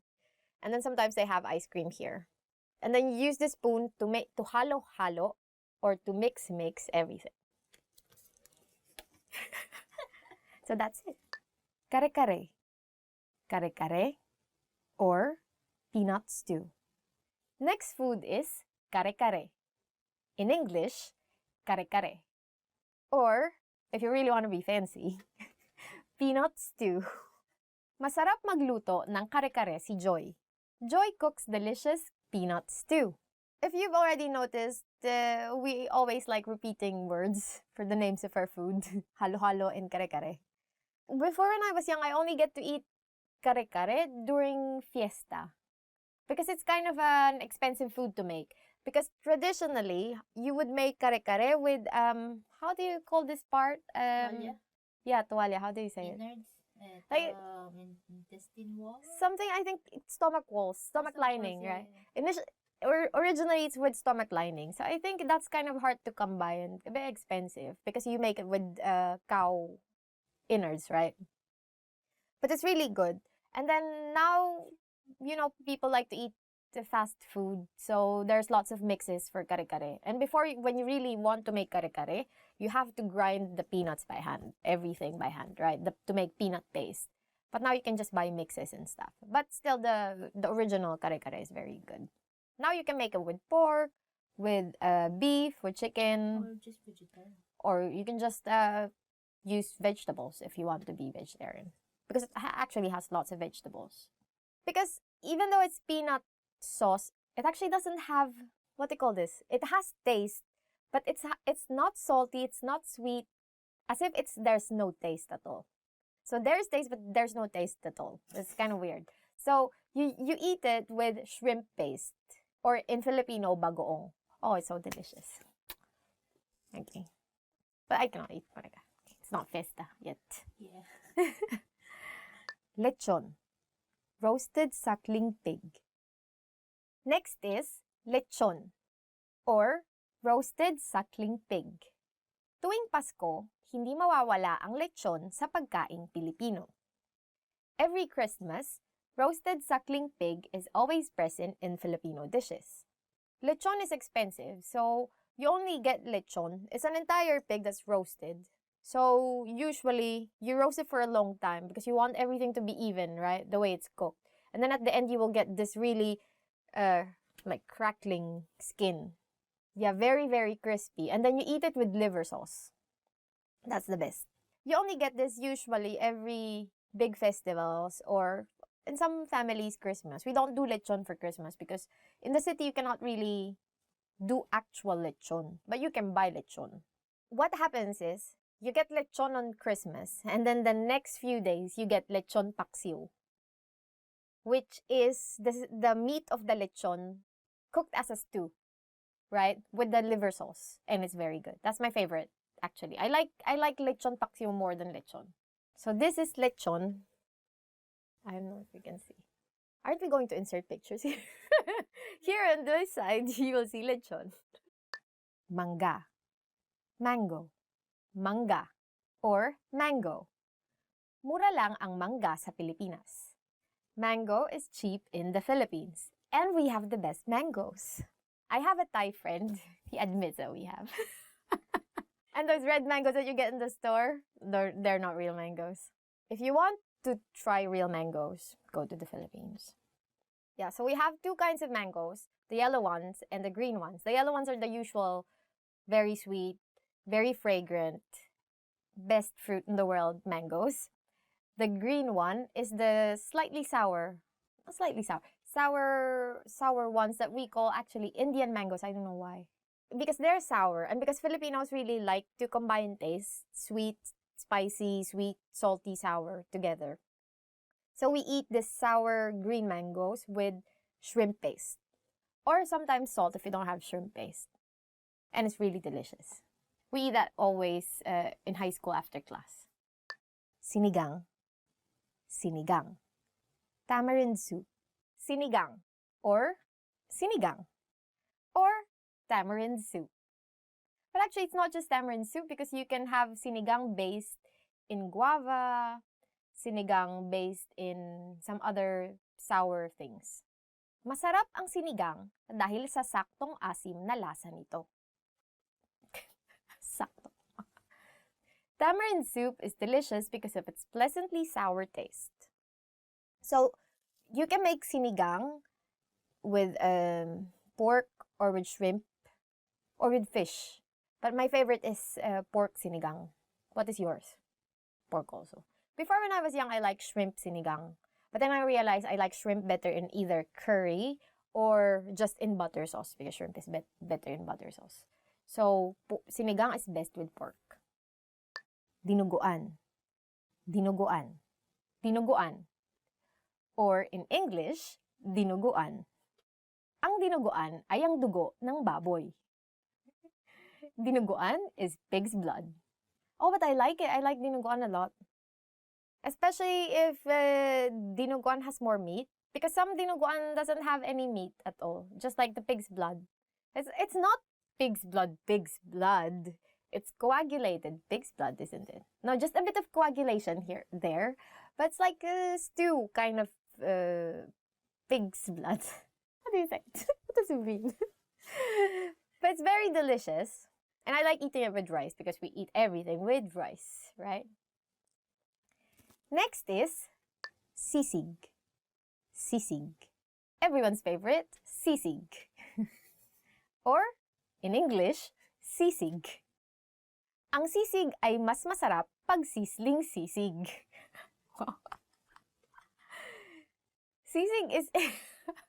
Sisig is even more delicious if it's sizzling. I think the original idea of sisig is chopped pig's face. So the meat that you use there in sisig is pig's face. So you just cut up everything, and then add some lime, liver, and then cut up everything, and then make it to a sizzling plate. So everything is as if it's fried, right? And then you add some what's this, like spicy things. Now in many restaurants you can order sisig in, say, pork sisig, right? Or tuna sisig. Tuna sisig is really good. That's it for today's lesson. Hope you learned something new. And have you ever tried any Filipino food? If you've tried something that we haven't said, please comment them down below and tell us if you like them or not. Or if you have tried the ones that we have said, please comment them down below and tell us if you like them. And hopefully you did. Because if you don't, then go. Get out. Bye. Don't forget to like and subscribe. And if you want to learn more Filipino, head on to filipinopod101.com. Till the next lesson. Nagbabago. Ano nga?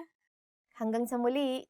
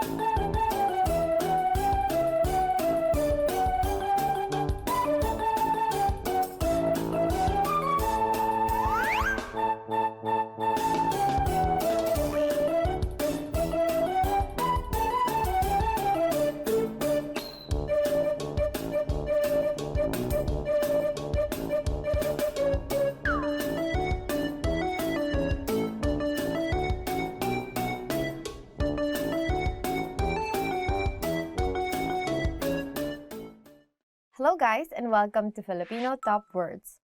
I'm Erica and for today we will learn about the 10 compliments you always want to hear. ang gwapo mo. You're handsome. Two possible circumstances. First, if the person is really, really handsome. Second, if you want something from that person. So, for example, you want something done for you. You go to this person and say, "Oh, ang gwapo mo. Pwede bang pakitulungan ako?" In English, "You're handsome. Can you help me with this?" Ang galing mo. Or, "You're good." But this is very nice to hear, right? If your boss tells you, "Oh, you're good at what you do. Keep doing it." Then you say, "Oh, thank you. Can you raise my salary?" Right? So it's not about you being kind, but it's more about you were able to do something. Like you excelled at something. So in sports, for instance, or as I've said, in your job, you were able to do something very nice, then this is a proper compliment. So also if your friend helped you, and this friend actually did a very good job, for instance, then you would also say, "Ang galing mo," or "You're good." Mahusay kang kaibigan. You are an awesome friend. I don't really say this to my friends. I mean, we have more of like a love-hate kind of relationship, so. I mean, it's good if you actually say this more to people that you are not so close to. Yeah, because once you get close to a person, then you can actually insult this person. Yeah. And that's more like the kind of friendship that you will get, like more of like love-hate kind of, right? But then, of course, you want to compliment because compliments actually make you feel nice. And when you feel nice, you do things much nicer. So, this is something that you can tell your friend. You are an awesome friend. Mahusay kang kaibigan. Mas maganda palalo ang iyong kalooban kaysa sa iyong panlabas na anyo. Your inside is even more beautiful than your outside. I think if I'm your friend, I won't even like this because I want my outside to be more beautiful than my inside. Because I'm vain like that. I don't care about what you think of me inside. As long as you think I'm beautiful. I think more people are going to like that one than this. I mean, if you tell this to someone, what would that person say? And this person would probably say, "What do you think of me? I'm not beautiful on the outside." Right? It's not so nice, but you can try. Let's see how far you will go. But it's actually nice to compliment people inside. Kahanga-hanga ang iyong resume. Your resume is impressive. And this is very helpful when you are you're being interviewed. And if you hear this phrase, then that means you have a good chance of getting the job. Because that means your resume is actually very impressive for them. But sometimes, you know how HR people are, right? They just tell you, "Oh, your resume is very impressive, but I'm sorry, we found someone with a more impressive resume than you." So if someone tells you, "Oh, your resume is very impressive," then it also tells you that, okay, you're on the right track with whatever you want to be, right? So I think that's very helpful. Magaling or great job. Saya no, great job. So this is a common phrase, common compliment that you will hear. So you can use it in many different circumstances, like you accomplished something. So if you also troubleshoot something, you're able to do it, then your boss will say, "Oh, that's good job," or "great job," "better job," "best job." Greatest job.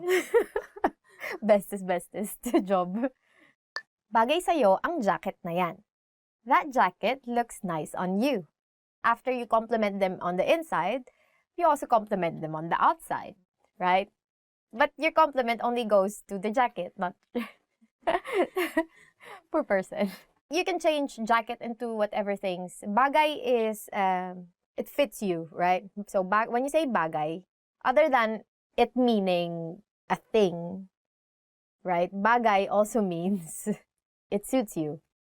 So you can say, that dress suits you. So bagay sa'yo ang bestida na yan. Or that hat suits you for whatever reason you're wearing a hat, right? So, or those glasses suit you. So that's actually a very useful compliment to learn. maganda ang taste mo. You have good taste. So this is a very nice compliment if someone tells you, oh, you have very good taste in, say, furniture, right? Furniture. Or in clothes, or on, house decor, right?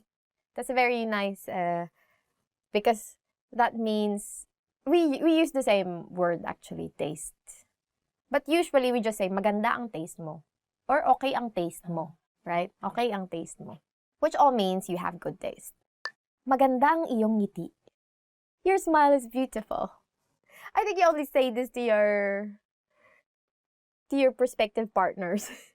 You don't say this to your friends, right? Because if you say this to your friends, they'll be like, what is wrong with you? Right?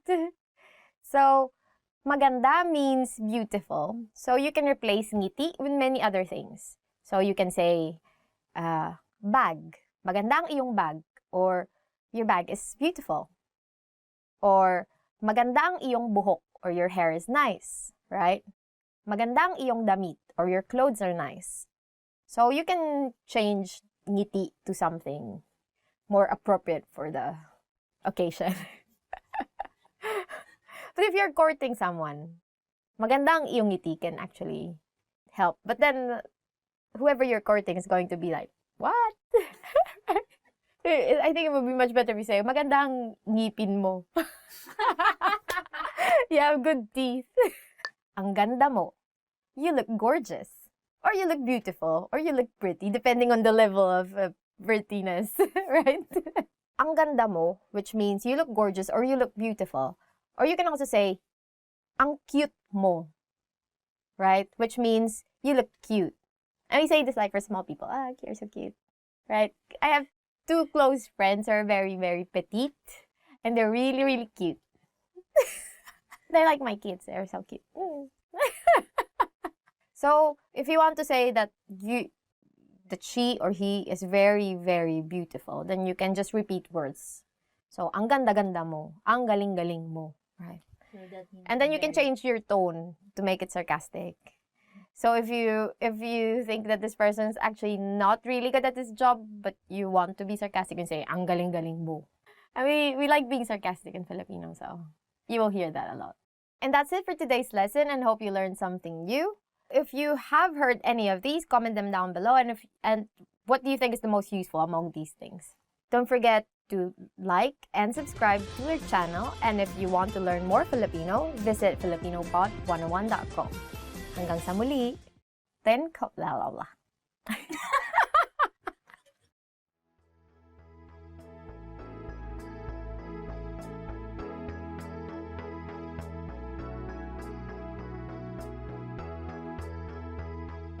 Genki. Hi everyone. Hi everyone, I'm Erica and welcome to Filipino Top Words. For today, we will learn the 10 phrases you never want to hear. So let's begin. Nadagdagan ba ang timbang mo nitong nakaraan? Have you gained weight recently? The first phrase you won't ever want to hear is, nadagdagan ba ang timbang mo nitong nakaraan? In English, have you gained weight recently? I don't know. I also don't like hearing it, but I don't mind it. But I don't like hearing it.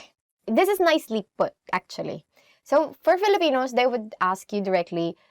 They would not ask you. They would comment on you. Oh, you look fatter, right? Or you look bigger. So in Filipino, you got a bit bigger or you got fatter. You became bigger. In Filipino is tumaba ka. But usually like that, like aunts, they see you, for example, you've been away for quite some time, you come back, and then your aunts will be like, oh, tumaba ka. Right? Especially in the Philippines, you get lots of food every time you go to a restaurant. And there's another thing. Usually, you have your rice, right? And then you have your meat. And then you eat your rice with your meat, and then you realize, oh, I still have some more meat left. Then you'll get another serving of rice, and then you eat your rice, and then you eat your meat, and then you realize, I don't have any more meat, but I still have rice. And then, okay, I'll get another serving of meat. And then it's like, and it happens, you know. Mayroon kang puting buhok. You have gray hair. So the next phrase that you won't ever want to hear is mayroon kang puting buhok. Or in English, you have gray hair or white. When someone tells me I have gray hair, I immediately try to have it pulled. For me, for instance, I'm always like concerned. I just want my hair to be always like this really shiny black. And then, so we take care of it, right? Like you cover your hair also when because too much sun can make your hair, what can damage your hair, like make it a bit lighter, almost brown. But I want my hair always to be black, so I'm kind of really very like careful with it. Sinabi ko na sa'yo. I told you so. Sinabi ko na sa'yo. Or, I told you so. Who wants to hear this? No one, right? In any other language, no one to hear this, I think. Right? Because it just like drives your mistake into your face. Like, you did this. I told you so. You should have done this. And if you're Filipino, your immediate response would be, obvious ba? Or isn't it obvious? Just like, leave. Like, ano nga yun? Because Filipinos can be very sarcastic also. So they would just be like, yeah, it happened. So, nothing can be done. So, what's the point of saying, I told you so? Tanggal ka na sa trabaho. You're fired. Tanggal ka na sa trabaho. Or, you're fired. So, if you're at work, do your job properly because they're paying you. Then might as well do it, right? Hindi ikaw ang problema. Ako. It is not you. It is me. The next phrase that you don't want to hear, especially if you're splitting up, is hindi ikaw ang problema. Ako, basya, ako. Charot. Which in English is, it's not you. It is me. Okay. It's you then. If you insist, go ahead. Salamat sa pagpapadala ng iyong resume. Ngunit, ang posisyon ay napuno na. Thank you for your resume. However, the position has been filled. The next phrase that no one ever wants to hear is actually not a phrase. It's actually 2 sentences. But still, you don't want to hear or you don't want to read, right? Is, salamat sa pagpapadala ng iyong resume. Ngunit, ang posisyon ay napuno na. Or, thank you for your resume. However, the position has been filled. Next. But this is a nice thing actually to receive, especially if you're applying, right, for jobs, because you're not left just waiting. So at least you know, okay, this is not for me. I'm going to move on, look for another boyfriend or another girlfriend. Usually goes. Dapat tayong makipagkita sa ibang mga tao. We should see other people. The next phrase you hopefully won't hear is, dapat tayong makipagkita sa ibang mga tao. Or, we should see other people. I don't know why it's so sad. It's all about rejection. So, hopefully you don't get to experience this. Kailangan natin mag-usap. We need to talk. So, the next phrase that you don't ever want to hear is, kailangan natin mag-usap. Or, we need to talk. I think in any circumstance, this is not a nice phrase to hear, right? Whether it be your boyfriend, girlfriend, or your boss, then this is never a nice phrase to hear. So what do you do when someone tells you, we need to talk? Magrosaryo ko. Well, because we are Filipinos and we're religious, then we start praying at the rosary. Ang pangit mo. You're ugly. Next phrase that you definitely don't want to hear directed to you is, ang pangit mo. Or, you're ugly. I mean, who would say this? Is there anyone who will say this? Will anyone say this? Super mean. Are you a kid to say this? Yeah. I think only kids say this, right? And even kids nowadays are kind of a bit like politically correct. They don't really just say you're ugly. You are ugly. So if someone tells this to you, then just unfriend this person. You don't need that kind of negativity in your life. Pasensya na, nakalimutan ko. Sorry, I forgot. Pasensya na, nakalimutan ko. which in English is, sorry, I forgot. This is very useful actually, but if it's directed to you, and for instance, the thing that was forgotten is very important, then you don't want to hear this. Say your boyfriend to buy bread on his way home, right? And he forgot. So you don't have breakfast. So can you eat sorry, I forgot?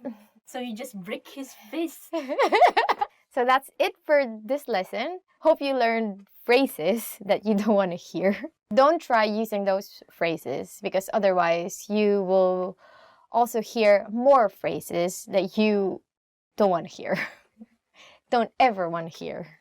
So are there any other phrase that has been said to you that you realize you don't like? If there are, please don't forget to comment them down below and don't forget to like and subscribe. And if you want more lessons in Filipino, go to filipinopod101.com and I'll see you in the next lesson. Bye-bye. Thank you for listening. I hope you won't have any problems with your partners. And always stay in love because the problem is you, not me.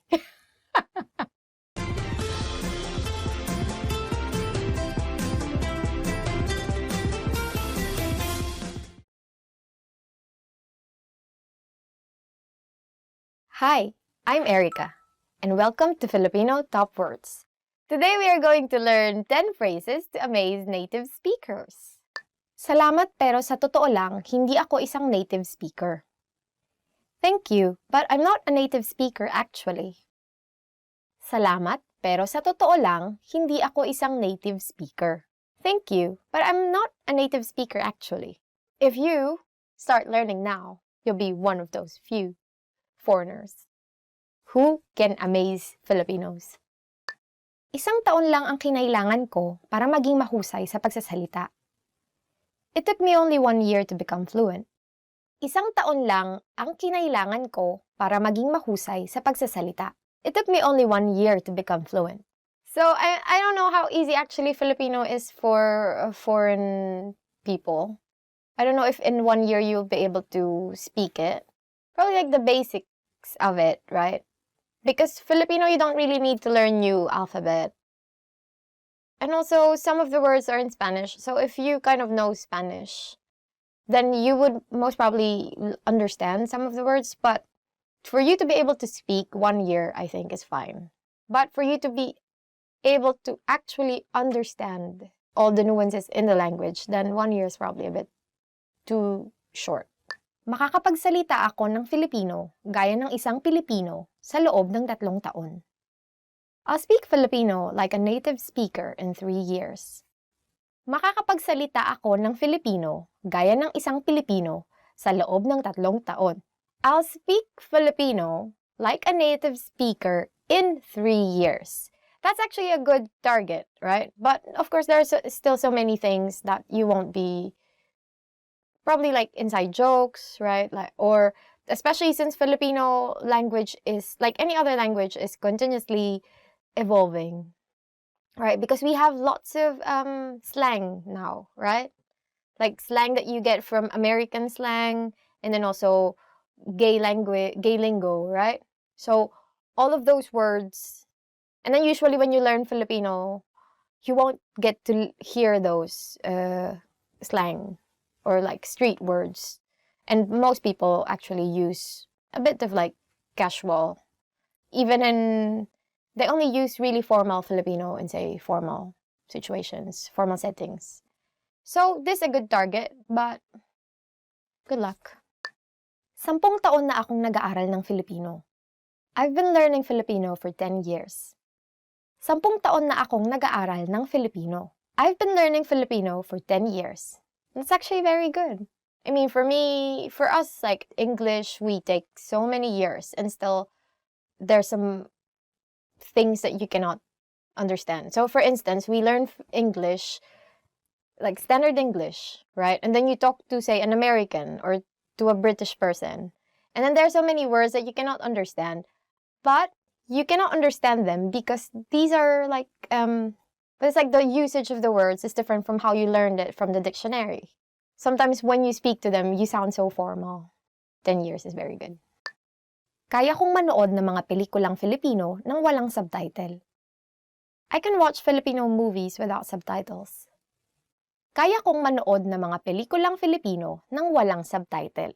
I can watch Filipino movies without subtitles. We are releasing so many indie movies recently. Those are really good movies, so please watch Filipino movies. And if you can see them without subtitles, very good. Kaya kong magkabisa ng higit kumulang mga 50 bagong salitang Filipino kada araw.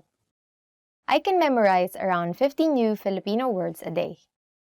Kaya kong magkabisa ng higit kumulang mga 50 bagong salitang Filipino kada araw. I can memorize around 50 new Filipino words a day. Oh, that's very impressive. I don't have memories. Masaya at madaling aralin ang Filipino. Filipino is fun and easy to learn. Masaya at madaling aralin ang Filipino. Filipino is fun and easy to learn. Yeah, which actually it is, right? It's very, I think it's easier compared to, say, Japanese or Chinese. Because as I've said, first, Filipino, you don't need to learn new alphabet, which immediately makes it easy, right? Because learning a new alphabet is very hard, right? I mean, if you say, for example, walk in the streets and then you can read the signs, that's already something. Because say you go to Japan, then you see all the signs and you cannot read kanji or hiragana or katakana, right? Then you cannot, it's like as if you're, I don't know, you're lost. But at least with Filipino, then you can immediately read the signs. And then the next thing is, you learn the words. Naintindihan ko ang lahat ng sinabi mo. I completely understood everything you said. Naintindihan ko ang lahat ng sinabi mo. I completely understood everything you said. Yeah, so when someone tells you this, then they're amazed. Yeah, so that's why they're just like, oh, great. So for example, someone tells you this very long explanation about something. Then, as a Filipino, you can simply say, gets ko. Because that's very Filipino actually, which means, I got it. Marami akong alam na slang sa Filipino. I know a lot of slang words in Filipino. Marami akong alam na slang sa Filipino. I know a lot of slang words in Filipino. It depends also when you use the slang words, because not in all circumstances can you use slang words, right? Especially if you're just meeting someone for the first time, then you would want to be a bit more formal. Then becoming too formal is not natural. It can be seen as sarcastic even. Actually, I think the key to being thought of as fluent is like getting this balance of being like casual, natural, and also a bit like more formal, right? I think so. Nakakabasa na ako ng nobela sa Filipino. I can now read a novel in Filipino. Nakakabasa na ako ng nobela sa Filipino. I can now read a novel in Filipino, which is very good. If you read actual like old Filipino novels, it's very, what do you call this, like flowery. It's like it really evokes emotions when you read Filipino novels. It's actually hard to write in really, say, old poetic Filipino now. So that's it for today's Filipino top words. What sentence would you say to amaze us? But actually, we're easily amazed, so don't hesitate to write anything down below or comment, because you might comment negative things, right? Okay. If you like this video, don't forget to like and subscribe. And if you want to see other videos like this, then head on to filipinopod101.com. See you in the next lesson. Naintindihan ko ang lahat ng sinabi mo. Marami akong alam.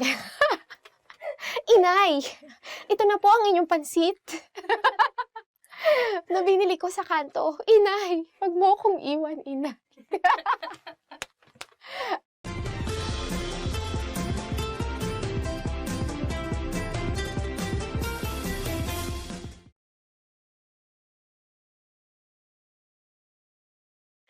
Hi everyone, my name is Erica, and welcome to Filipino Top Words. Our lesson for today is 15 must-know family words. Ta-da! Pamilya. Pamilya. Family. Our first word is pamilya, or family. Anim kami sa pamilya. Anim kami sa pamilya. There are 6 people in my family. So in the Philippines, it's usual. It's like when you ask people how many they are in their family, some would ask, "Oh, do we include all the extended members, the members of the extended family, or just the nuclear?" Because there are cases when people live with with the members of the extended family, right? That makes for a really big family. Tatay, tatay, father, tatay, or father. Hindi nagagalit ang tatay ko. Hindi nagagalit ang tatay ko. In English, my father never gets angry. So my dad, he also doesn't get angry much. It's kind of weird because he's always like this mid-state between angry and not angry. But I remember when we were young, my sister doesn't really want to study well. She doesn't like take notes in school, and she's always in the toilet when there's like an important announcement by the teacher. I don't know why, how she can time that. So usually when she comes out of school, she doesn't know what happened in class, and she doesn't know the assignment. She doesn't know anything. There was one time that he got really mad, so he made Giliw. That's my sister's name, Giliw, which means dear in Filipino. It's like a very cute name. He was so mad, he made her kneel on, what do you call this? Mongo beans. Mongo seeds, right? Hello, Giliw. Asawa. Asawa. Husband or spouse. Asawa or husband. Ang aking asawa ay binalak magpari, ngunit buti na lang, hindi natuloy. Ang aking asawa ay binalak magpari, ngunit buti na lang, hindi natuloy. My husband planned on becoming a priest, but I'm thankful he didn't go through with it. Who thought of this? So in Filipino, actually, when you say asawa, it can mean both husband and wife. So actually, the best translation for asawa is spouse, right? So when you want to specify that the asawa that you're referring to is male or the husband, you would say asawang lalaki, right? He could have been a priest saving the world, but yeah, thankfully he didn't go through with it according to the sentence. Or probably he's now regretting his decision. We don't know. Anak na lalaki. Anak na lalaki. Son. Anak na lalaki. Or son. Si Ted at Tina ay may 4 na anak na lalaki. Si Ted at Tina ay may 4 na anak na lalaki. Ted and Tina have 4 sons. When you want to say son, you would add lalaki, which is male. So anak na lalaki. Or if you want to say daughter, then you would say anak na babae. Babae for female. Usually you just say, oh, my kid. Right? My kid, actually. Ang anak ko. Hindi na naman pumasok sa eskwelahan. My kid didn't go again to school. That was my mom's line every time we talked about Giliw. Because Giliw really doesn't like taking down notes. Kapatid na lalaki. Kapatid na lalaki. Brother. Kapatid na lalaki. Or, in English, brother. Ang kapatid niyang lalaki ay napakatalino. Ang kapatid niyang lalaki ay napakatalino. His brother is extremely smart. Here, kapatid again is a gender-neutral word, which means sibling. So if you want to say brother, you would add lalaki to kapatid. So it will be kapatid na lalaki. Or if you want to say sister, then it would be kapatid na babae. Babae meaning female. In the family, there's always ways of calling brothers, sisters, right? So for an older brother, you would say kuya. For elder sister, you would say ate. Tiyo, tiyo, uncle, tiyo, or uncle.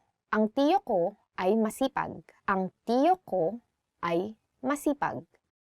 My uncle is hardworking. So usually, younger people would call uncles as tito. So they would just call them tito. You can also say tito to anyone like a bit at the same age as your tito. For instance, like you meet someone and then you start talking to this someone, but they're kind of like more of a like mom dad image. So you would call the dad image as like tito, right? Something like that. Lolo. Lolo. Grandfather. Lolo or grandfather. Magaling mag-Ingles ang aking lolo. Magaling mag-Ingles ang aking lolo. My grandfather has excellent English. Biyenang lalaki. Biyenang lalaki. Father-in-law. Biyenang lalaki. Or father-in-law.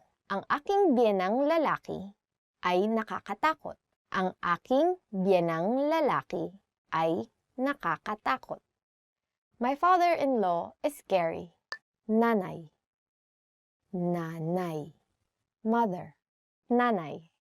Or mother. Walang katulad ang aking nanay. Walang katulad ang aking nanay. There is no one like my mother. Because my mom is weird. She's very funny. I don't know. I think she was normal. Now she's a mom. When I'm away, I talk to her on Facebook video, right? Video call. And then, so I talk to her. And the first thing that she noticed, after so many things that I discussed with her, like, oh, this, my, how graduate school is, blah, blah. And then, her immediate reaction is, oh, did you change your sheets? Kapatid na babae. Kapatid na babae. Sister. Kapatid na babae. Or sister. May isa akong nakababatang kapatid na babae. May isa akong nakababatang kapatid na babae. I have one younger sister. So this is the same thing that we discussed earlier with the word kapatid. So it's a gender-neutral noun.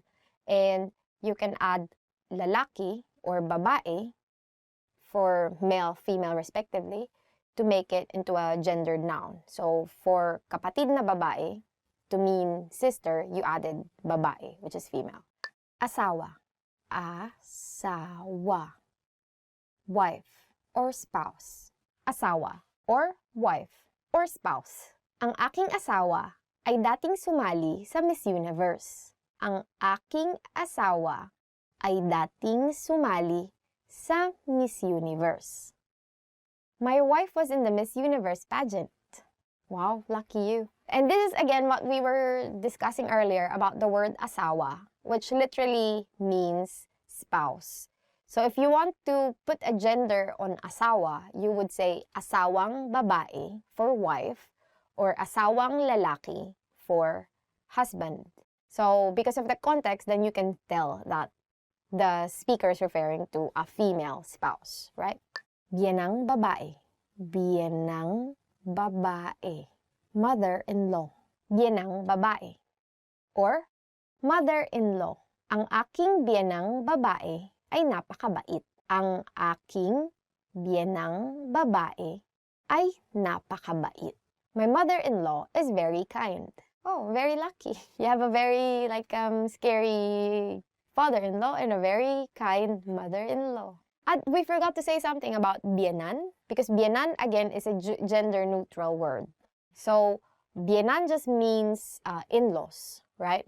When you want to emphasize that you're referring to the mother-in-law, then you would add again the word for female, which is babae. So you would say biyenang babae. And then for males, you would say biyenang lalaki. Lola. Lola. Grandmother. Lola. Or grandmother. Hindi na ako namumukhaan ng aking lola. Hindi na ako namumukhaan ng aking lola. My grandmother can no longer recognize me. Oh, this is pretty sad. Katuwang. Katuwang. Partner. Katuwang or partner. Ang katuwang sa buhay ang iyong kasama sa hirap at ginhawa. Ang katuwang sa buhay ang iyong kasama sa hirap at ginhawa. Your partner in life is your companion through thick and thin. When you're thin and then when you become thick, that's what it means. Tia. Tia. Aunt. Tia. Or aunt. Mapagbigay ang aking tiya. Mapagbigay ang aking tia. My aunt is generous, or tita, right? Now, being a tita is kind of like a frame of mind, right? You're lazy, you just want like nice things, you just like want to drink tea, you just want to relax, be like experience the like not be what's this like not be sweaty. If you're a tita, you're in everyone's business. Aside from all those things that I said. So imagine, you always would have titas that ask you, why aren't you still married, right? There are always those titas. They just have so much time, right? Okay, guys, that's it for this lesson. Hope you learned something new. Don't become a tita yet. Who is your favorite member of your family? How many are you and your family? And don't forget to like, subscribe to the channel, and visit FilipinoPod101.com to learn more Filipino. Hanggang sa muli!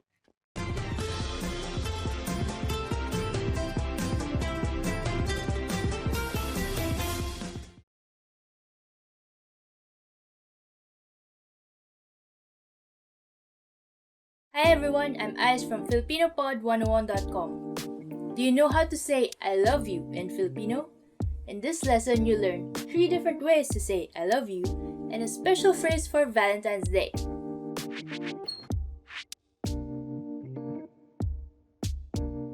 Let's start with the most common phrase. Mahal kita. Mahal kita. I love you. This phrase is direct. You should use it only when confessing your love.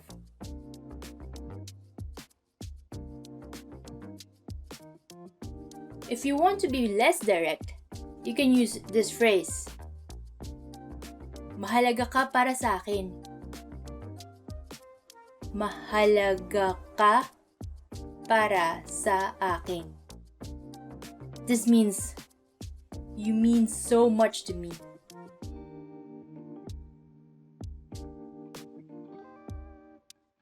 Now, if you want to be more romantic in expressing your love for someone, here's a phrase for you. Hindi kayang ilarawan ng mga salita ang pag-ibig ko para sa iyo. Hindi kayang ilarawan ng mga salita ang pag-ibig ko para sa iyo. This means words cannot describe my love for you.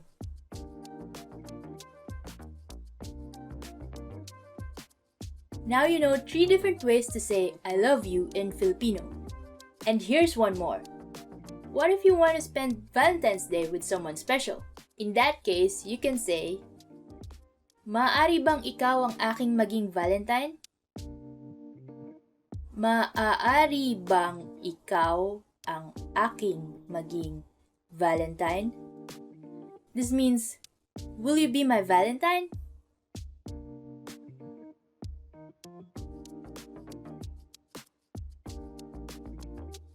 Okay, let's wrap up this lesson by recapping what you've learned. Listen to the expression and repeat after me. I love you. Mahal kita.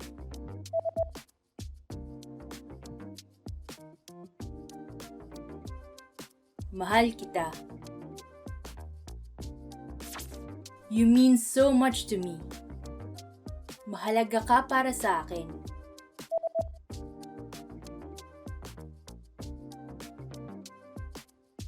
Mahalaga ka para sa akin.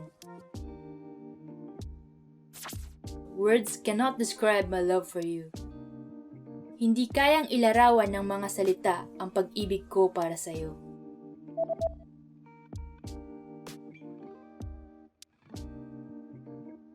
Hindi kayang ilarawan ng mga salita ang pag-ibig ko para sa iyo. Will you be my Valentine? Maaari bang ikaw ang aking maging Valentine?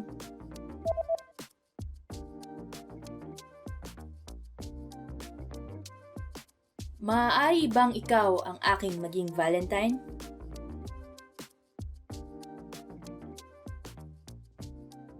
Well done! Here's a fun fact. Do you know about the Filipino courting tradition called harana? Harana is the tradition of serenading the person you're trying to woo from outside their house. It takes a lot of courage. But don't worry, you can have your friends back you up and play the guitar for you. You just learned 3 different ways to say I love you in Filipino. And one special phrase for Valentine's Day. Also, don't forget to download your free cheat sheet on how to be a good lover in the Philippines, including words for romance, compliments, and pickup lines. Check out the description below and go to filipinopod101.com now. I'll see you next time. Paalam.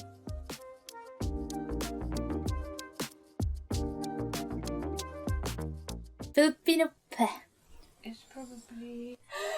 I don't know how to use.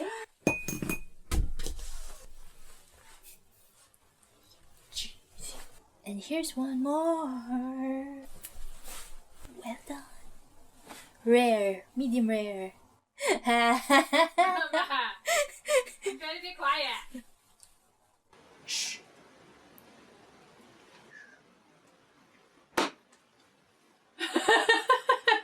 Funny.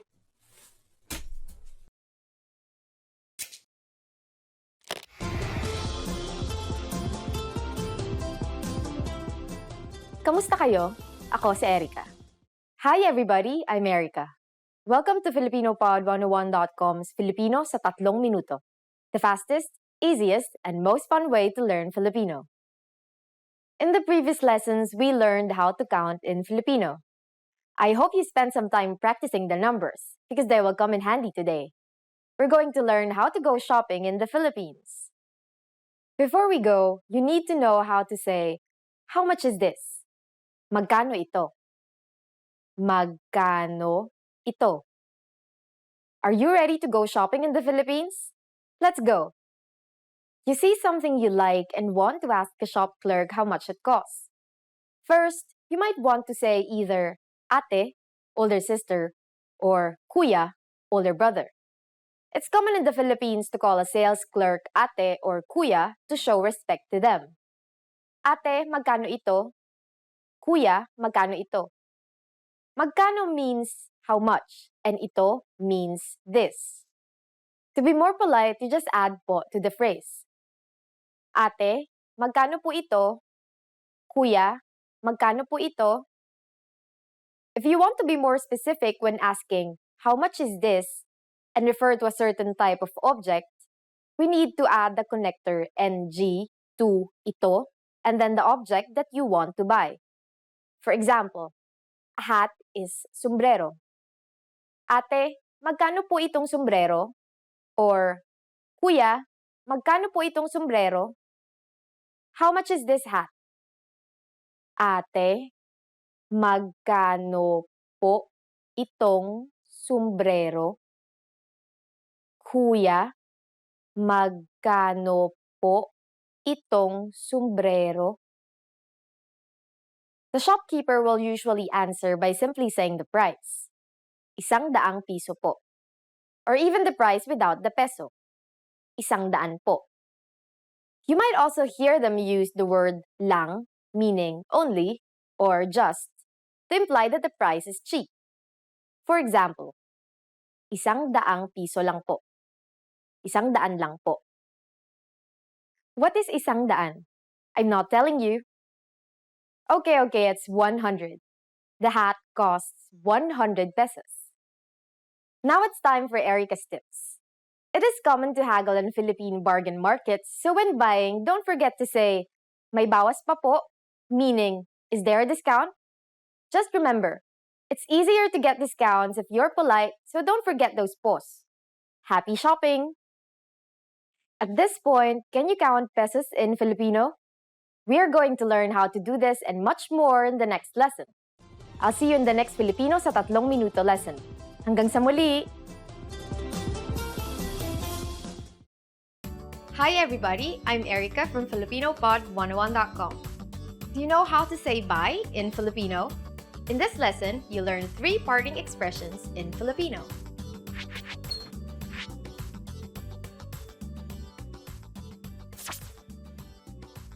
Let's start with the easiest one.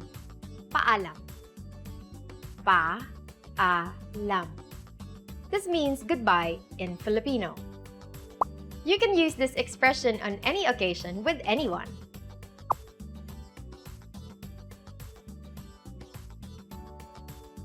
If you want to be more formal, there's a different phrase you should use. Sige po, mauna na ako. Sige po, mauna na ako. This means, I'll go ahead, in Filipino. The word po makes this phrase polite. Use this expression with people older than you.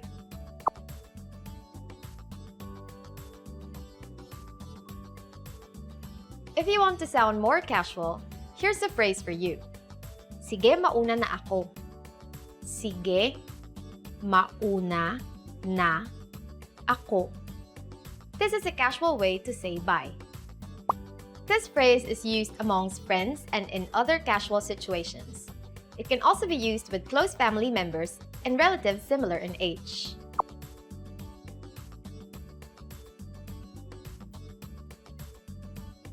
Let's wrap up this lesson by recapping what you've learned. Listen to the expressions and repeat after me. Goodbye. Paalam.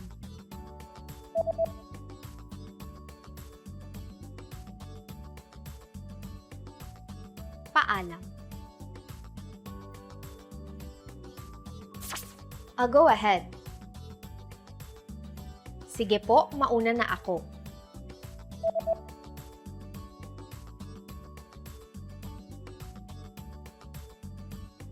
Sige po, mauna na ako.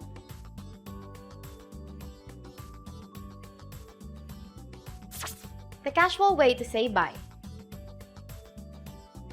Sige, mauna na ako.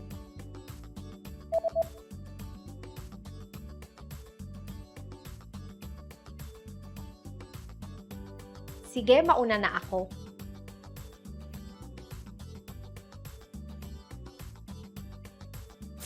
Well done! Here's a fun fact.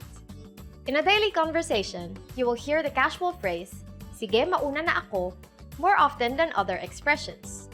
So remember both paalam and sige, mauna na ako when talking with your friends.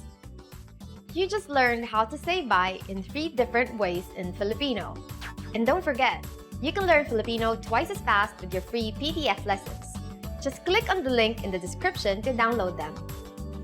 See you soon! Paalam!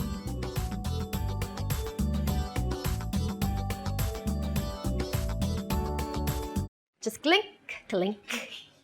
Hi everybody, I'm Erica from FilipinoPod101.com. Do you know how Filipino people celebrate New Year's Day? In this lesson, you'll learn some important phrases about the Filipino New Year and some valuable cultural tips.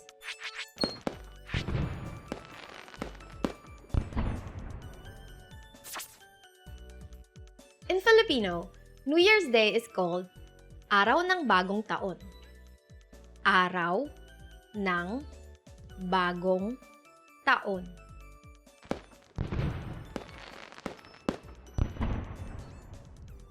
On Araw ng Bagong Taon, Filipino people greet each other by saying, Manigong Bagong Taon. Manigong Bagong Taon. This means Happy New Year. When you meet someone for the first time in the new year, be sure to greet them with this phrase.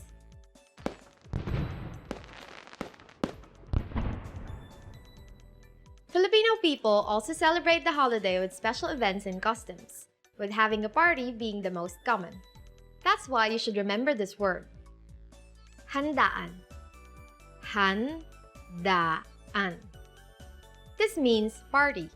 In recent years, going to street parties to welcome the new year has become a popular tradition in the Philippines, especially in Manila. This is partly because firecrackers are gradually being prohibited for individual use. Due to the massive amount of firecrackers used and because the people setting them off at home are not professionals, individual use of firecrackers brings danger to the neighborhood.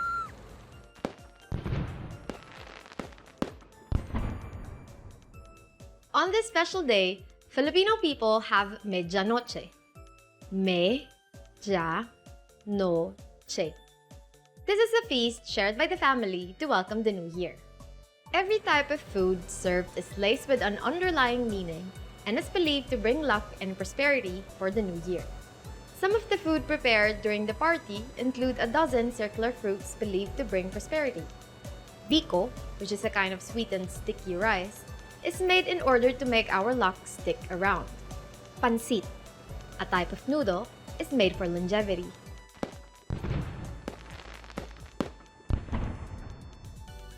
Let's wrap up this lesson by recapping what you've learned. Listen to the words and repeat after me. New Year's Day. Araw ng bagong taon.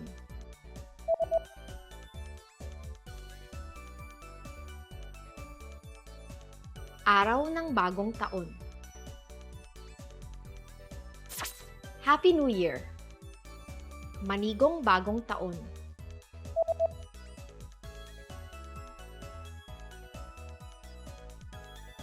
Manigong bagong taon. Party. Handaan.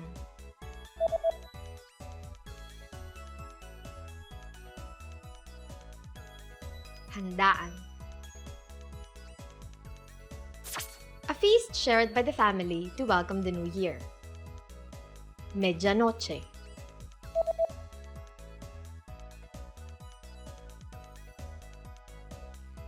Medianoche.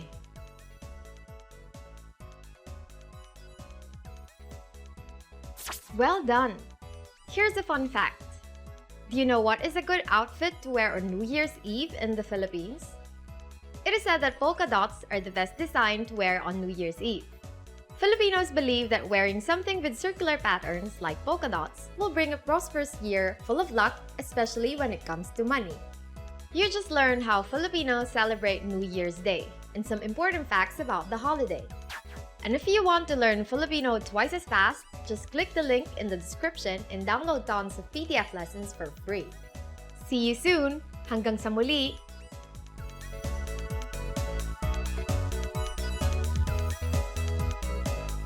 Gradually mo. Why? Maybe more in front.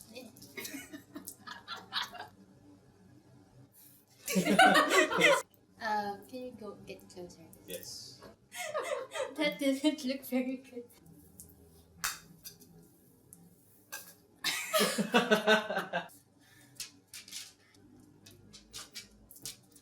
I like that.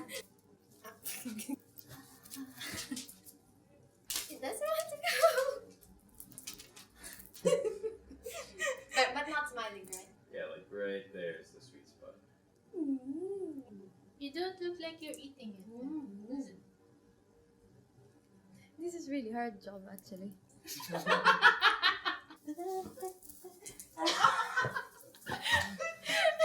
I think that's enough.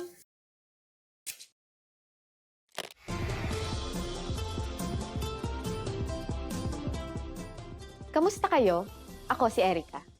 Hi everybody, I'm Erica. Welcome to FilipinoPod101.com's Filipino sa 3 minuto. The fastest, easiest, and most fun way to learn Filipino. In the last lesson, we learned the phrase, mawalang galang lang po. Nagsasalita po ba kayo ng Ingles? Excuse me, do you speak English? We mentioned the phrase, mawalang galang lang po, which means, excuse me, in formal Filipino. In this lesson, we're going to learn how to use this and other words when apologizing in Filipino. We can use mawalang galang lang po when we need to stop someone to ask a question. It literally means just to be rude, but is used to mean excuse me. For example, mawalang galang lang po, nasaan po ang palengke? Excuse me, where is the market? Mawalang galang lang po, nasaan po ang palengke? There is another phrase we use to mean excuse me, and that is paumanhin po. However, paumanhin po is used when you have bothered someone and could also mean I'm sorry. Paumanhin po. We use mawalang galang lang po and paumanhin po exclusively for formal situations. For informal situations, Filipinos usually just say, "Excuse me." But if there is something you really want to apologize for, it might be better to use a different phrase. That phrase is, "Patawarin mo ako." It means, "Please forgive me," and is used in informal situations. Patawarin mo ako. In formal situations, we say, "Patawarin niyo po ako." Patawarin niyo po ako.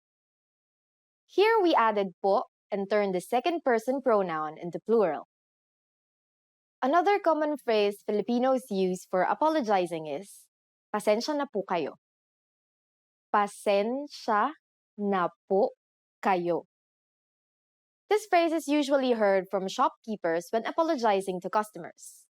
It can be translated as, "Please be patient with us." Now it's time for Erica's tips.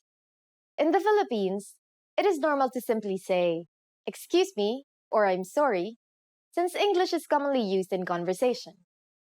You could also add po to these phrases to make them sound a bit more formal and sincere.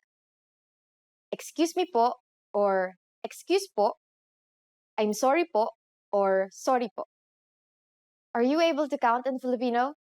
In the next lesson, we will learn the numbers in Filipino from 1 to 19. I'll be waiting for you in our next Filipino sa 3 minuto lesson. Hanggang sa muli!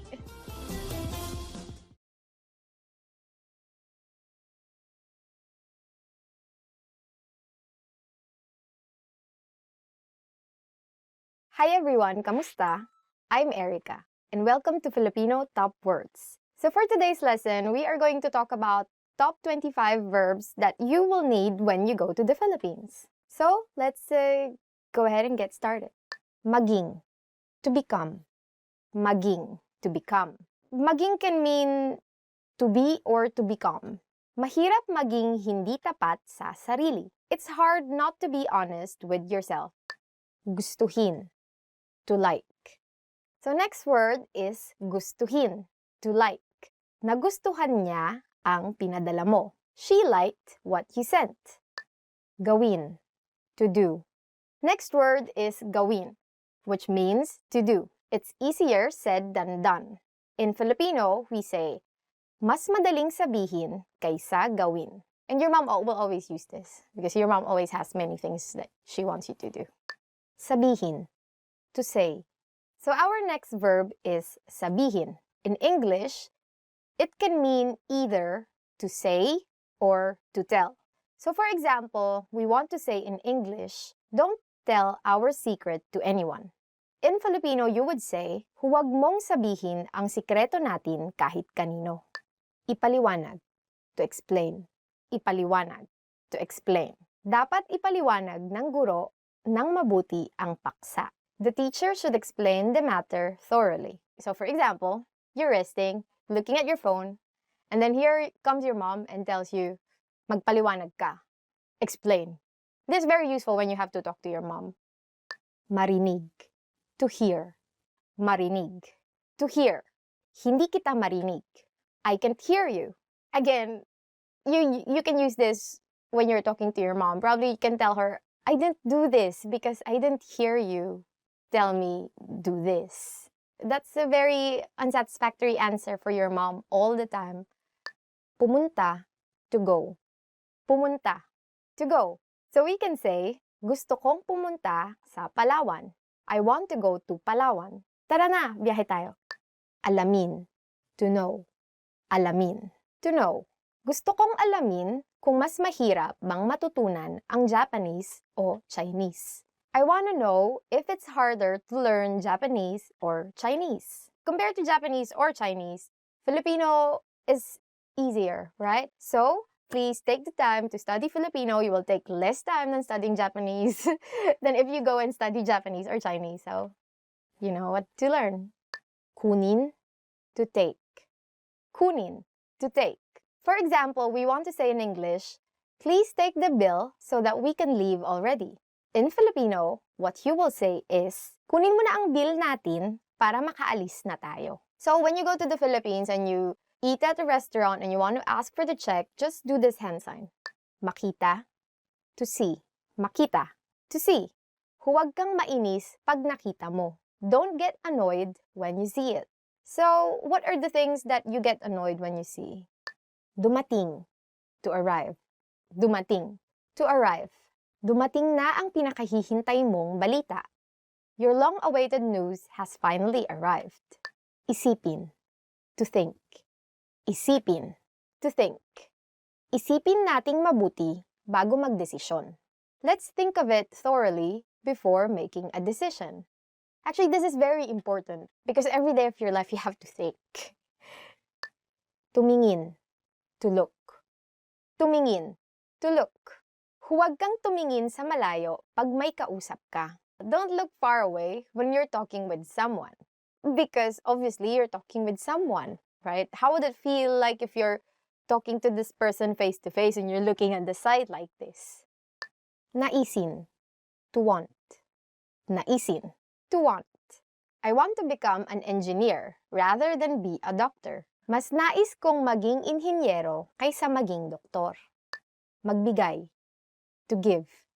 Magbigay, to give. For example, someone asks you, oh, who can give me advice on something? And then you say, Alex gives excellent advice on whatever that is. In Filipino, how you would say it, magaling magbigay ng payo si Alex. Gamitin, to use.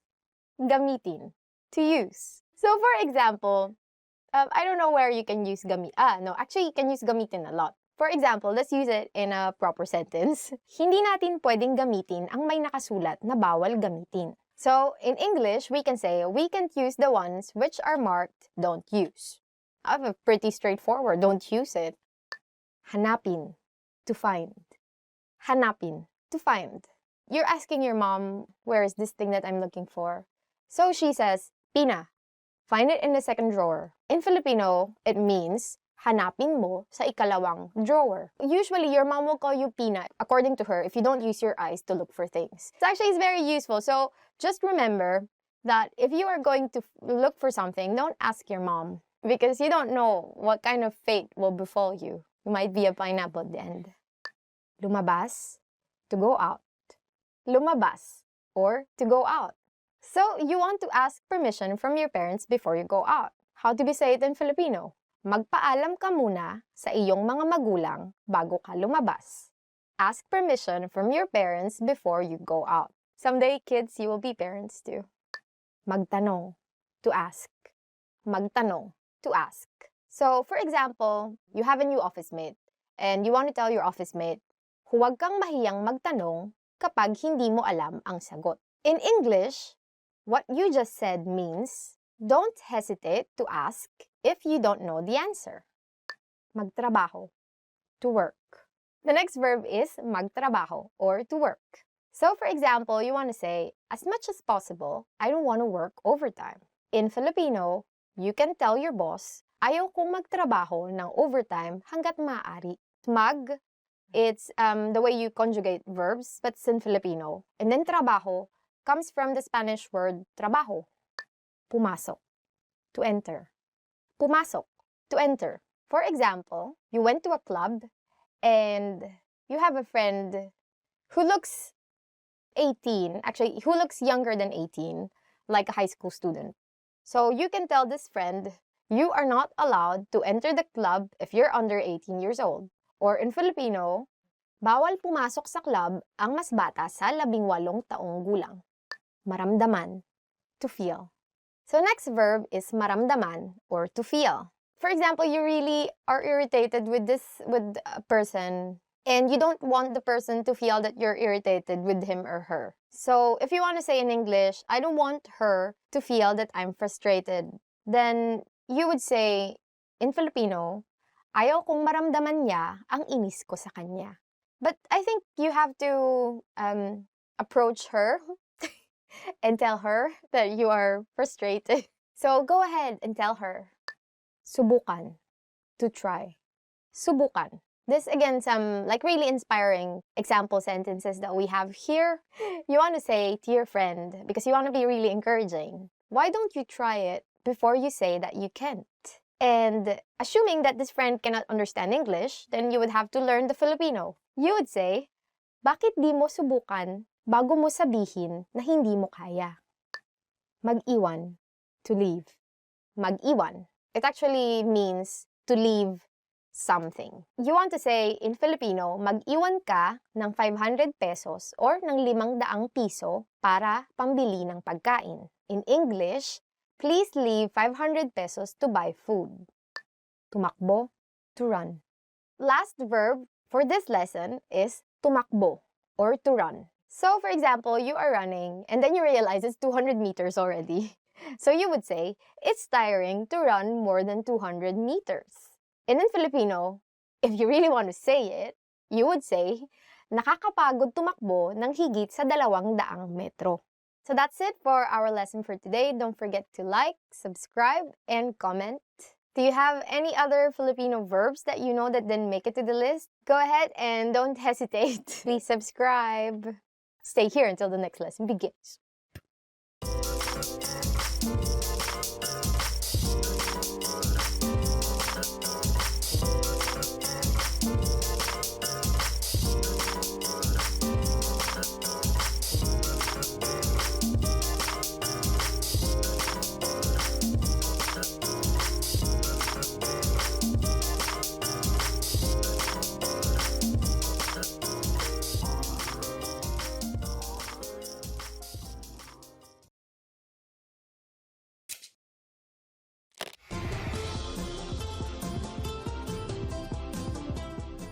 Kamusta kayo? Ako si Erica. Hi everybody, I'm Erica. Welcome to FilipinoPod101.com's Filipino sa 3 minuto. The fastest, easiest, and most fun way to learn Filipino. In the last lesson, we learned the numbers from 1 to 11. Do you remember them? Well, let's not stop there. Now I'll give you the tens. 20. 20. 30. 30. 40. 40. 50. 50.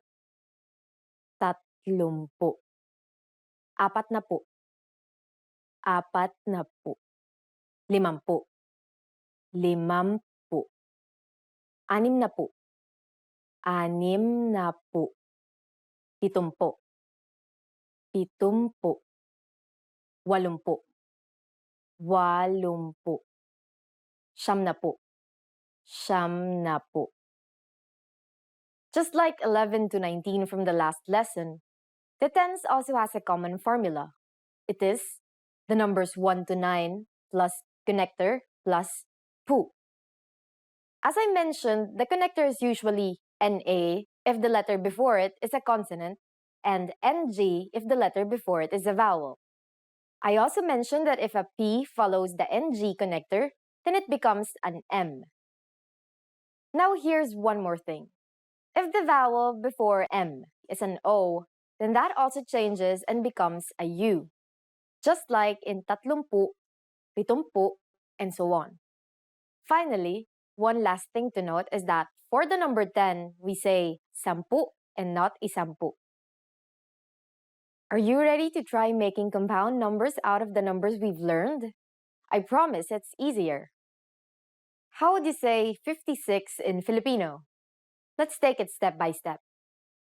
50 is 50. Just add and, at, in its contracted form, and then 6, anim. So it will be 56. Done. Isn't that easy? Let's try another number. For instance, 98. Take 90, 90, and add at, in its contracted form, then 8, 8. 98. Ready for more challenge? How do we say 100 in Filipino? It is 100. That is, isa, which is 1, followed by the connector NG, then daan, which is 100. Now let's try counting up to 999. For compound numbers in the hundreds, the formula is numbers 1 to 9 plus connector plus daan plus numbers 20 to 99. For example, 169 is 169. One thing to note is that daan becomes raan when the NA connector is used. For example, 492. 492. For compound numbers with 1 to 19, you have to add an at after saying the 100. For example, 401 is 400 at isa. And now it's time for Erica's tips. Conjugation may be the trickiest part in learning Filipino, but it is done mostly to make sentences sound more natural and easier to pronounce. So don't worry if you can't nail it down yet. People will still understand you. Just keep practicing and you'll get the hang of it. Can you believe it? After only 2 lessons, you can now count up to 999 in Filipino. In the next lesson, we are going to put your number knowledge to use. Do you have all the skills you need to go shopping in the Philippines? Let's learn it together in the next Filipino sa 3 minuto lesson. Hanggang sa muli! Hi everyone, I'm Erica and welcome to Filipino Top Words. Our lesson for today is the 10 questions you should know in Filipino. So let's begin. Anong pangalan mo? What's your name? The first question that you should know is Anong pangalan mo? In English, what's your name? So, how do you answer this question? For instance, my name is Erica. So in Filipino, I would say, Ako si Erica. Or, I'm Erica. This is a very useful question when you want to get to know other people. So you better remember this. Anong pangalan mo? In English, what's your name? Kamusta? How are you? The next question that you should know is, Kamusta? Or in English, how are you? How do you respond to this question? You say, Mabuti naman. Ikaw? Or, I'm good. You? So this is also again another very common question that you can ask your friends just because you're friends. So you have to know how they are. Parang lagi na lang magka-sarcastic yung... Actually, the longer version is, Kamusta ka? But no one really says that now. So you can just simply say, Kamusta? Yeah, or even shorter, you can just say, Musta. So it's very nice actually to say this to people, especially if you haven't seen them for a long time. Taga saan ka? Where are you from? So the next question that you should know is, Taga saan ka?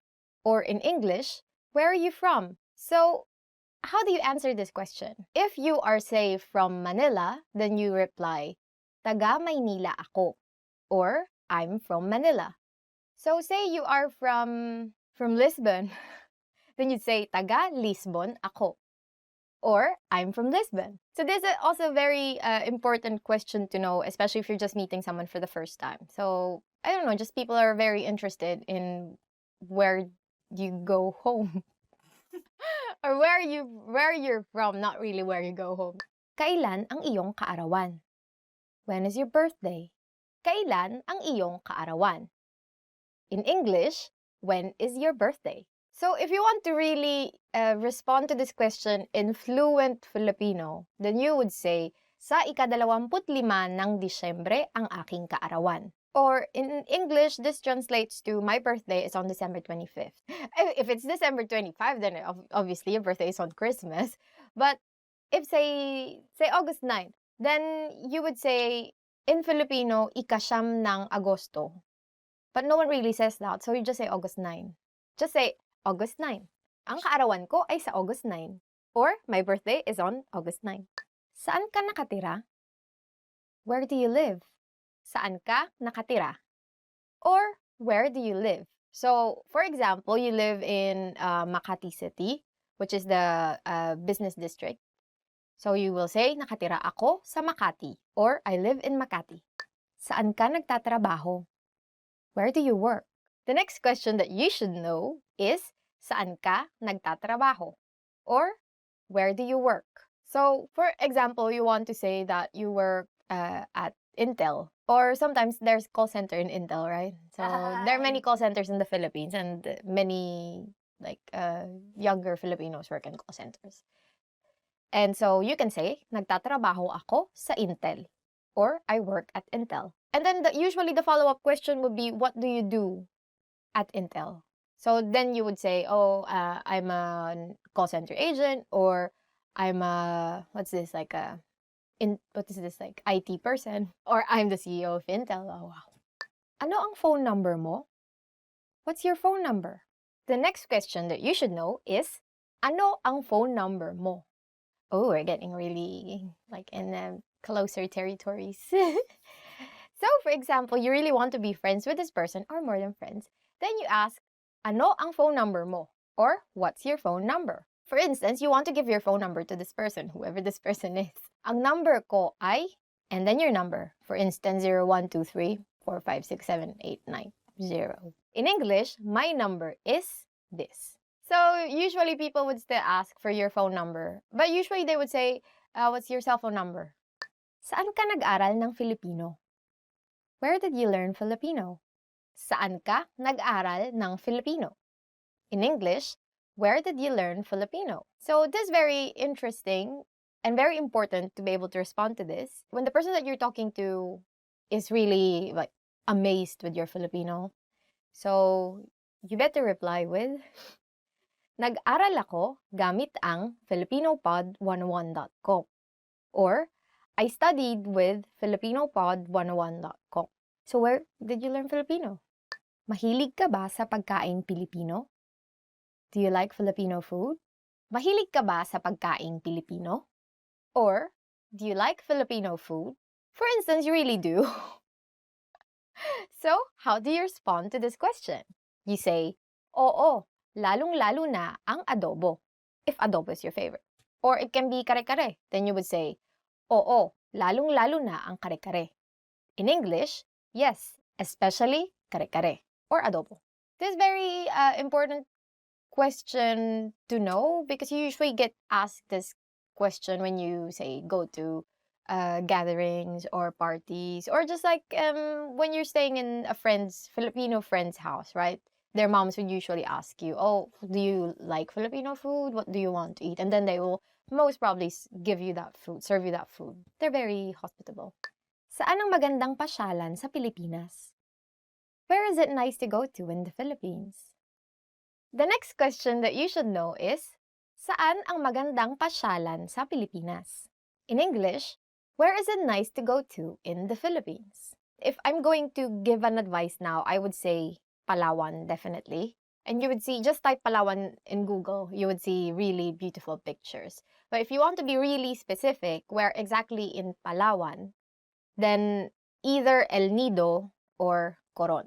So for instance, I would say sa Coron, Palawan. Or in English, in Coron, Palawan. It's very nice actually, very cheap and very beautiful place. So I haven't been to Coron, I've been to El Nido. I've been to El Nido, not Coron, not yet. So those are the top 10 questions that you should know.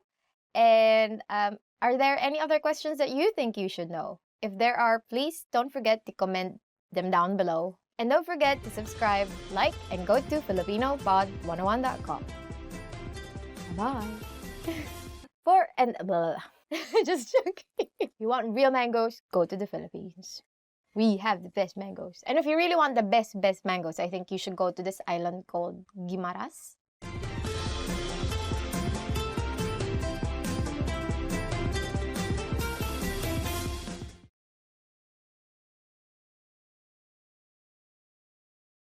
Hi everybody, I'm Erica from FilipinoPod101.com. Do you know how to say thank you in Filipino? In this lesson, you'll learn 3 different ways to say thank you and how to respond.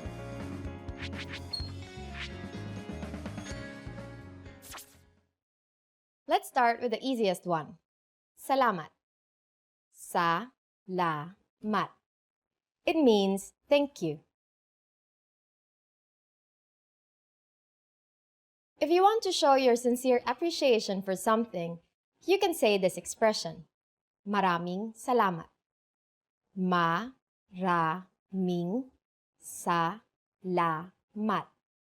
Marami means a lot, so maraming salamat literally means many thanks. So simply add maraming if you want to show you appreciate someone a lot. What if you want to show appreciation in a more formal way? Here's how you can say it. Salamat po. Sa-la-mat po. We add the word po at the end to show respect to older people. Now you know 3 different ways to say thank you in Filipino. But how do you respond if someone thanks you? If someone thanks you in Filipino, simply say, walang anuman. It means, you're welcome. If it's a formal situation, say, walang anuman po. Let's wrap up this lesson by recapping what we've learned. Listen to the expression and repeat after me. Thank you. Salamat.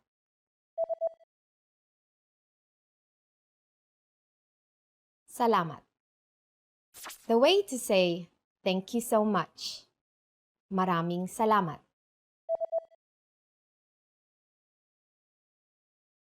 Maraming salamat. The formal way to say thank you. Salamat po. Salamat po. And to respond, just say, walang anuman.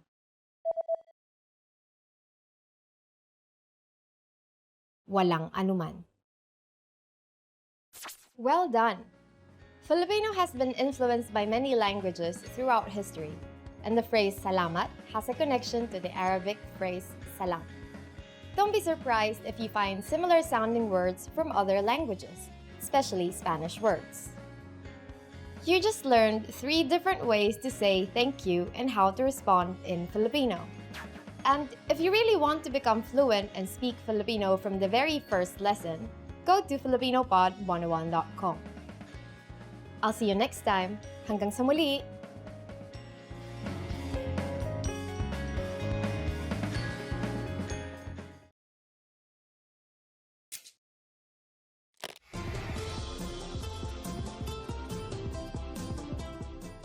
Welcome to FilipinoPod101.com's Filipino sa 3 minuto.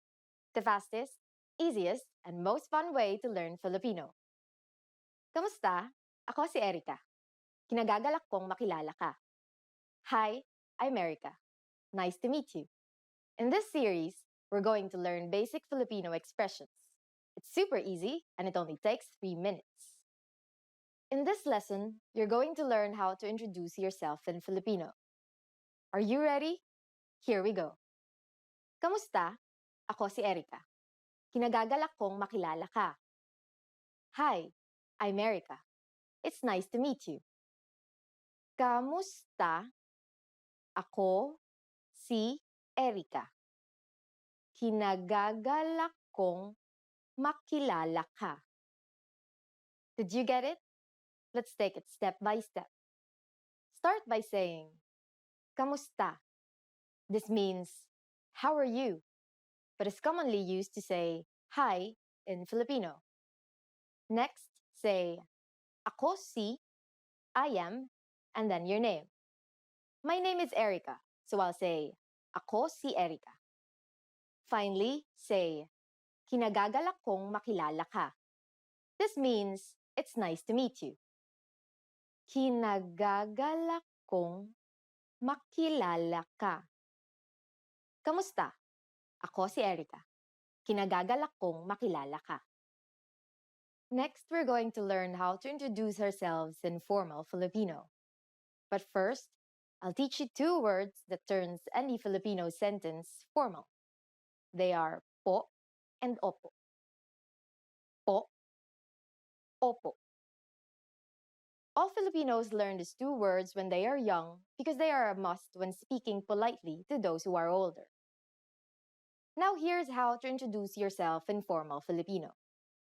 Kamusta po? Ako si Erica Reyes. Kinagagalak ko po kayong makilala. How are you? I'm Erica Reyes. It's nice to meet you. Kamusta po? Ako si Erica Reyes. Kinagagalak ko po kayong makilala. Did you notice the word po in this introduction? Let's compare it with the informal introduction we learned earlier. First, we have kamusta po instead of just kamusta. As we've said before, kamusta means how are you and has essentially the same use as hi in English.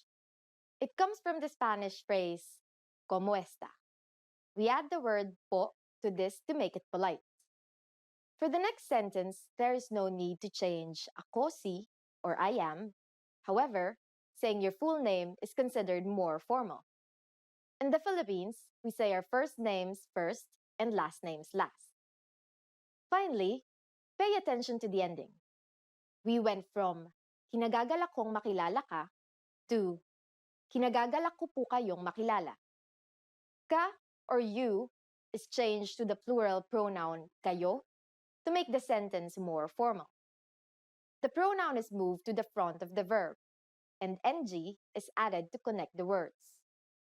Finally, we also add po to the sentence to show respect. One more time. The informal way to introduce yourself in Filipino is, Kamusta? Ako si Erica. Kinagagalak kong makilala ka. The formal way to introduce yourself is, Kamusta po? Ako si Erica Reyes. Kinagagalak ko po kayong makilala. Now it's time for Erica's tips. Have you gotten hold of saying, kinagagalak kong makilala ka? Well, you might be surprised, but Filipinos say, nice to meet you, more often than its Filipino counterpart. This is because many English words and phrases are used in daily conversation, since English is the second official language of the Philippines. Filipinos also shake hands during first meetings, just like in many Western cultures. But of course, if you use the proper Filipino introduction, your new Filipino friends will definitely be impressed. Do you know how to say thank you in Filipino? How about you're welcome? Watch the next Filipino sa 3 minuto lesson to find out. See you next time. Hanggang sa muli!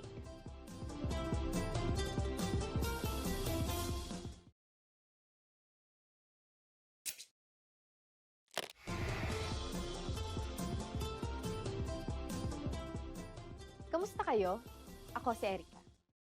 Hi everybody, I'm Erica. Welcome to FilipinoPod101.com's Filipino sa 3 minuto. The fastest, easiest, and most fun way to learn Filipino. In the last lesson, we learned how to be grateful to people by saying salamat. In this lesson, we'll learn some of the most common greetings used in the Philippines. Handa na ba kayo? Are you ready? Then let's start. First, we'll learn the greetings we use when meeting people. Kamusta? Kamusta. Do you remember this from the first lesson? Kamusta literally means, how are you? But it is used as hi or hello. Musta is a shortened version of kamusta, which you can use when greeting friends. Musta, for formal situations, we use kamusta po. Kamusta po. Now, here are sometimes specific greetings used when meeting people. Magandang araw. Magandang araw. Literally, magandang araw means good day. To be more specific about which time in the day we greet someone, we use magandang umaga, magandang tanghali, and magandang hapon, meaning good morning, good noon, and good afternoon respectively. Magandang umaga. Magandang tanghali. Magandang hapon. During the evening, there is only one greeting, and that is magandang gabi. Magandang gabi. Maganda means beautiful or good. The connector ng is added to connect maganda and gabi. In formal situations, you just need to add po to the Filipino greetings I've already mentioned. Magandang araw po, magandang umaga po, magandang tanghali po, magandang hapon po, magandang gabi po. Are you ready for more? Next are some greetings we use when leaving. To say goodbye in Filipino, we say paalam. Paalam. We also have sige mauna na ako. Literally, all right, I'll go ahead. And it's a more casual way of saying goodbye. Sige mauna na ako. Finally, we have hanggang sa muli, meaning see you again.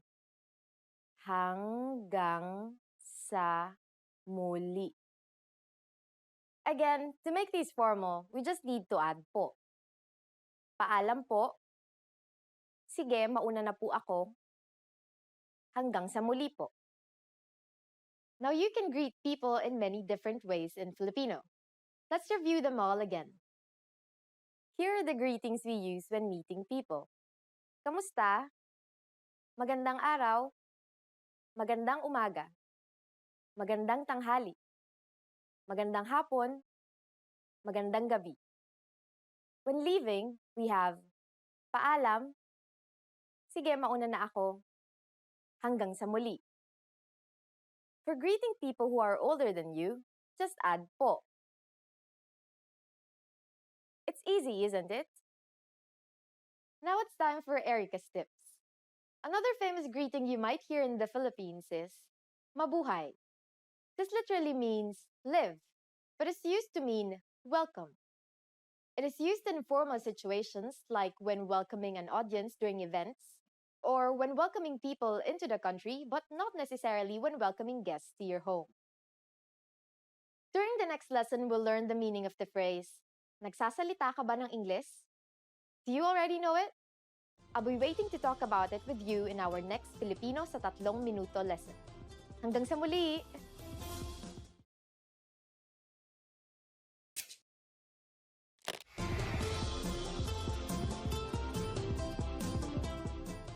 Kamusta kayo? Ako si Erica. Hi everybody, I'm Erica. Welcome to FilipinoPod101.com's Filipino sa 3 minuto, the fastest, easiest, and most fun way to learn Filipino. In the last lesson, we learned the most common greetings in Filipino. Do you remember them? In this lesson, we're going to learn a very useful phrase. Do you speak English? This phrase can be a lifesaver. The majority of Filipino people understand English. But if you ask in Filipino, you can be sure that everyone will understand what you're saying, even if their answer is no. Here's the informal way to ask it. Nagsasalita ka ba ng Ingles? Nagsasalita ka ba ng Ingles? Let's break down the sentence. In Filipino, the verb can come before the subject. Nagsasalita means speaking, followed by ka, which means you. Next, there is ba, which is the question marking particle. After it comes nang, which acts as an object marking particle, marking Ingles, which, as you might have guessed, is English. Another common way to ask if someone can speak English is, marunong ka bang mag-Ingles? Literally, this means, can you do English? Marunong ka bang mag-Ingles? Now we're going to make these sentences formal. Filipinos follow the Spanish custom of changing a singular pronoun to plural in order to show respect in formal situations, so we change ka to kayo and then move it after ba. We also need to add po as a sign of respect. Everything else stays the same. Nagsasalita po ba kayo ng Ingles? Marunong po ba kayong mag-Ingles? Nagsasalita po ba kayo ng Ingles? Marunong po ba kayong mag-Ingles? If you want to be even more formal, you can add mawalang galang lang po before the sentence. It means, excuse me, mawalang galang lang po. Nagsasalita po ba kayo ng Ingles? Excuse me, do you speak English? Mawalang galang lang po. Marunong po ba kayong mag-Ingles? Here are some common responses you might hear. Oo. Yes. Oo. Konti.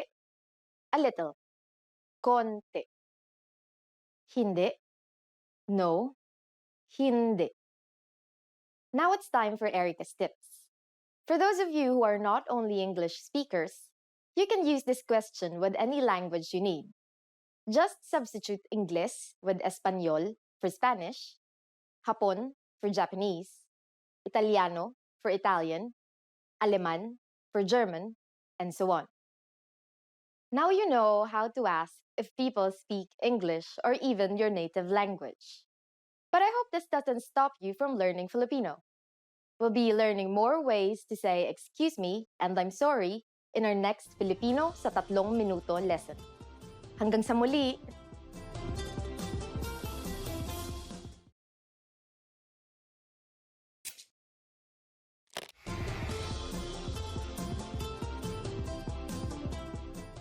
Kamusta kayo? Ako si Erica. Hi everybody, I'm Erica. Welcome to FilipinoPod101.com's Filipino sa 3 minuto. The fastest, easiest, and most fun way to learn Filipino. In the last lesson, we learned quite a few phrases used when apologizing in Filipino. In this lesson, we are going to learn numbers in Filipino. That's right, numbers, mga numero. And you are going to learn them in only 3 minutes, 3 minuto. Are you ready? Let's start. Isa. Isa. Dalawa. Dalawa. Tatlo. Tatlo. Apat. Apat. Lima. Lima. Anim. Anim. Pito. Pito. Walo. Walo. Siyam. Siyam. Sampu. Sampu. Okay, now repeat after me. I'll say the numbers and give you time to repeat each one. Isa. Dalawa. Tatlo. Apat. Lima. Anim. Pito. Walo. Siyam. Sampu. Great job! Try to remember these numbers by heart because you'll see them again in bigger numbers. Do you know what is before isa? Here's a clue. It's almost the same as in English. It's zero. Zero. Now let's continue from 11. Labing isa. Labing isa. Labindalawa. Labindalawa. Labintatlo. Labintatlo. Labing apat. Labing apat.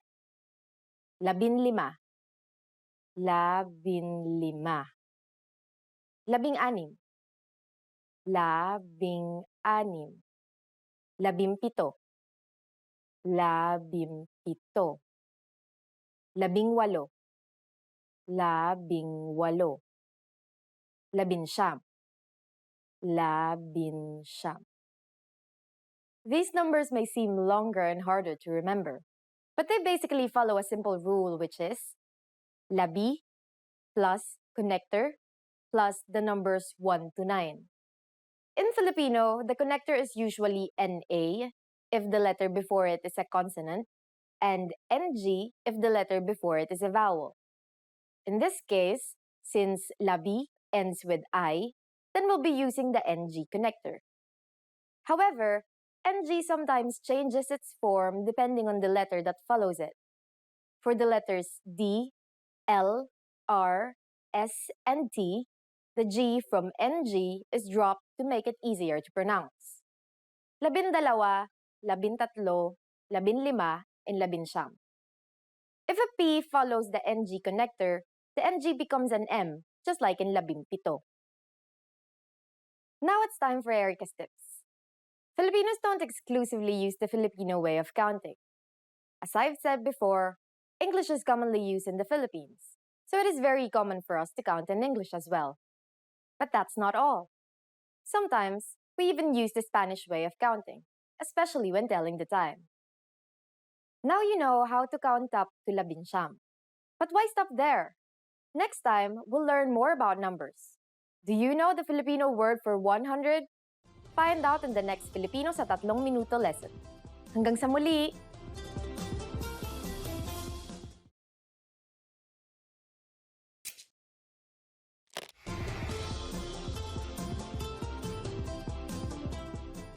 Kamusta kayo? Ako si Erica. Hi everybody, I'm Erica. Welcome to FilipinoPod101.com's Filipino sa 3 minuto. The fastest, easiest, and most fun way to learn Filipino. In the last lesson, we learned how to introduce ourselves in Filipino. In this lesson, we're going to learn how to use good manners as we thank people. Handa na ba kayo? Are you ready? Then let's go. Here's how we say thank you in Filipino. It's very easy. Salamat. Salamat. Salamat means thank you. When saying thank you very much, you just need to add maraming. Maraming salamat. Maraming salamat. Marami means a lot, and the NG is a connector added to marami to connect marami and salamat. Maraming salamat literally means many thanks and is equivalent to thank you very much. During the last lesson, we mentioned the informal and formal way of speaking Filipino. Salamat is the informal way to thank someone. When thanking someone older than you, you need to use the polite formal form. Do you remember what we need in order to do that? That's right. We just need to add the word po. Salamat po. Salamat po. If you really want to thank someone in a formal setting, you can add maraming, which means a lot, as we have just learned. Maraming salamat po. Maraming salamat po. Now, how do you answer? It's easy. Just say, walang anuman. Walang anuman. Walang anuman literally means it's nothing, but it is the equivalent of you are welcome. Wala means nothing, while anuman stands for whatsoever. It is a very common phrase to say when replying to a friend or a stranger who is thanking you. To make it formal and more polite, just add po. Walang anuman po. Walang anuman po. So when someone says salamat or maraming salamat po to you, you can simply reply with walang anuman or walang anuman po. Yes, it's that easy. Now it's time for Erica's tips. The word salamat is said to have been of Semitic origin. It sounds similar to the Arabic salam and the Hebrew shalom, meaning peace. Filipino has been influenced by many languages throughout history, so don't be surprised if you find similar sounding words from other languages, most especially Spanish words. Do you know that Filipinos have a specific greeting during the noontime? In our next Filipino sa 3 minuto lesson, you learn this and other greetings in Filipino. See you next time.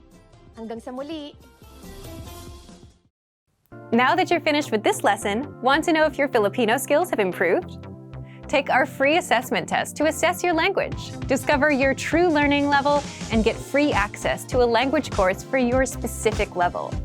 An easy-to-follow course where you learn the real language, the everyday conversations that you'll soon have, and absorb these practical conversations just by listening along, with quick audio and video lessons from real teachers.